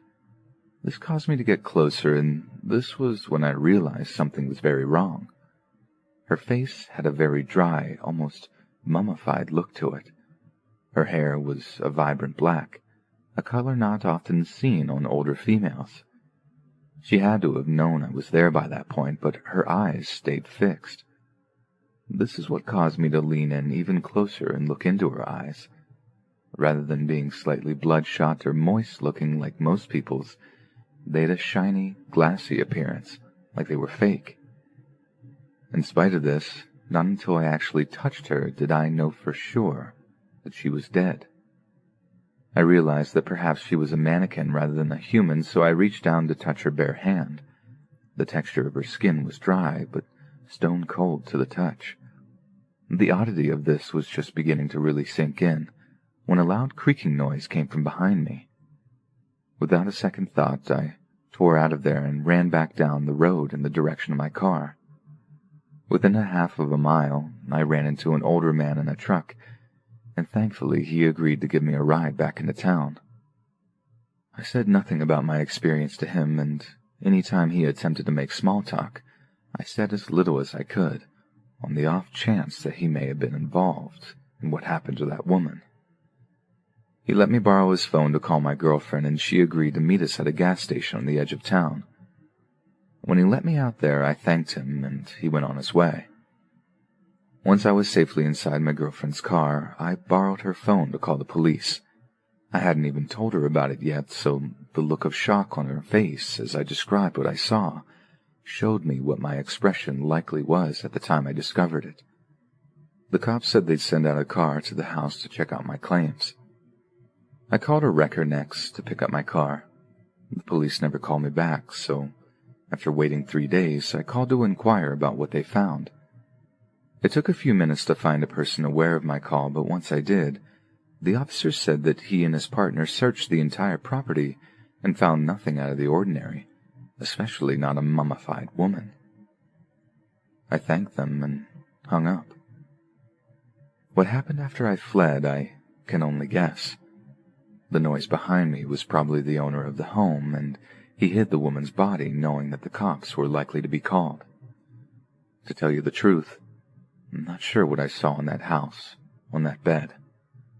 I am positive that I saw a human lying on that bed, but that's all. More than once, I've been tempted to grab a camera and return to the house to get proof of my claims, but fear of the unknown and what else could be waiting for me if I did has stopped me. If the nightmares of her soulless eyes continue, however, I may have no other choice. I was a senior in high school. During my last spring semester, I had taken all of the classes that I needed to take, and I had an extra hour during the day that I could use to just study.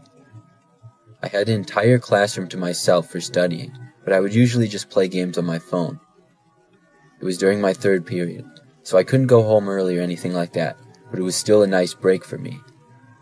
One day, I got to my study hour and actually had some homework to do. I began working and went for about 20 minutes until I heard an announcement come over the school intercom. It was an announcement of a lockdown, and everyone was instructed to lock their doors and return to their classrooms if they were not in them. I wasn't quite sure if this was a drill or not at first, so I went over and shut the door. The classroom that I was in a wing of the school that was farthest from the locker commons and cafeteria, so I figured no teachers would come over there or hear anything. So I just went back to my homework. I will admit, though, I was slightly scared, but really I thought nothing of it, because in my time at that high school, we had had 2 previous lockdowns, which were basically just false alarms. I was working on my homework when suddenly I heard a knocking at the door. I walked over to the door and saw a kid outside. I opened the door and he told me he had seen a guy in the hallway. The kid seemed to be in a panic, so I let him in the room and we locked the door.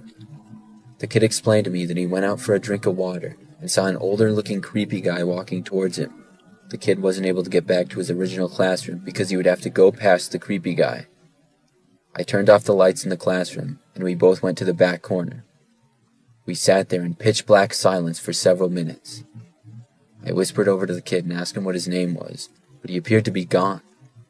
Then there was another knocking at the door to the classroom.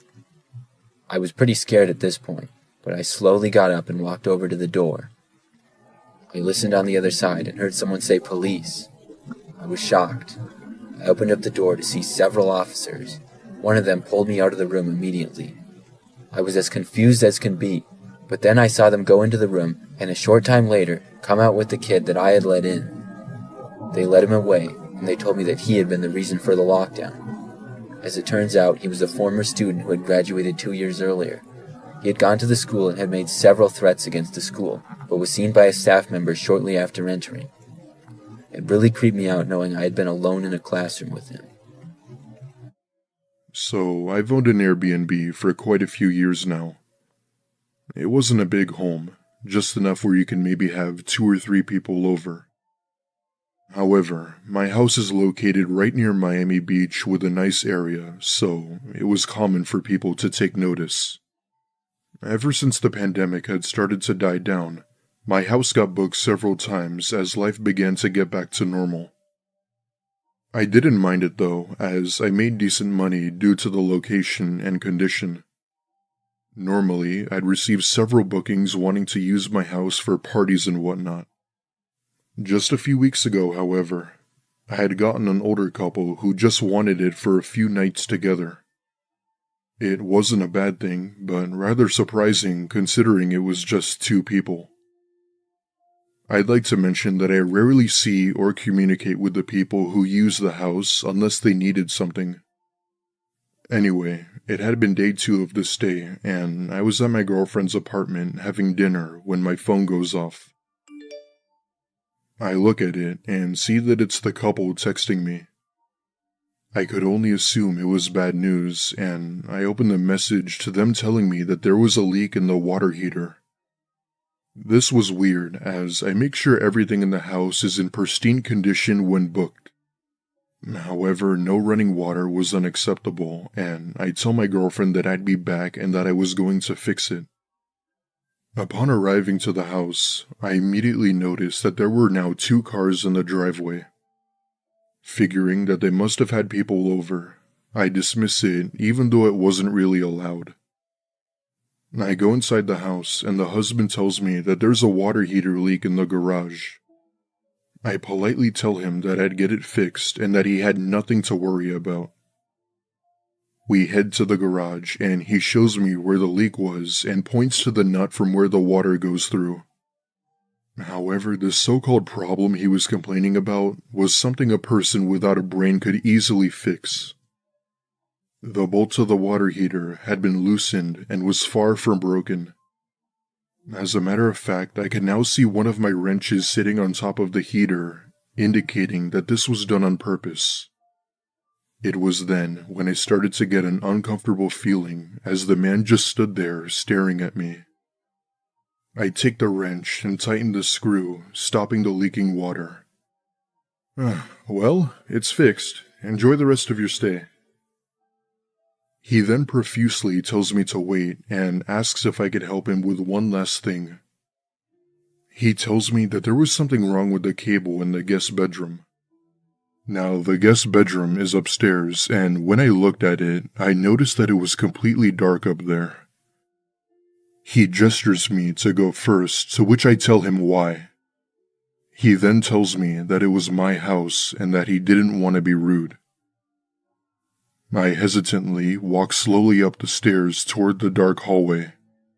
As I'm about halfway up the stairs, I can very faintly see someone standing at the top of the stairs staring down at me.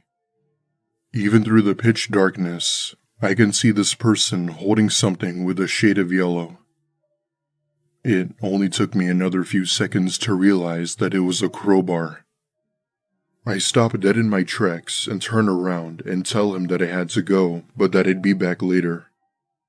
However, instead of persuading me to go upstairs, he simply stared toward me and said nothing as I left the house. At this point, I'm inside of my car on the phone with the police telling them the situation. I didn't go back to my house until the police gave me the update, which eventually, of course, they did. Upon arrival, they were shocked to find that nobody was there and no signs of any damage. The only things that were stolen was a flower vase my mom had given me and the TV. Needless to say, I stopped using that house as an Airbnb as I didn't want to take any chances. Miami police were never able to identify who these people were or where they were. While it was a sucky situation, 3 questions still remain unanswered. What were their intentions? Who was holding that crowbar? And what would have happened had I gone up the stairs? It gives me goosebumps till this day. I am a driver for DoorDash. This happened just a couple of months ago. It was a Thursday night and I was working late. I typically worked until 2 a.m. on Thursdays, and it would be a pretty good money-making night for me. It was late and I was almost done, but at about 1:30 in the morning, I got an order to pick up. It was at McDonald's, and it was just a medium drink. It seemed a little weird to me that somebody would have just a drink from McDonald's delivered, but I wasn't going to question it. I went to McDonald's and picked it up, then I drove to the destination.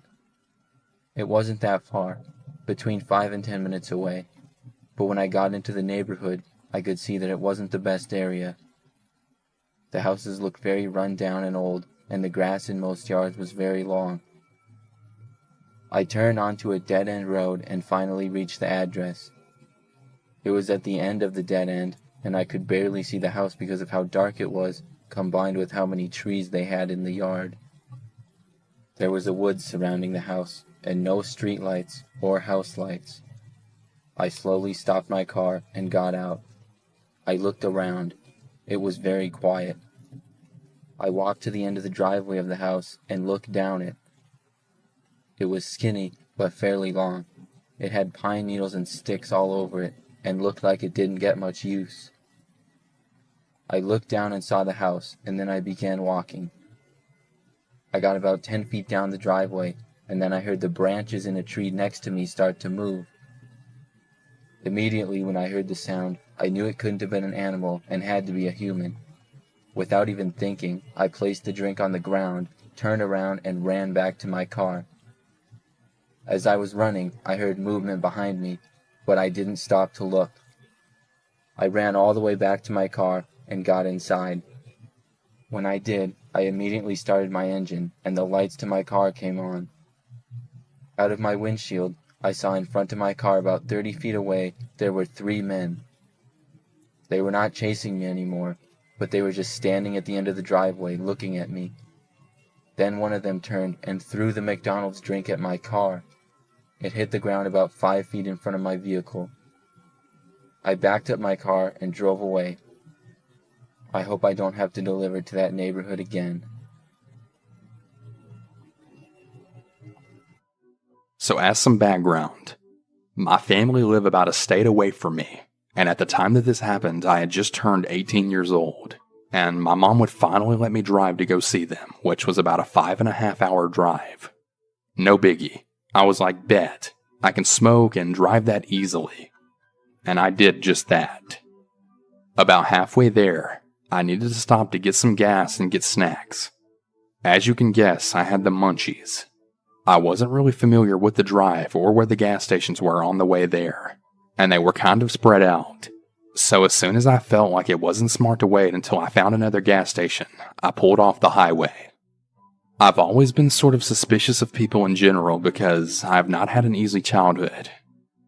I grew up learning just to kind of feel when things are not right. So I wasn't really worried about being by myself because I knew how to handle myself. So I pull up to this relatively empty gas station, maybe 1 or 2 other cars, but it was a larger one with one of the antique shops in it. I parked at a pump, locked my doors, and go inside. There was no one at the counter yet, and there was a sign on the counter saying that they would be right back. So I just go and pick out a snack and a drink. Well, when I previously walked in, I noticed a man, late 20s, kind of just wandering around in the store. I saw him glance over at me when I walked inside, but didn't really think about it. Not really paying him any kind of attention, I went and opened the door to the soda when he comes right up next to me and opens the one next to mine. This wasn't particularly weird to me, but the fact that he was literally all the way across the store when I came in, and then as soon as I go over there, he does too, I was like, okay, I'm gonna go look for a different drink. So I go to the tea section and stand there for a sec, and he follows me to the one right next to me yet again. Only this time he looks at me, smiles a really creepy closed-lipped smile, and then says, "Hi there." I do also want to say that even though he could have easily just been trying to be nice or flirt or something, I had an instant creepy vibe from him when he first walked over, and that intuition has never failed me before. At this point, I just look at him, nod my head, then grab something and go to the counter, thinking to myself that I can just grab a snack later. He comes right up behind me with just one of those jerky sticks. Literally didn't grab even anything from the refrigerators that he was looking in right next to mine, and just stands super close to me. And I mean, he was literally right up behind me. I could feel his body heat and his breath on the back of my neck. I'm literally just waiting for this freaking cashier to hurry up and come in here so I can get the heck away from him. So I decide to start calling for someone. No one answers or comes out. The dude behind me is texting on his phone and he's just looking around and at the door, like he's waiting for someone. Finally, I'm just like, screw it, I'm out of here. I leave my drink on the counter and walk out. He follows me. At this point, I literally run to my car and I remember feeling him grasp my jacket, but with the momentum of my arm swinging, he wasn't able to get a firm hold on me. I hop in and lock the doors, turning my car in record speed. We make eye contact and out of the corner of my eye, I can see 2 men run from around the corner of the gas station. All 3 of them run at my car, which is not very far from where the first guy is, and I just floor it out of there, almost nearly wrecking my car on the corner. I don't know what they were planning on doing, but I imagine I was about to get kidnapped.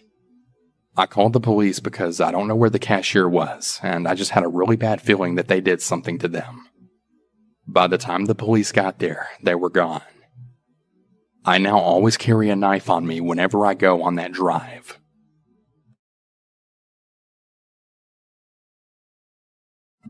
Okay, so this might sound like a bit of a weird one, because not like a spooky story. Our Airbnb wasn't haunted or anything, and I don't believe in stuff like that to begin with. But when me and my girlfriend stayed at an Airbnb in Belgium, something happened that creeped us out so much that we had no choice but to leave the apartment and check into a hotel. I've had a mate of mine tell me I overreacted over this, but just put yourself in my shoes. First proper morning of our little weekend getaway to Bruges. Me and the old ball and chain are getting ready to go out for breakfast when we realized that neither of us had packed any toothpaste. It was one of those I figured you'd do it kind of things. But it was no big drama, since we could just brush our teeth and help ourselves to sketchy mints the owners had left for us.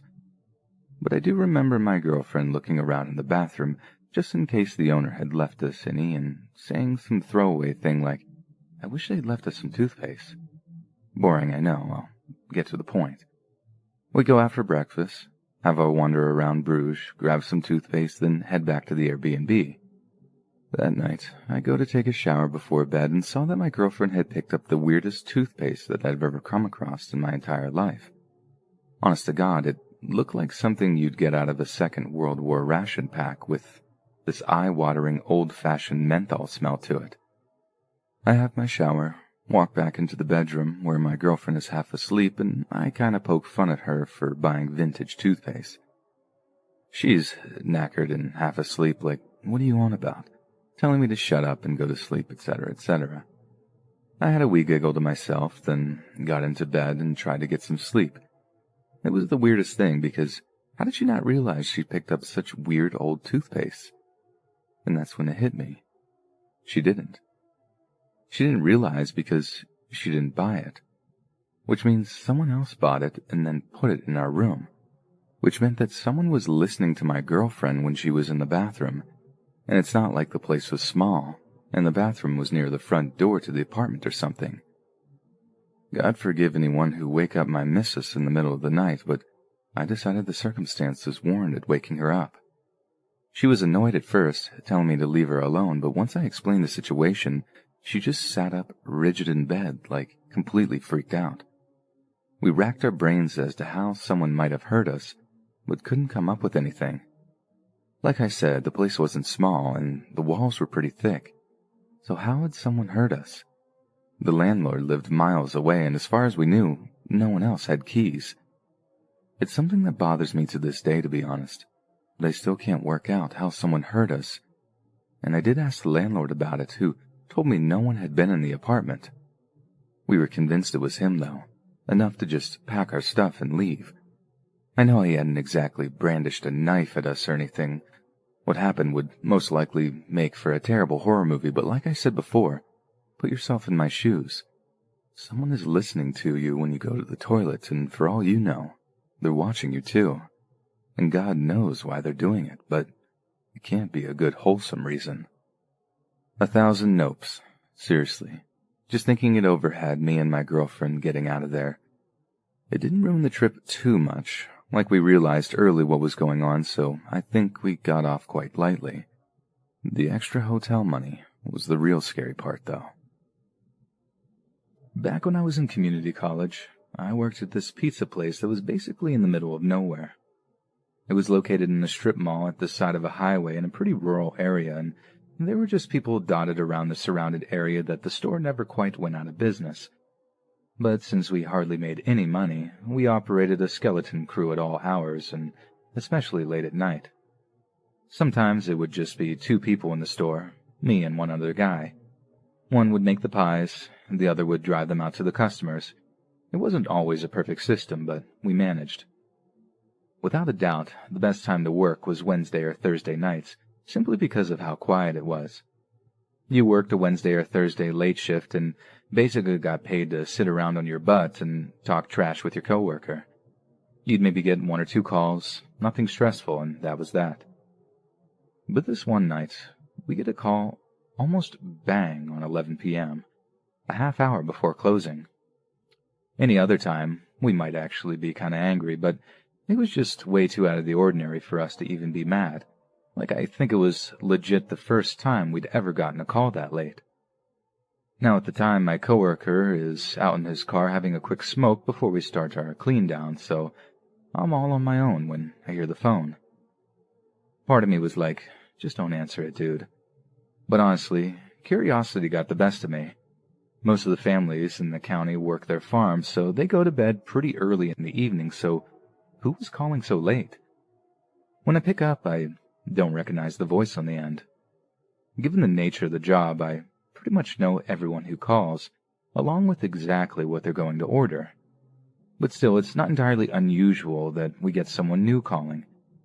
But what was really unusual was how this guy's order differed from most others, not to mention how he was acting in general. So right off the bat, I can tell there's something not quite right with the guy. His voice was super raspy, like he lived in a whiskey still and smoked Marlboros for breakfast. And I know it's about to be a weird call when the first thing he asks for is a hamburger. I'm like, "Sir, this is a pizza place. I can read you our menu if you like." Which was no problem. We only had like 6 different pizzas with a couple of sides. The guy says it's fine. All he wants is hamburger meat. I'm assuming he meant on a pizza, since we did actually do a cheeseburger pizza at the time, so I asked some clarification. But no, this guy doesn't want a pizza. He just wants hamburger meat. Raw hamburger meat. I don't even know if I'm allowed to sell raw hamburger meat.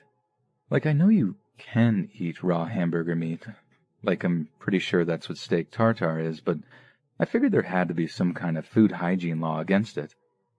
I asked my coworker, who was way too blazed to give me a solid answer, so I give the guy an honest answer and tell him I'm not even sure I'm allowed to sell him raw hamburger. The guy started begging and pleading so hard that I was actually speechless for a moment. He sounded like he was fiending for it, so bad that it was actually kind of creepy. I'm even less sure about the whole thing by that point, but after the guy on the phone offers a handsome tip, I make an executive decision and decided to go ahead with the sale. People do dumb stuff for money, right? Well, I suppose this is my thing. I throw what I consider to be $10 retail worth of hamburger meat into a plastic carton, plug this guy's address into my navigation system, then began the drive out to his house. I've been making deliveries in that area of Lawrence County for about 18 months at that time. I'm not saying I knew the place like the back of my hand, but I'd certainly never seen this guy's house before. I didn't even know that old place was there. It was some old farmhouse at the end of a long dirt road, and it looked like it was falling apart. It would have made a great haunted house, and all I could think as my headlights suddenly lit the whole place up was that it was like the start of a horror movie or something. I was the poor, dumb pizza boy, doomed to die in the film's intro that introduced whatever crazed killer or monstrous creature that was the movie's main feature. I park up, walk up the old rickety porch, and since there was no sign of a doorbell, I just knock on this guy's door. When he answers, he actually looks pretty normal. Like he'd expect some decrepit old witch to answer the door to a house like that. Not a guy in a sweater vest who looked like the dad of all dads. As I'm handing over the bag of hamburger meat, I can't resist asking him why he'd ordered raw hamburger and not an actual menu item. I figured he's going to grill it at home or whatever, so I frame my question as such. But the guy just smiles, shakes his head, and tells me he's going to eat it raw. I must have completely failed to hide the look of disgusted confusion on my face, because the guy then launches into this big speech about the benefits of eating raw meat. I mean, he talked a lot of science terms that I didn't understand, but he seemed to know what he was talking about, and it actually weirdly put me at ease for a second as he fished around his wallet for a tip. He hands me $11 in crumpled ones, and as I count them, I'm like, "Thanks, man. That's really generous." But then I look up, just in time to see the guy crack the lid on the plastic container of meat, bring it up to his nose, and take a long, deep sniff of what was inside. The way he acted wasn't like this wholesome, smells yummy kind of happy. It seemed straight up perverse. I'm just watching, trying not to freak out, as the smell of the meat seems to legit turn him on. After he huffs it, he shudders, eyes rolling in their sockets before he gets this glazed look in them, and all I'm thinking is, this is my cue to leave. I awkwardly thank the guy, just happy to get off of his property, only right as I go to turn around and walk back off the porch, I see something moving in the dimly lit hallway over the dude's shoulder. Poking out at about waist height from behind a doorframe was this big pair of terrified eyes looking back at me from sunken sockets. It was a kid. I don't even know what compelled me to ask, but whatever it was so strong that it overrode any desire I had to flee while I still had the legs to carry me. I remember saying something like, "That your kid, huh?" Instead of giving me this big smile or waxing lyrical about what a proud dad they were, something that would have suited his wholesome sweater vest dad look, he suddenly looks furious. He spins around on the spot.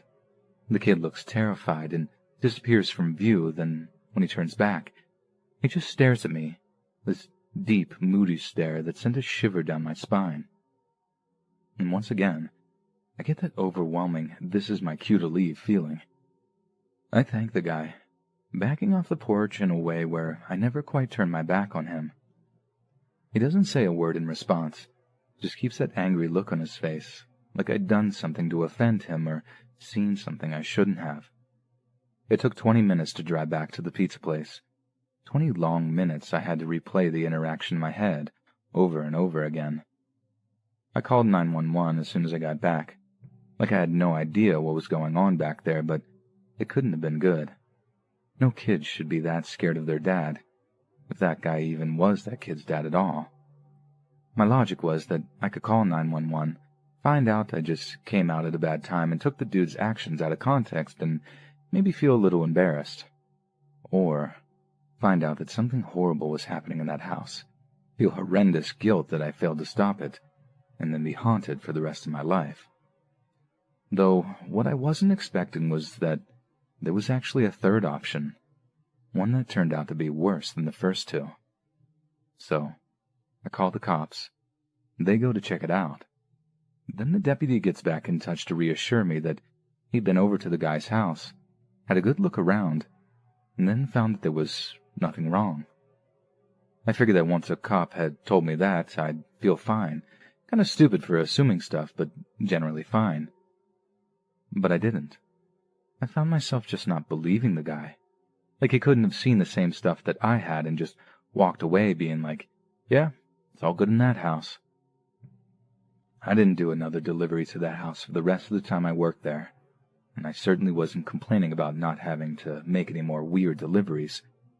But even today, I find myself wondering what the deal was with that guy and his kid, and whether or not I should have done more to investigate. Because the thing that haunts me the most is that there might be some kind of kid out there, going through the most horrifying ordeal of their young lives, thinking like, why didn't that man help me? Why didn't that man help me?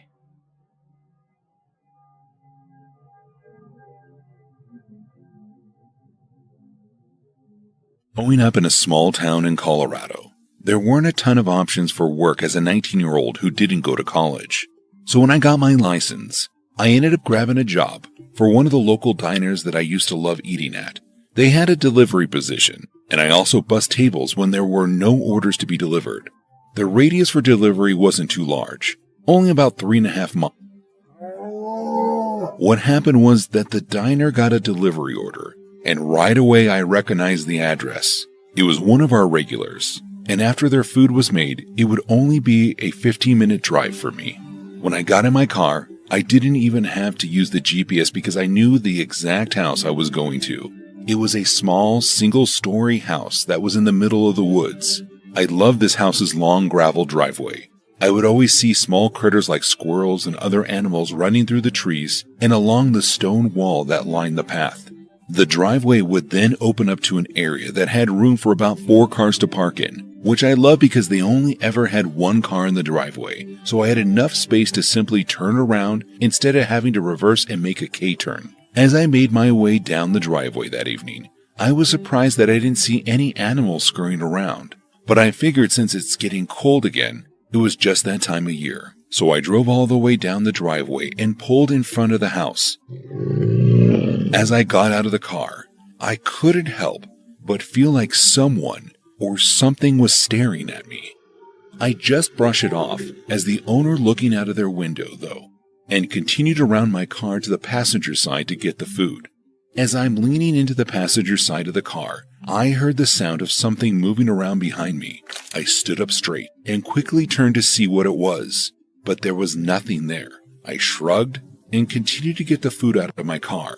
This time, though, as I was closing the passenger door, I heard what was an unmistakable, deep, growling noise coming from the trees. I tried my best to look into the dark forest where the noise was coming from. As I slowly backed toward the house, that was when I saw it. A medium-sized black bear came running out of the woods. I could hear the snarling coming from it. With each step it took, I turned and sprinted toward the house. And when I reached the steps, I didn't waste time knocking. I grabbed the handle and thankfully, the door was unlocked so I was able to rush inside. I apologized to the homeowners for barging in like that, but once they looked out their window, they understood. To this day, I still don't think that bear was trying to attack me. If it wanted to get me, it was more than fast enough. If I had to guess, it probably had cubs nearby and was trying to scare me off. Still, I'll never forget the look of those teeth as they charged toward me.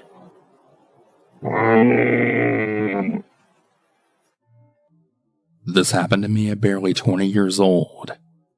I had just gotten off second shift at my job. A couple of friends who also worked with me asked if I wanted to hang out at the beach. I was planning on going home and ordering a pizza and maybe watching some TV. But it was a Friday night in July, and going to the beach sounded like a good idea. I'm a female, but 2 of my friends were male. We had worked and hung out together for around 3 years, so I trusted them completely, and I didn't have any worries about going to the beach with them that late at night. We chose a beach/park that was in a safe area of where I grew up. As I turned into the beach access road off to the main road, I thought that I'd seen someone walking in the picnic area. I mentioned it to my friends, but they said they didn't see anyone, so I just chalked it up to a shadow from the full moon. I parked and we then got out and started walking to the sand. The night was warm and breezy. I remember we were laughing at something one of us said, and we were all just really carefree. That is, until we saw him. For context, the beach access road sloped down, curving to the right. The road could be accessed from the back of the picnic area by going through a sloped area of the trees. Now, there was a cemented path that led down the beach, but that was farther away from the picnic area. So this guy chose to keep his balance while fighting his way through sloped trees to get to the road, and I guess to us. And he was fast. The moonlight briefly outlined his physique. He was huge. We immediately whipped around and started running back to my car. And just like a scene in a scary movie, I fell. I didn't care though if I hurt myself or not. So I got right back up and kept on pace. My car was a piece of crap, and the doors didn't lock. This was a good thing that night.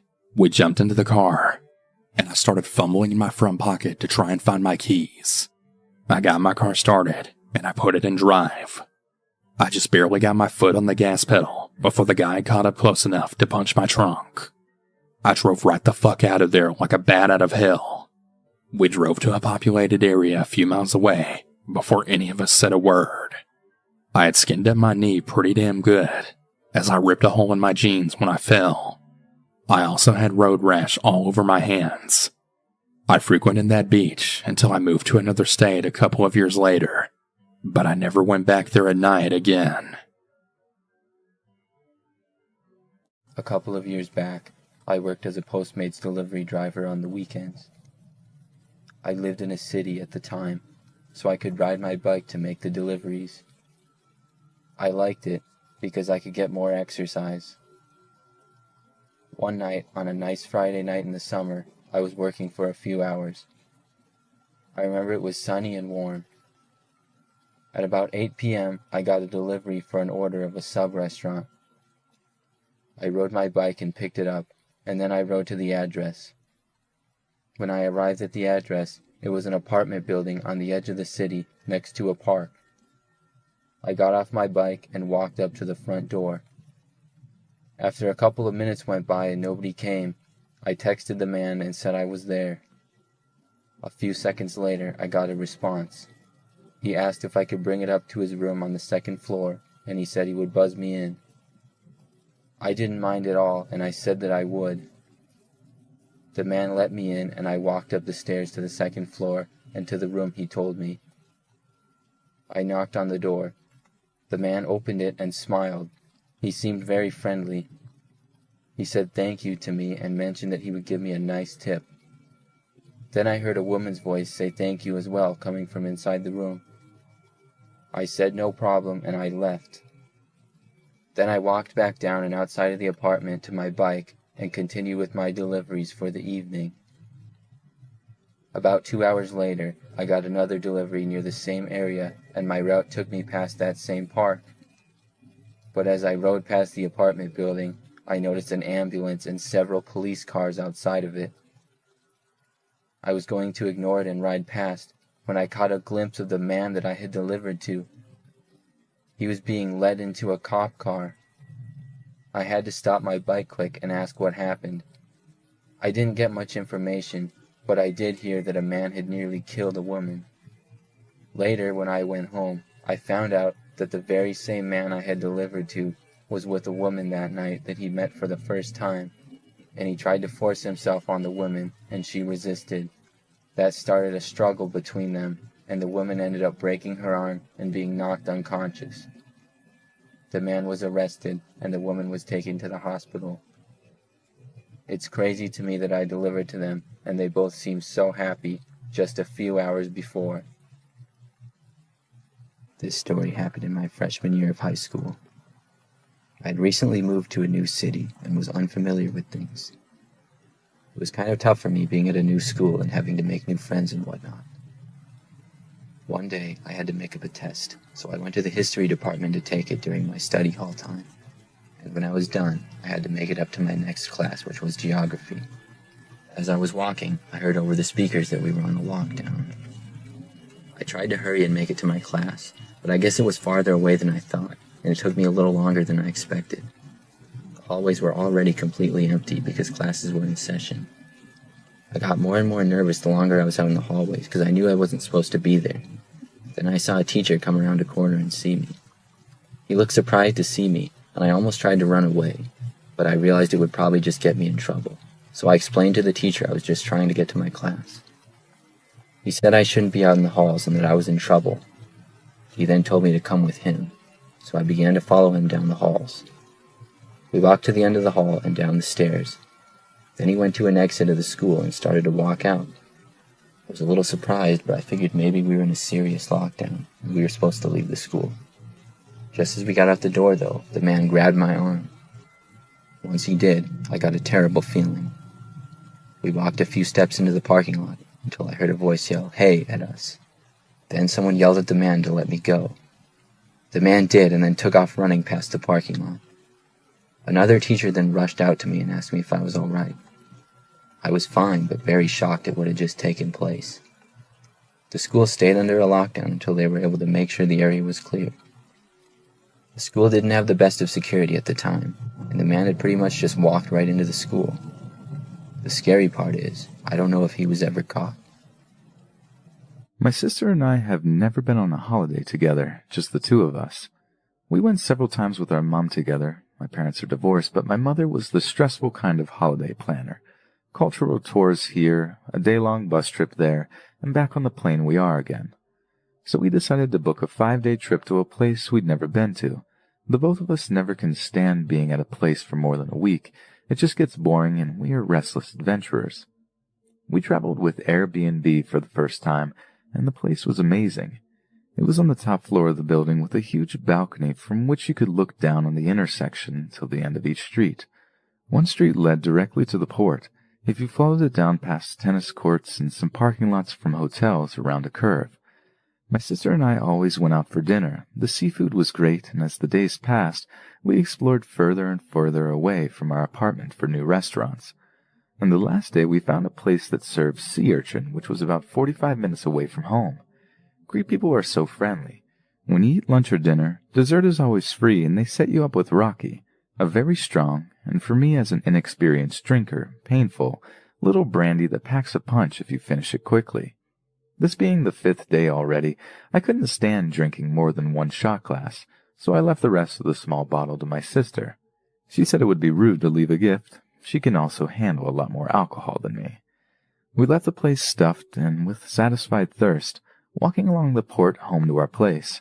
The streets are always full of tourists, but only until the curve I mentioned before. Once you reach the tennis courts, they are about 200 meters upstreet to the intersection where our house is.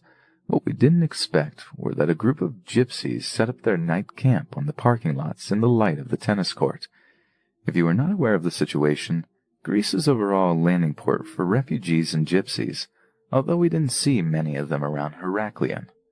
I felt uneasy because we were the only 2 girls in the street, besides the group of people getting ready to sleep. My sister was a little happy from the alcohol when I suddenly heard shuffling steps behind me. I could see the shadow of a skinny but tall man. I listened closely to his steps. He was still far enough away from me so that he couldn't suddenly grab me, but I felt very uneasy, as I was wearing high platforms and directing my sister in front of me.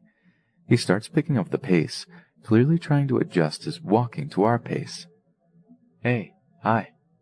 I don't answer him. He comes up to my right. "Hi." I size him up. Skinny but muscular. There is something wrong with his leg. His hip seems to be limping.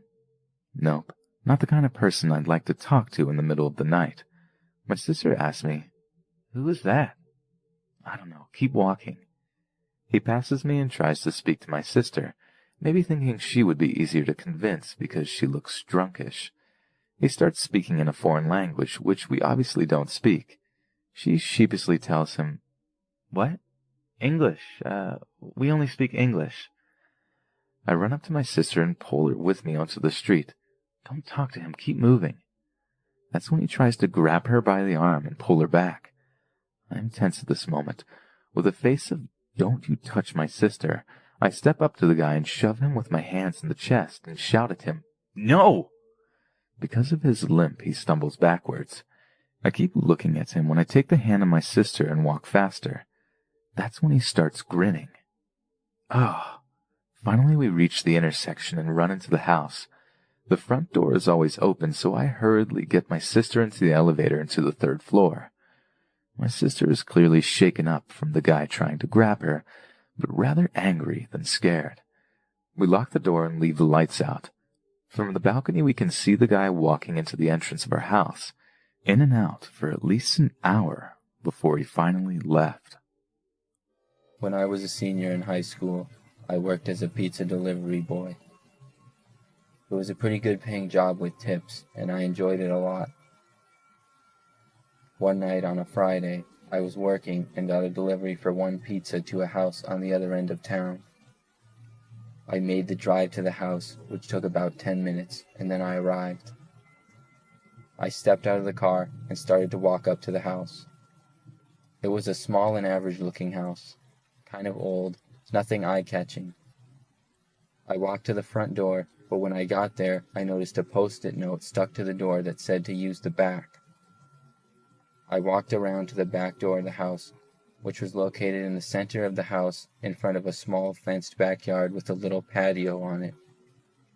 I was about to knock on the door when I saw another post-it note. It said, "Please bring pizza inside." Now this made me a little bit uncomfortable, but I decided to go in anyways. I could hear music playing from inside the house. When I opened the door, I saw what appeared to be a kitchen. It was pretty empty though, There was no food or plates out, but on the kitchen table near the door, there was a Bluetooth speaker that was playing music. I started to place the pizza box on the table, and I saw yet another sticky note posted there. It said, "Bring pizza downstairs, and I will give you your tip."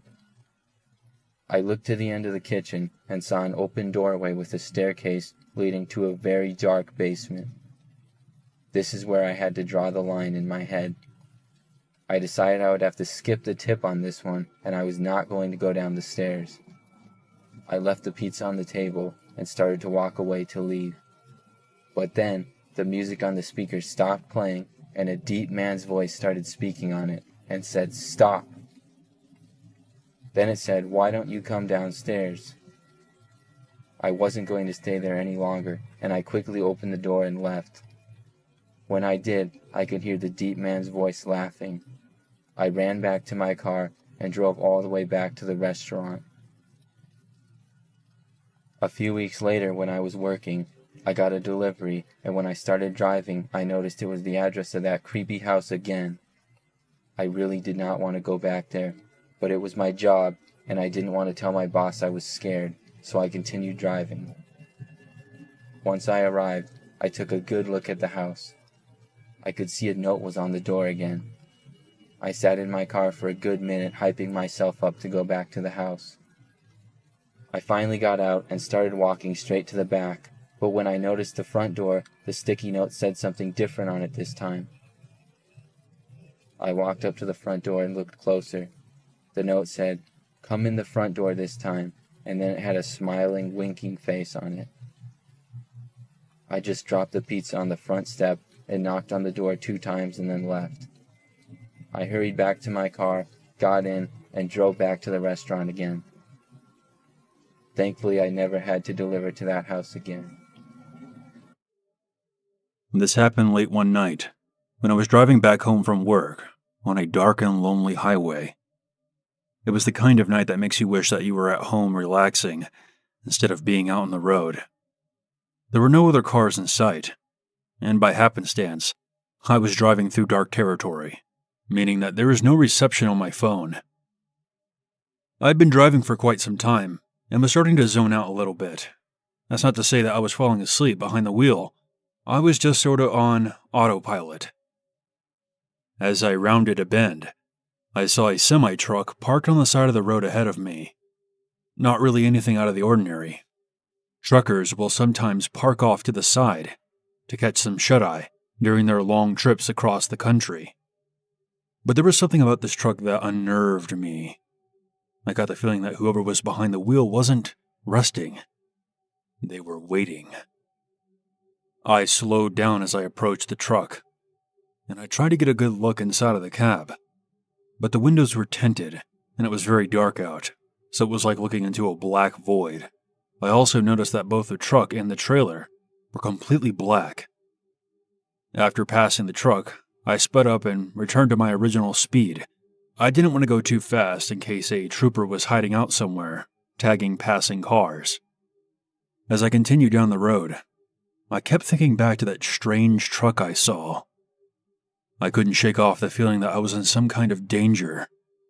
Perhaps it was just my overactive imagination. Damn it, get a hold of yourself. It was just a trucker counting sheep on the side of the road. Saying it out loud did not make it any more convincing. There was something off about that truck. As I was about to turn down another corner, I heard the unmistakable sound of an engine revving up behind me.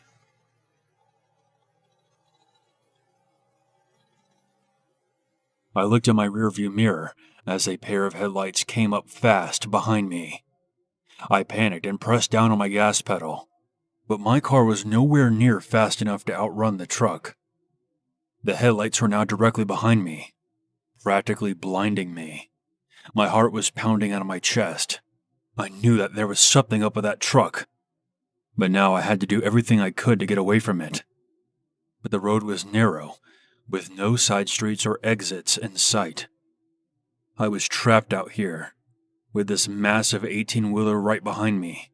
Suddenly, a hidden trooper didn't sound too bad. As we continued down the road, The truck eventually slowed down and stayed a safe distance behind me, still not making any attempts to pass me. The truck then flicked off its headlights. Oh, hell no. I immediately sped up, looking into my rearview mirror. I could make out the vague silhouette of the truck getting further and further away as I floored it down the highway until it disappeared from view. When I finally arrived home safely, I parked my car in the driveway and went inside, making sure that all my doors and windows were locked. I was exhausted. Nothing takes it out of you like being afraid for your life out on a dark highway. I just wanted to get some sleep and put this entire thing behind me. About an hour later, I was woken up by the unmistakable sound of an idling engine coming from outside. Half asleep, I got up and looked out my window. I became fully awake once I saw what was parked outside. A black semi-truck parked in the road outside of my house. Not only was I terrified from my previous encounter, but what was equally jarring was that this massive truck was in a residential area. I have no idea how that driver maneuvered down the narrow streets. This was the first time I got a good look at the truck. It had no commercial markings on it whatsoever, so there was no chance of me calling a number to let the company know that one of their drivers is a psychopath with a bad case of road rage. Also, I never got a good look at the driver's tags, but I imagine they would have read, "Beating you." I mentally could not handle seeing the truck outside of my house. I just remember saying, "No," and crawling back into bed. I didn't have the energy to deal with this insane shit. I just remembered hearing the truck pulling away as I drifted off to sleep. To this day, I'm still not sure if the driver somehow found out where I lived, or if it was just a very vivid nightmare. The next morning, I considered calling the police to report the strange encounter, but honestly, what were they going to do? There was no damage to my car, and there was no proof of what happened out there on the highway. Over the next few weeks, I couldn't shake the feeling that I was being followed. I became severely paranoid, constantly looking over my shoulder and freaking out every time I saw a dark-colored truck. One day I was walking back from the grocery store, and I saw a black semi parked on the side of the road. After nearly having a panic attack, I was put at ease once I saw the commercial markings on the side of its trailer. I realized that it was just another semi-truck with a black paint job. What happened to me that night was terrifying, but the fear that it caused me was taking over my ability to be rational. After a while, I could not allow it to control me anymore, and I eventually had to move on with my life. It's been years, but I still think about that black semi-truck from time to time. Ultimately, this experience has taught me to trust my instincts and to be extremely cautious when driving alone on remote roads. I still wonder who was behind the wheel of that truck and what their intentions were.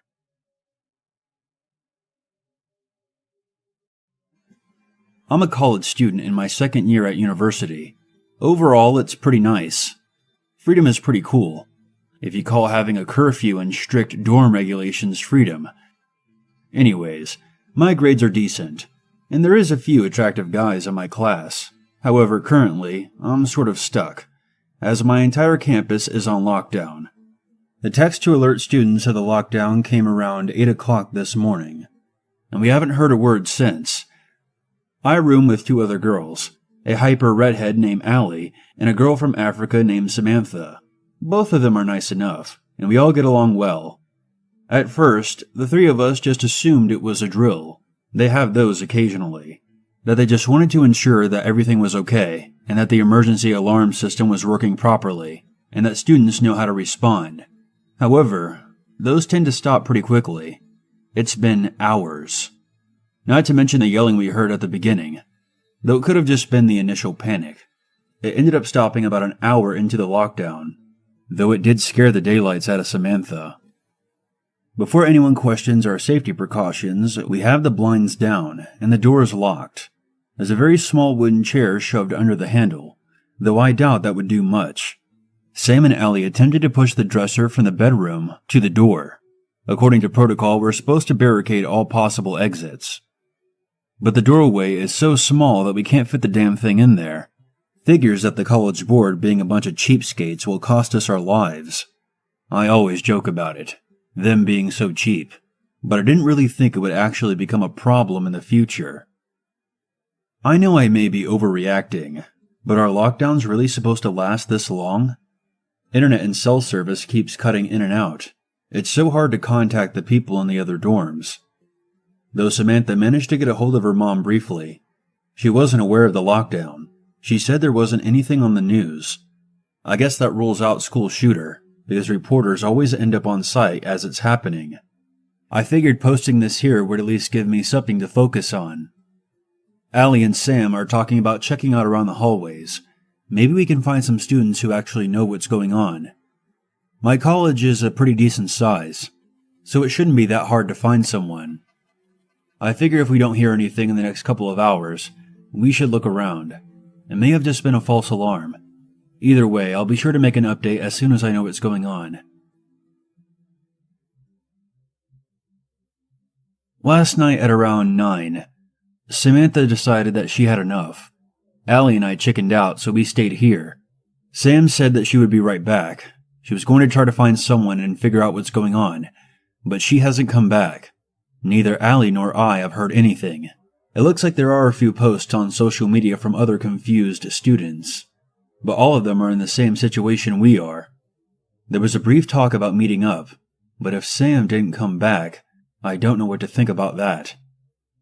We've also tried to call the police, but they keep hanging up on us. I really don't know what to do. It's been a hectic week. Last time I updated this, Samantha had just left, and it was mostly quiet. After I attempted to call the police, Allie and I spent most of the night studying. Exams are important, and it gave us something to do while we waited. I guess I passed out sometime the night before, because I woke up to the sound of police sirens outside. There was blood. Everywhere. I mean everywhere. On the floor, the walls, and even on the ceiling of the hallways. After the police escorted the remaining students out of their dorms, most of them just went home. My school isn't a very large one, so we all lost at least one person. No one knows where the missing are. The officer said that they try to keep situations like this out of the public eye. God only knows what that means. If your college starts giving an alarm, don't brush it off. Barricade yourself immediately. And if someone knows what happened to Samantha, please tell me. Back in the September long weekend of 2011, me and my nephew took my 2 children, along with 3 of their friends, to our cabin at a nearby lake for the weekend. Our family has owned the cabin since they moved to Canada in the 1950s. It's located in a very rural area of Alberta. Earlier on the day in question, all 5 kids had been out of the woods, enjoying a game of tag. Well, not long after they started playing, one of the kids came running to tell me that there was a man wearing a gray shirt crouched in the bushes, and he was watching them play. As you can imagine, I was pretty concerned at this point, and I quickly went to check it out, as calmly as possible. At this point, the rest of the kids also said that they had seen a man watching them. I went looking around for the man, but he was gone, and the dense bushes made it even more difficult to find him. At this point, I thought getting away from the cabin for a while might take everyone's mind off of the strange events. So we all packed up the car and we went to the beach. When we got to the beach, though, there were police cars and emergency personnel all crowded at the beach and throughout the small town. We later found out that apparently 2 people had actually drowned in the lake that day. And in the end, going to the beach wasn't the distraction we had hoped for. Upon returning to the cabin at around 7 p.m., we ate food, the kids played, and we all set up beds in one room for peace of mind after the really strange events. Once the kids were in the room for the night, I went downstairs to the living room, which has a really large deck coming off of it, facing towards the woods. There's a sliding patio door leading onto the deck. My nephew and I were just chatting, when we then heard a tapping noise coming from the back deck. At first, we didn't really think anything of it, but the noise just got louder and way more aggressive, as if it were coming closer. My nephew, who was in his early 20s at the time, came with me. I don't think I mentioned this, but I was a woman in my early 30s at the time, and we went to go check out where the noise was coming from. At that point, we saw a man wearing a gray shirt tapping an axe on the deck. I recognized the man as an ex who we have a restraining order against, and as soon as he saw my nephew, he took off. I immediately called the RCMP, which is the police, and within about 10 minutes, 3 units then showed up with their guns drawn. Thankfully, all the children were sleeping undisturbed in the bedroom upstairs. The police searched for a while, but they didn't find him, as it was really dark and there was a lot of thick brush surrounding our property. Needless to say, I ended up sleeping in the bedroom with all 5 kids that night. The next morning, we all packed up and left, not wanting a repeat of the previous night's events. Upon returning to the cabin a week or so later, the word "dead" was carved into one of the windows that was facing the woods. This story is told from the perspective of a male. Back when I was a sophomore in college at a college in Ohio, my friend and I were invited to a girl's house to drink a few cold ones. We weren't old enough to go to the bars yet, so we had said why not and then headed over. I should mention that back in the neighborhoods behind campus where the majority of students live is really notorious for people getting jumped and mugged late at night. However, my friend and I were in really great shape and we were the typical college meatheads, so we didn't really worry about this too much. Anyways, we get there with our typical 24-pack of Natty Light and see there are 4 girls but no guys sitting on the front porch. Pretty good ratio if you ask me. We threw our beers in the fridge inside and then joined them on the front porch. The beer was flowing nicely that night and we were all having a really great laugh. It was really shaping up to be a really great night. It had been about 2 hours and I was pretty buzzed, but I wanted to keep it going. I announced that I was going inside to grab another beer and my friend said he would go with me. I can't really remember what we had said inside, probably just who we wanted to take home for the night, but we were literally inside for not more than like 30 seconds. We step outside and literally all 4 of the girls are all crying. One of them was laying down by the sidewalk. We asked them what happened and they had then indicated that about 4 guys with their face covered had actually ran up on them and robbed them. They apparently had airsoft guns and when one of the girls wouldn't give her purse, they dragged her down the steps until she let go of it. My friend and I were so pissed off that this happened right under our noses. These guys must have been hiding and watching us for a really long time and were waiting for the right opportunity to have the girls alone. I can't really say how this would have gone if we were on the porch when this had occurred, but I'm sure there would have been a fight. The cops were called and they took all our statements, but of course never heard any follow-up. The girls all canceled their cards shortly afterwards and they had to get new everything, which is a real pain in the ass. A lesson learned with this is to never leave females alone late at night in that kind of environment. I actually got my own sister pepper spraying a stun gun when she went off to college, just so something like this never happens to her. So did the 4 cowards who waited till I went inside to attack the women. Be very glad we never met. I'm 21 and a type 1 diabetic. When I was around the age of 5 and 6, I would go to this diabetes camp for daytime. My mom would drop me off during the day and pick me up around noon or so. I remember doing lots of activities such as fishing, playing Twister, but one activity we would do sticks out to me most: swimming. This sticks out the most because when I was going to camp around 5 or 6, there was a teen male counselor. I don't remember his name, so we'll just call him Jay. Jay had a split tongue, and every time I was in my swimsuit getting ready to swim, Jay would look at me with such hunger in his eyes. When I would walk past him, as he would be sitting in a booth, he would always say how good-looking I looked and would wink at me. Jay would also try to get me to go places with him where no one was around. Now, when I was young, I didn't go off with anyone except for those who I knew. I was a shy, tiny child. One day, while me and my group were swimming, my counselor told me it was time to head inside. I was having a low episode, so I told her no. I am still very feisty when I'm low. And next thing I knew, I woke up in the camp infirmary. I had passed out in the pool from being low, and the lifeguard for the camp got me out and did CPR. When I was walking out, I saw Jay, and he asked me if she did mouth-to-mouth with me, and that it was hot if the lifeguard did. When my mom got me that day, I told her I didn't want to go back to the camp because I felt homesick. Yes, I did lie. But I felt that if I told her the truth, she wouldn't have believed a kid over an adult. Flash forward to 2019, I told her everything, and she apologized for those things happening and asked why I didn't tell her.